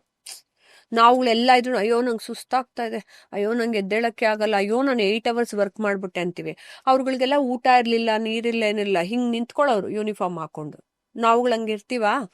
ಅವರಲ್ಲಿ ಏನ್ ತಾಕತ್ತಿತ್ತು, ಏನ್ ಹಿಮ್ಮತ್ತಿತ್ತು, ಹೇಗದು ದೇಶಕ್ಕೋಸ್ಕರ. ಅದು ಏನು ನಮ್ಮನೆ ಸ್ವತಂತ್ರಕ್ಕಲ್ಲ, ಈಗ ನಮ್ದು ಒಂದ್ ಸಣ್ಣ ಕೋರ್ಟ್ ಕೇಸ್ಗೆ ಹೋಗಕ್ಕೆ ನಾವು ಬಳಲಾಡ್ಕೊಂಡ್ಬಿಡ್ತೀವಿ. ಅವ್ರು ಇಡೀ ದೇಶಕ್ಕೆ ಸ್ವತಂತ್ರ ಕೊಡ್ಸ್ಬೇಕಂತ ಅವ್ರಿಗೇನ್ ಸರ್ ಹುಚ್ಚು? ಯಾಕೆ ಕೊಡ್ಸ್ಬೇಕು? ಆಮೇಲೆ ಅವ್ರು ಕೊಡ್ಸಿರೋ ಸ್ವತಂತ್ರನ ಹೆಂಗ್ ದುರ್ಬಳಕೆ ಮಾಡ್ಕೋತಿದಾರೆ ನಮ್ ಜನ ಅನ್ನೋದ್ ನಾವು ನೋಡ್ತಾನೆ ಇದೀವಿ. ಆದ್ರೂ ಅಷ್ಟೆಲ್ಲ ಮಾಡಿ ಕಷ್ಟಪಟ್ಟು ಸ್ವತಂತ್ರವನ್ನ ಕೊಡ್ಸಿದ್ರಲ್ಲ, ಅಂತ ವ್ಯಕ್ತಿಗಳ ಅನ್ಸಂಗ್ ಹೀರೋಸ್ ಕತೆನ ನಾನು ತೆರೆ ಮೇಲೆ ತರಬೇಕು ಅನ್ನೋದು ನನ್ನ ಆಸೆ ಆಯ್ತು. ಯಾಕೆ ಅಂದ್ರೆ ಅದನ್ನ ನನ್ನ ನೆಕ್ಸ್ಟ್ ಜನರೇಷನ್ ಮಕ್ಕಳು ತಿಳ್ಕೋಬೇಕು. ಒಂದು ಅನ್ಸಂಗ್ ಹೀರೋ ಕತೆ ತಿಳ್ಕೊಳ್ಳೋದು, ಇನ್ನೊಂದು ನೀವು ದುಡ್ಡು ಕೊಟ್ಟು ಕೊಂಡ್ಕೊಳಕ್ ಆಗದೆ ಇರೋಂಥದ್ದೇನು ಅಂತ ಹೇಳಿದ್ರೆ ನಿಮ್ಮೊಳಗಿನ ವ್ಯಕ್ತಿತ್ವದ ಗೌರವ, ಸೆಲ್ಫ್ ರೆಸ್ಪೆಕ್ಟ್, ಅವಳ ಒಳಗಿನ ಶಕ್ತಿ. ನಾನು ಮಧ್ಯರಾತ್ರಿ 12 ಗಂಟೆಗೆ ಹೋದ್ರು ನನ್ನ ಒಳಗಡೆ ಅದೇ ಶಕ್ತಿ ಇರಬೇಕು. ನಾನು ಎಷ್ಟೇ ಬಳಲಾಡ್ತಿದ್ರು ನನ್ನಲ್ಲಿ ಅದೇ ಶಕ್ತಿ ಇರಬೇಕು. ಮತ್ತೆ ನಾನು ನಿಮ್ಮ ಹತ್ರ ಸಾಲ ತಗೊಂಡು ಇವ್ರಿಗೆ ಕೊಡು, ಇವ್ರ ಹತ್ರ ಕಿತ್ಕೊಂಡು ಅವ್ರಿಗೆ ಕೊಡು, ಅವ್ರ ಹತ್ರ ಇಟ್ಕೊಂಡು ಇವ್ರಿಗೆ ಮೋಸ ಮಾಡು, ಹಂಗಲ್ಲ ವ್ಯಕ್ತಿತ್ವ. ನೀನು ನಿಯತ್ತಿಂದ ದುಡಿದು ಬದುಕಬೇಕು ಲೈಫಲ್ಲಿ. ನಿನಗೆ ಅವಮಾನ ಅಲ್ಲ ಹೂ ಮಾರೋದು, ತರಕಾರಿ ಮಾರೋದು, ಪಾನಿಪುರಿ ಮಾರೋದು. ನಿನ್ನ ವ್ಯಕ್ತಿತ್ವಕ್ಕೆ ನೀನ್ ಗೌರವ ಕೊಟ್ಕೊಂಡು ನಿನ್ನ ಸ್ವಾವಲಂಬಿಯಾಗಿ ಬದುಕು ಅನ್ನೋದು ಈ ಫಿಲಂ ಕಥೆನಲ್ಲಿ ಬರ್ತಾ ಹೋಗುತ್ತೆ. ಅದನ್ನೆಲ್ಲ ಅವ್ರು ಅಳವಡಿಸ್ಕೋಬೇಕು. ಸೊ ನಮಗಾಗಿ ಅಷ್ಟು ತ್ಯಾಗ ಮಾಡಿ ನೇತಾಜಿ ಆಗಿನ ಕಾಲದಲ್ಲೇ 7 ದೇಶಗಳಲ್ಲಿ ಸೇನೆಗಳನ್ನ ಕಟ್ಟಿ ಎಲ್ರನ್ನೂ ಕರೆಸಿ ಆ ರೀತಿ ಮಾಡಿದ್ದಾರೆ. ಅವಾಗ ವಾಟ್ಸಪ್ ಇರಲಿಲ್ಲ, ಟಿವಿ ಇರಲಿಲ್ಲ, ಇಂಟರ್ನೆಟ್ ಇರಲಿಲ್ಲ, ಏನೂ ಇರಲಿಲ್ಲ, ಸೋಷಿಯಲ್ ಮೀಡಿಯಾ ಅಂತೂ ಇರಲಿಲ್ಲ. ನೇತಾಜಿ ನಾನು ಫೇಮಸ್ ಆಗ್ಬೇಕು ಅಂತ ಟೋಪಿ ಹಾಕೊಂಡು ಸೆಲ್ಫಿ ತೆಕ್ಕೊಂಡಂತೂ ಎಲ್ಲೂ ಹಾಕಿಲ್ಲ. ಆ ರೀತಿ ಮಾಡಿಲ್ಲ. ನೇತಾಜಿ ಅವಾಗ ಕರೆದ್ರು ಮನೆಗೆ ಹೋಗ್ಬಿಟ್ಟು, ನೋಡಿ ನನ್ನ ಸೇನೆಗೆ ಬನ್ನಿ ಅಂತ. ಇವಾಗ ನಿಮ್ಮನ್ನೇ ನಮ್ಮ ಮನೆಗೆ ಬಂದು ಕರೆದ್ರು ನಮ್ಮ ಅಮ್ಮನೇ ಬೈತಾರೆ, ನೀನೇನೆ ಹೋಗಿ ಸೇನೆಗೆ ಹೋಗ್ಬಿಟ್ಟು ಅಷ್ಟು ಕೆಲಸ ಮಾಡೋದು ಅಂತ. ಆಗಿನ ಕಾಲದಲ್ಲಿ ಬಟ್ ನೋಡಿ ಎಲ್ರು ಬಂದು ಸೇರ್ಕೊಂಡು ಆ ಸೇನೆನಲ್ಲಿ ಕೆಲಸ ಮಾಡಿ ಹೆಣ್ಮಕ್ಳು ಕೂಡ ಗಂಡು ಮಕ್ಳಷ್ಟೇ ತಾಕತ್ತಿಂದ ನಿಂತು, ನನಗೆ ಹಾರ್ಮೋನಲ್ ಚೇಂಜಸ್ ಆಗುತ್ತೆ, ನನಗಿದಾಗತ್ತೆ, ನಾನು ಲವ್ ಮಾಡ್ತಿದ್ದೀನಿ ಯಾರನ್ನೋ, ಅವನ್ನ ಬಿಟ್ಟು ಬರಕಾಲ, ನಾನು ಮನೆ ಕಟ್ಕೊಂಡಿದ್ದೀನಿ, ನಾನು ನಮ್ಮ ಅಪ್ಪ ಅಮ್ಮನ ಜೊತೆನೇ ಇರಬೇಕು ಅನ್ನೋದು, ಇದೆಲ್ಲ ರೀಸನ್ಸ್ ಅಂಡ್ ಎಕ್ಸ್ಕ್ಯೂಸಸ್ ಕೊಡ್ಲಿಲ್ಲ. ಸಾಮಾಜಿಕ ಜವಾಬ್ದಾರಿಯನ್ನ ತಲೆ ಮೇಲೆ ಹಾಕೊಂಡು ಅವರೆಲ್ಲರೂ ಬಂದು ನಿಂತ್ಕೊಂಡು ಕೆಲಸ ಮಾಡಿದ್ರು ಸರ್. ಅದರಿಂದಾಗಿ ನನ್ನ ದೇಶಕ್ಕೆ ಇವತ್ತು ಸ್ವತಂತ್ರ ಸಿಕ್ಕಿದೆ. ಬೇರೆ ಲೀಡರ್ಸ್ ಬಂದು ನಿಂತ್ಕೊಂಡು ನಮ್ಮಿಂದ ಸಿಕ್ತು ಅಂತ ಹೇಳ್ಬೋದು, ಬಟ್ ಬೇರೆ ಎಷ್ಟೋ ದೇಶಗಳಲ್ಲಿ ಯಾರೂ ಕಟ್ಟಿರ್ಲಿಲ್ಲ ಈ ತರ ಮಹಿಳಾ ಆರ್ಮಿಯನ್ನ. ನೇತಾಜಿ ಒಬ್ರಿಗೆ ಅದು ಬಂದಿದ್ದು ಬ್ರೈನ್ ಅಲ್ಲಿ. ಪ್ರತಿಯೊಬ್ಬ ಮಹಿಳೆಯಲ್ಲೂ ರಾಣಿ ಎಷ್ಟು ತಾಕತ್ತಿದೆ ಅಂತ ನಮ್ಮ ಅಪ್ಪ ಅಮ್ಮ ನಮ್ಮನ್ನ ರಾಣಿ ಅಂತ ಕರೀತಿದ್ರು. He use to call us ರಾಣಿಯೋ ಅಂತ. ಪ್ರತಿಯೊಬ್ಬರಿಗೂ ರಾಣಿ ಝಾನ್ಸಿ ರೆಜಿಮೆಂಟ್ ಅಲ್ಲಿ ರಾಣಿ ಅಂತ ಕರೀತಿದ್ರು. ಸೊ ಆ ಕಥೆನ ನಾನು ತರಬೇಕು ಅನ್ನೋದಕ್ಕಾಗಿ ಆಜಾದ್ ಭಾರತ್ನ ಮಾಡಿರೋದು. ಈಗ ಜನವರಿ 2ನೇ ತಾರೀಕು ಯಾಕೆ ರಿಲೀಸ್ ಮಾಡ್ತಿದೀವಿ ಅಂದ್ರೆ ನೇತಾಜಿ ಅವರ ಜಯಂತಿ ಮಾಸ, ಹುಟ್ಟುಹಬ್ಬದ ತಿಂಗಳು. ಸೊ ನಾವೆಲ್ಲರೂ ಭಾರತೀಯರಾಗಿ ಅವ್ರಿಗೆ ಟ್ರಿಬ್ಯೂಟ್, ಗೌರವ ಸಲ್ಲಿಸುವಂತಹ ಸಮಯ. INAಗೆ, ಇಂಡಿಯನ್ ನ್ಯಾಷನಲ್ ಆರ್ಮಿಗೆ, ರಾಣಿ ಝಾನ್ಸಿ ರೆಜಿಮೆಂಟ್ಗೆ, ನೀರಾ ಆರ್ಯಾಗೆ, ನೇತಾಜಿಗೆ, ಎಲ್ರಿಗೂ. ಸೊ ನನ್ನ ರಿಕ್ವೆಸ್ಟ್ ಏನಂದ್ರೆ ಎಲ್ಲ ಆಡಿಯನ್ಸ್ಗೆ, ನೀವೆಲ್ಲರೂ ಏನ್ ಗೊತ್ತಾ, ಕುಟುಂಬ ಸಮೇತ ಹೋಗಿ ಥಿಯೇಟ್ರಲ್ಲೇ ಫಿಲಮ್ನ ನೋಡಿ ನೇತಾಜಿಗೆ ಒಂದು ಗೌರವವನ್ನ ಸಲ್ಲಿಸಿ ಅನ್ನೋದು ನಾನು ಕೇಳ್ಕೊಳ್ತೀನಿ. ಇದು ಖಂಡಿತ ನಮ್ಮ ಸಿನಿಮಾ, ದೇಶಭಕ್ತರ ಸಿನಿಮಾ. ಅವರು ತೋರಿಸಿದಂತ ಅವೀರ ಸಾಹಸ ಗಾಥೆನ ಸ್ಕ್ರೀನ್ ಮೇಲೆ ಅದ್ಭುತವಾಗಿ ಚಿತ್ರಿಸಿರ್ತಕ್ಕಂಥ ನಿಮಗೆ ಖಂಡಿತ ಯಶಸ್ಸು ಸಿಗ್ಲಿ. Thank you. ಸಿನಿಮಾ ತುಂಬಾ ಚೆನ್ನಾಗಿ. Thank you G. And Modiji ಅವರಿಗೆ ಸಿನಿಮಾ ತೋರಿಸೋ ಪ್ರಯತ್ನ ಮಾಡ್ತಿದ್ದಾರೆ. ಹೌದೌದು, ಮೋದಿಜಿಯವರು ನೋಡ್ತಾರೆ, ಮತ್ತೆ ನಮ್ಮ ಗೌರವಾನ್ವಿತ ದ್ರೌಪದಿ ಮುರ್ಮು ಮ್ಯಾಮು ನೋಡ್ತಾರೆ. ಹಾಗೆ ಎಲ್ರಿಗೂ ಅಲ್ಲೂ ಪಾರ್ಲಿಮೆಂಟ್ ಅಲ್ಲಿ ತೋರಿಸ್ಬೇಕು ಅಂತ ನಮ್ಮ ಗೌರವಾನ್ವಿತ ನಾಯಕರಾದಂತಹ ಪ್ರಹ್ಲಾದ್ ಜೋಶಿ ಸರ್ ನನಗೆ ತುಂಬಾ ಸಹಕಾರ ಮಾಡ್ತಿದ್ದಾರೆ. ಆ ಮೂಲಕ ನಾನು ಎಲ್ಲ ಕಡೆನೂ ತಗೊಂಡು ಹೋಗ್ತಾ ಇದ್ದೀನಿ. ಯಾಕೆ ನಾನೊಬ್ಬ ಕನ್ನಡಿಗಳಾಗಿ ಇದೇನಂದ್ರೆ ಕರ್ನಾಟಕ ಮಾತೆಯಿಂದ ಭಾರತ ಮಾತೆಗೆ ಕೊಡುತ್ತಿರುವಂತಹ ಒಂದು ಕೊಡುಗೆ. ಇಡೀ ಭಾರತ ನೋಡ್ಲಿ, Netaji is larger than life, ಅವ್ರನ್ನ ಹೀಗ್ ನೋಡ್ಬೇಕು ಅಂತಾನೆ ನಾನು ಥಿಯೇಟರ್ಗೆ ಹೋಗಿ ಅನ್ನೋದು. ಇಲ್ದಿದ್ರು ನೀವು OTT ನೋಡ್ಕೋಬಹುದು, ಆದ್ರೆ ಅಲ್ಲಿ ಹೋಗಿ ನೋಡಿದಾಗ ಆ ಸೌಂಡು ಎಫೆಕ್ಟು ಅವ್ರದೆಲ್ಲ ನಾವು ವಾಪಸ್ ಬರ್ತಾ ಏನೋ ಒಂದನ್ನ ಎತ್ಕೊಂಡ್ ಬರ್ತೀವಿ, ಒಂದ್ ಎನರ್ಜಿನ. ಆಮೇಲೆ ಈ ತರ ಚಿತ್ರಗಳು 10-20 ವರ್ಷಕ್ಕೆ ಯಾವ್ದೋ ಒಂದು ಬರುತ್ತೆ, ಯಾವಾಗ್ಲೂ ಬರ್ತಿರಲ್ಲ, ಅಂತದನ್ನ ಹೋಗಿ ನೋಡ್ಬೇಕು. ಅಂಡ್ ಖಂಡಿತ ನಮ್ಮ ಯುವ ಜನತೆ ಅಥವಾ ಮುಂದಿನ ಪೀಳಿಗೆಗೆ ಡೆಫಿನೆಟ್ಲಿ ಸಾಕಷ್ಟು ಕಲಿಯೋದಿರುತ್ತೆ ಇದರಿಂದ. ಹೌದು. ಅಂಡ್ ಮೊದಲನೇದಾಗಿ, ಈಗ ನೀವು ಒಂದು ಹೆಣ್ಮಗಳಾಗಿ ರಾಷ್ಟ್ರ ಮಟ್ಟದಲ್ಲಿ ಇವಾಗ ನೀವು ಕಷ್ಟ ಅಂತ ಅನ್ನಕ್ಕಿಂತ ನಿಮ್ಮ ಒಂದು ಡ್ರೀಮ್ ಇದು, ಒಂದು ಡ್ರೀಮ್ ಪ್ರಾಜೆಕ್ಟ್ ನ ಒಂದು ಹಿಂದಿ ಸಿನಿಮಾ ಮಾಡಿದ್ರೆ ಈಗ ರಿಲೀಸ್ ಆಗತ್ತೆ. ಎಲ್ಲರಿಗಿಂತ ಹೆಚ್ಚಾಗಿ ಅದು ಸುಭಾಷ್ ಚಂದ್ರ ಬೋಸ್ ಅವ್ರ ಜೊತೆ ಕೆಲಸ ಮಾಡಿದಂತ ಒಂದು ಧೀರ ಹೆಣ್ಮಗಳ ಕತೆ. ಅದನ್ನ ಈಗ ಸಿನಿಮಾ ಅದ್ಭುತವಾಗಿ ಮೂಡಿ ಬಂದಿದೆ. ಅದೆಲ್ಲಾನು ಒಂದ್ ಕಡೆ ಆದ್ರೆ, ಈ ಸಿನಿಮಾನ ನಿರ್ದೇಶನ ಮಾಡಿ, ಪ್ರೊಡಕ್ಷನ್ ಮಾಡಿ, ನೀವದ್ರಲ್ಲಿ ಒಂದು ಲೀಡ್ ರೋಲ್ ಮಾಡಿ, ಬಾಲಿವುಡ್ ದಿಗ್ಗಜರೆಲ್ಲ ಆಕ್ಟ್ ಮಾಡಿ ಈ ರಿಲೀಸ್ ಮಾಡೋ ಪ್ರೋಸೆಸ್ ಇದೆ ಅಲ್ಲ, ಬಹಳಷ್ಟು ಕಷ್ಟ ಅನಿಸ್ತಿರ್ಬೋದು. ತುಂಬಾನೇ ಕಷ್ಟ. ಆಕ್ಚುಲಿ ಫಿಲ್ಮ್ ಮಾಡೋದು ಒಂದ್ ಕಷ್ಟ ಅಂದ್ರೆ, ನೀವು ಗಮನಿಸಿ, ಒಂದು ರಾಜ್ಯದಲ್ಲಿ ಒಂದು ಭಾಷೆ ಚಿತ್ರನ ರಿಲೀಸ್ ಮಾಡೋದೇ ತುಂಬಾ ಕಷ್ಟ. ಅಂತದ್ರಲ್ಲಿ ಇಡೀ ದೇಶ ರಿಲೀಸ್ ಮಾಡಬೇಕು. ಆಮೇಲೆ ಈ ತರ ಸಬ್ಜೆಕ್ಟ್, ಸುಭಾಷ್ ಚಂದ್ರ ಬೋಸ್ ಅವ್ರ ಸಬ್ಜೆಕ್ಟ್ನ ನನ್ನ ಇಂಟೆನ್ಷನ್ ಏನು ಮಾಡಿರೋದನ್ನ ಎಲ್ರಿಗೂ ತಲುಪಿಸ್ಬೇಕು, ನನ್ನ ನೆಕ್ಸ್ಟ್ ಜನರೇಷನ್ ಮಕ್ಕಳೆಲ್ಲ ನೋಡ್ಬೇಕು ಅಂತಂದಾಗ ತುಂಬಾನೇ ಕಷ್ಟ ಆಗತ್ತೆ. ಪ್ರತಿ ರಾಜ್ಯಕ್ಕೂ ಹೋಗಿ ಹೋಗಿ ಹೋಗಿ ಪ್ರಮೋಷನ್ಸ್ ಮಾಡೋದಾಗಿರ್ಲಿ, ಥಿಯೇಟರ್ಸು, ಅದಕ್ಕೆ ಟೆಕ್ನಿಕಲಿ ನಾನೇ producer, one of the producers ಆಗಿರೋದ್ರಿಂದ ಟೆಕ್ನಿಕಲಿ ಹೇಗೆ ಅದನ್ನ ಅಪ್ಲೋಡ್ ಮಾಡಬೇಕು, ಹೇಗೆಲ್ಲ ಕಡೆ ಕಳಿಸ್ಬೇಕು, ಅದಕ್ಕೆ ಫಾರ್ಮಲ್ ಲೆಟರ್ಸ್ ಏನು ಕೊಡಬೇಕು, ಮತ್ತೆ ಎಲ್ರಿಗೂ ಪೆಂಡಿಂಗ್ ಪೇಮೆಂಟ್ಸ್ ಹೇಗೆ ಸೆಟಲ್ ಮಾಡ್ಬೇಕು, ಎಲ್ಲ ಒಂದೊಂದೊಂದೊಂದು ಪ್ರಾಸೆಸ್ 5-5 ನಿಮಿಷ ಅಂತ ಲೆಕ್ಕ ಹಾಕೊಳ್ತಾ ಹೋದ್ರು ಟೈಮೇ ಸಾಲಲ್ಲ. ಅದ್ರ ಜೊತೆಗೆ ಒಂದಷ್ಟು ಕೋರ್ಟ್ ಕೇಸಸ್ಸು. ಸೊ ಆ ಕೇಸಸ್ನ ಹ್ಯಾಂಡಲ್ ಮಾಡಿಕೊಂಡು ಬಿಡಿಸ್ಕೊಂಡು ಸಿಕ್ಕಾಗಿರೋದನ್ನ ಬಿಡಿಸ್ಕೊಂಡು ಒಂದು ದಾರಿ, ನಮಗೆ ನಾವೇ ದಾರಿ ತೋರಿಸ್ಕೊಂಡು ಮುಂದಕ್ಕೆ ಹೋಗ್ಬೇಕು. ಸೊ ಈ ಥರ ಅನೇಕ ಕಷ್ಟಗಳು ಎದುರಾಗಿದೆ. ಬಟ್ ಇದೆಲ್ಲ ದೇವರೇ ನನಗೆ ಕೊಡೋಂಥ ಟೆಸ್ಟಿಂಗ್ ಟೈಮ್ ಅಂತ ನಾನು ಸಂತೋಷವಾಗಿ ಸ್ವೀಕರಿಸಿ ಮುಂದಕ್ಕೆ ಹೋಗ್ತೀನಿ. ಈಗ ಸಿನಿಮಾ ನೀವು ಶೂಟಿಂಗ್ ಮಾಡೋ ಟೈಮಲ್ಲಿ ಆಮೇಲೆ ರಿಲೀಸ್ ಆದ್ಮೇಲೆ ಈಗ ಸಾಕಷ್ಟು ಕನಸುಗಳನ್ನ ಇಟ್ಕೊಂಡು ನೀವು ಈ ಜರ್ನಿನ ಶುರು ಮಾಡಿತ್ತು.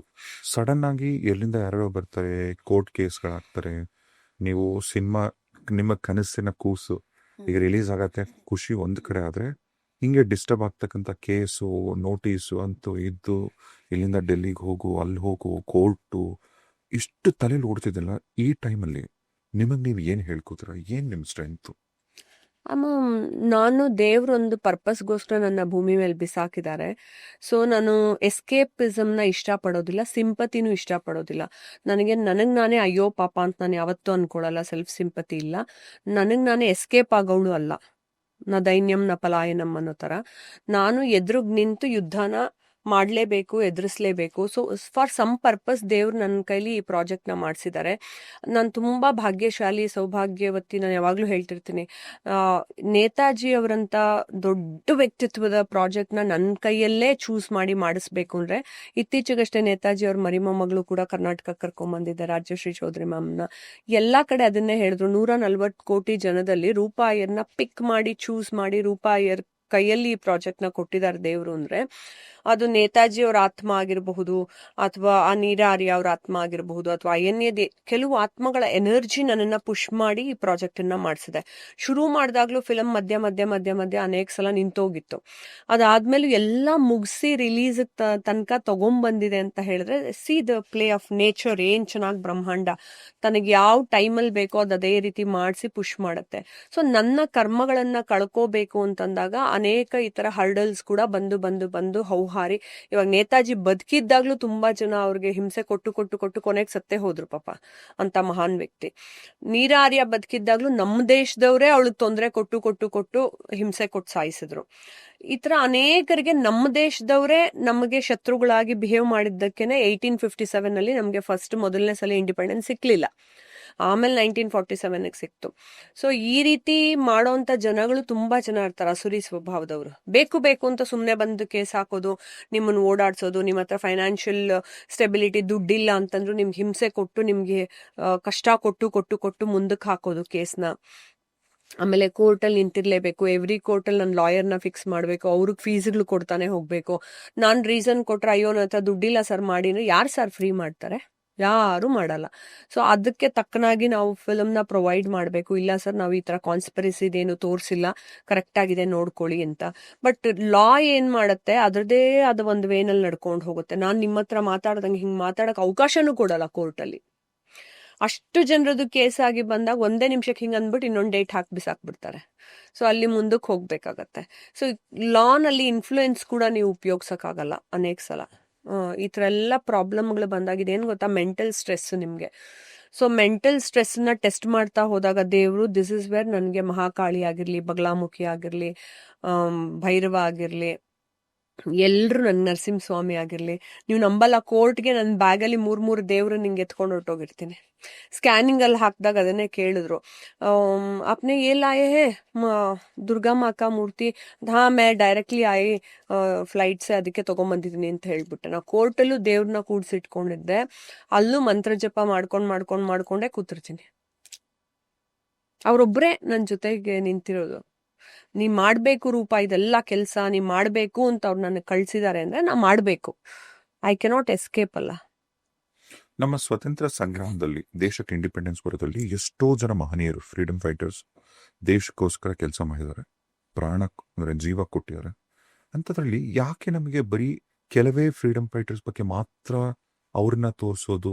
ಎಷ್ಟೋ ಜನ ಮಹನೀಯರು ಈಗ ಕರ್ನಾಟಕದಲ್ಲಿ ಎಷ್ಟೋ ಸಿಪಾಯಿಗಳಾಗಿರ್ಬೋದು, ಹೊರಗಡೆ ಈಗ ನೀರಾರ್ಯ ಅಂತ ಏನ್ ಹೇಳಿದ್ರಿ, ಇಲ್ಲೂ ಅಬ್ಬಕ್ಕ ದೇವಿ ಇದ್ರು, ರಾಣಿ ಅಬ್ಬಕ್ಕ, ಆಮೇಲೆ ಕಾಳು ಮೆಣಸು ಸುಂದರಿ, ಚನ್ನಭೈರಾದೇವಿ, ಅವ್ರದ್ದು ತೋರಿಸಿಲ್ಲ. ಎಂತೆಂಥವ್ರೆಲ್ಲ ಯಾಕೆ ಬರೀ ಕೆಲವ್ರನ್ನ ಮಾತ್ರನೇ ಯಾಕೆ ಅದು ಮುಂಚೆಯಿಂದ ತೋರಿಸ್ಕೊಂಡ್ಬಂದಿತ್ತು? ಅದೇ ಅವಾಗಿನ ಹಿಸ್ಟ್ರಿನ ರಚಿಸ್ತಾ ಅವರು ಬೇಕಾದವ್ರನ್ನ ಫ್ರಂಟ್ ಲೈನ್ ಮಾಡ್ಕೊಂಡು, ನಾನು ಯಾವಾಗ್ಲೂ ಎಲ್ಲ ಸ್ಪೀಚಲ್ಲೂ ಅದನ್ನ ಹೇಳಿದ್ದೀನಿ, ಮುಂದೆ ನಿಂತವ್ರು ಮಾತ್ರ ಹೀರೋ ಅಂತಲ್ಲ, ಅವರ ಹಿಂದೆ 1000ನೇ ಕೊನೆ ವ್ಯಕ್ತಿ ನಿಂತವನು ಕೂಡ ಸೂಪರ್ ಹೀರೋನೇ. ಯಾಕೆ ಗೊತ್ತಾ, ಅವನು ಪಾಪ ತನ್ನ ಪರಿವಾರ ತ್ಯಾಗ ಮಾಡಿ, ಪ್ರೀತಿ ತ್ಯಾಗ ಮಾಡಿ, ಮಕ್ಕಳನ್ನ ತ್ಯಾಗ ಮಾಡಿ, ಊಟ ತ್ಯಾಗ ಮಾಡಿ ಅವನೊಂದು ಕ್ಯೂನಲ್ಲಿ ನಿಂತಿರ್ತಾನೆ. ಅವನು ಕೂಡ ಪಾಪ ದೇಶಕ್ಕಾಗಿ ನಾನೆಲ್ಲ ಸೇವೆ ಮಾಡಬೇಕು ಅಂತ ನಿಂತಿರ್ತಾರೆ, ಅವನಾಗಿರ್ಲಿ ಅವಳಾಗಿರ್ಲಿ. ಸೊ ಅವ್ರೆಲ್ಲರೂ ನನಗೆ ಸೂಪರ್ ಹೀರೋಗಳೇ. ಅವ್ರಗಳ ಬಗ್ಗೆ ಅನ್ಸಂಗ್ ಹೀರೋಸ್ ಬಗ್ಗೆನೇ ತೋರಿಸಿಲ್ಲ ಅಂತಾನೆ ನನ್ನ ಫಿಲಮ್ ಅಲ್ಲಿ ಸೇಠ್ ಚಜ್ಜುರಾಮ್ ಆಗಿರ್ಲಿ, ಅಥವಾ ನೀರಾ ಆರ್ಯ ಕ್ಯಾರೆಕ್ಟರ್ ಆಗಿರ್ಲಿ, ಅಥವಾ ದಾಸ್ ಬಾಬು ಕ್ಯಾರೆಕ್ಟರ್ ಆಗಿರ್ಲಿ, ಆಮೇಲೆ ನಮ್ಮ ಸೇನಾನಿಗಳಲ್ಲಿ 3 ಜನರಲ್ಲಿ ರಾಜಮಣಿದು ಮತ್ತೆ ದುರ್ಗಾ ಕ್ಯಾರೆಕ್ಟರ್ ಹಿತಾ ಚಂದ್ರಶೇಖರ್ ಮಾಡಿದ್ದಾರೆ. ಸೊ ಅವ್ರೆಲ್ಲಾರ ಕ್ಯಾರೆಕ್ಟರ್ಗಳನ್ನು ಬೆಳಕಿಗೆ ತಂದಿದೀವಿ. ಅಂದ್ರೆ ಒಬ್ಬರಿಂದಾನೇ ಸ್ವತಂತ್ರ ಬಂತು ಅಂತಲ್ಲ, ಆಗಿನ ಕಾಲದಲ್ಲಿ ಯಂಗ್ಸ್ಟರ್ಸು ಕೂಡ ಎಲ್ಲವನ್ನು ಬಿಟ್ಟು ಬಂದು ದೇಶಕ್ಕಾಗಿ ಹೋರಾಟ ಮಾಡಿ ನಮ್ಗೆ ಫ್ರೀಡಮ್ ಕೊಟ್ಟಿದ್ದಕ್ಕೆ ಇವತ್ತು ನಾವು ಸಂತೋಷವಾಗಿ ಪಾರ್ಟಿಗೆ ಹೋಗು, ಪಬ್ಗೆ ಹೋಗು, ನಾನು ಮೊಬೈಲಲ್ಲಿ ನೋಡು, ನಾನು ಟಿವಿ ನೋಡು, ಇಂಟರ್ನೆಟ್ ನೋಡು, ಎಲ್ಲ ಆಪ್ಷನ್ಸ್ ನಮಗೆ ಸಿಕ್ಕಿದೆ, ಫೆಸಿಲಿಟಿ ಸಿಕ್ಕಿದೆ. ಬಟ್ ಅವತ್ತಿನ ತ್ಯಾಗವನ್ನ ನೆನೆಸ್ಕೊಳ್ಳೋದು ಒಂದು, ಇನ್ನೊಂದು ಇವತ್ತಿನ ಜನಕ್ಕೆ ಎಲ್ಲಾ ಫೆಸಿಲಿಟೀಸ್ ಇದ್ರು they have been giving reasons and excuses. ನನಗೆ ಅದಿಲ್ಲ, ಇದಿಲ್ಲ, ದೇವ್ರು ನನಗೆ ಅದು ಕೊಟ್ಟಿಲ್ಲ ಅಂತ.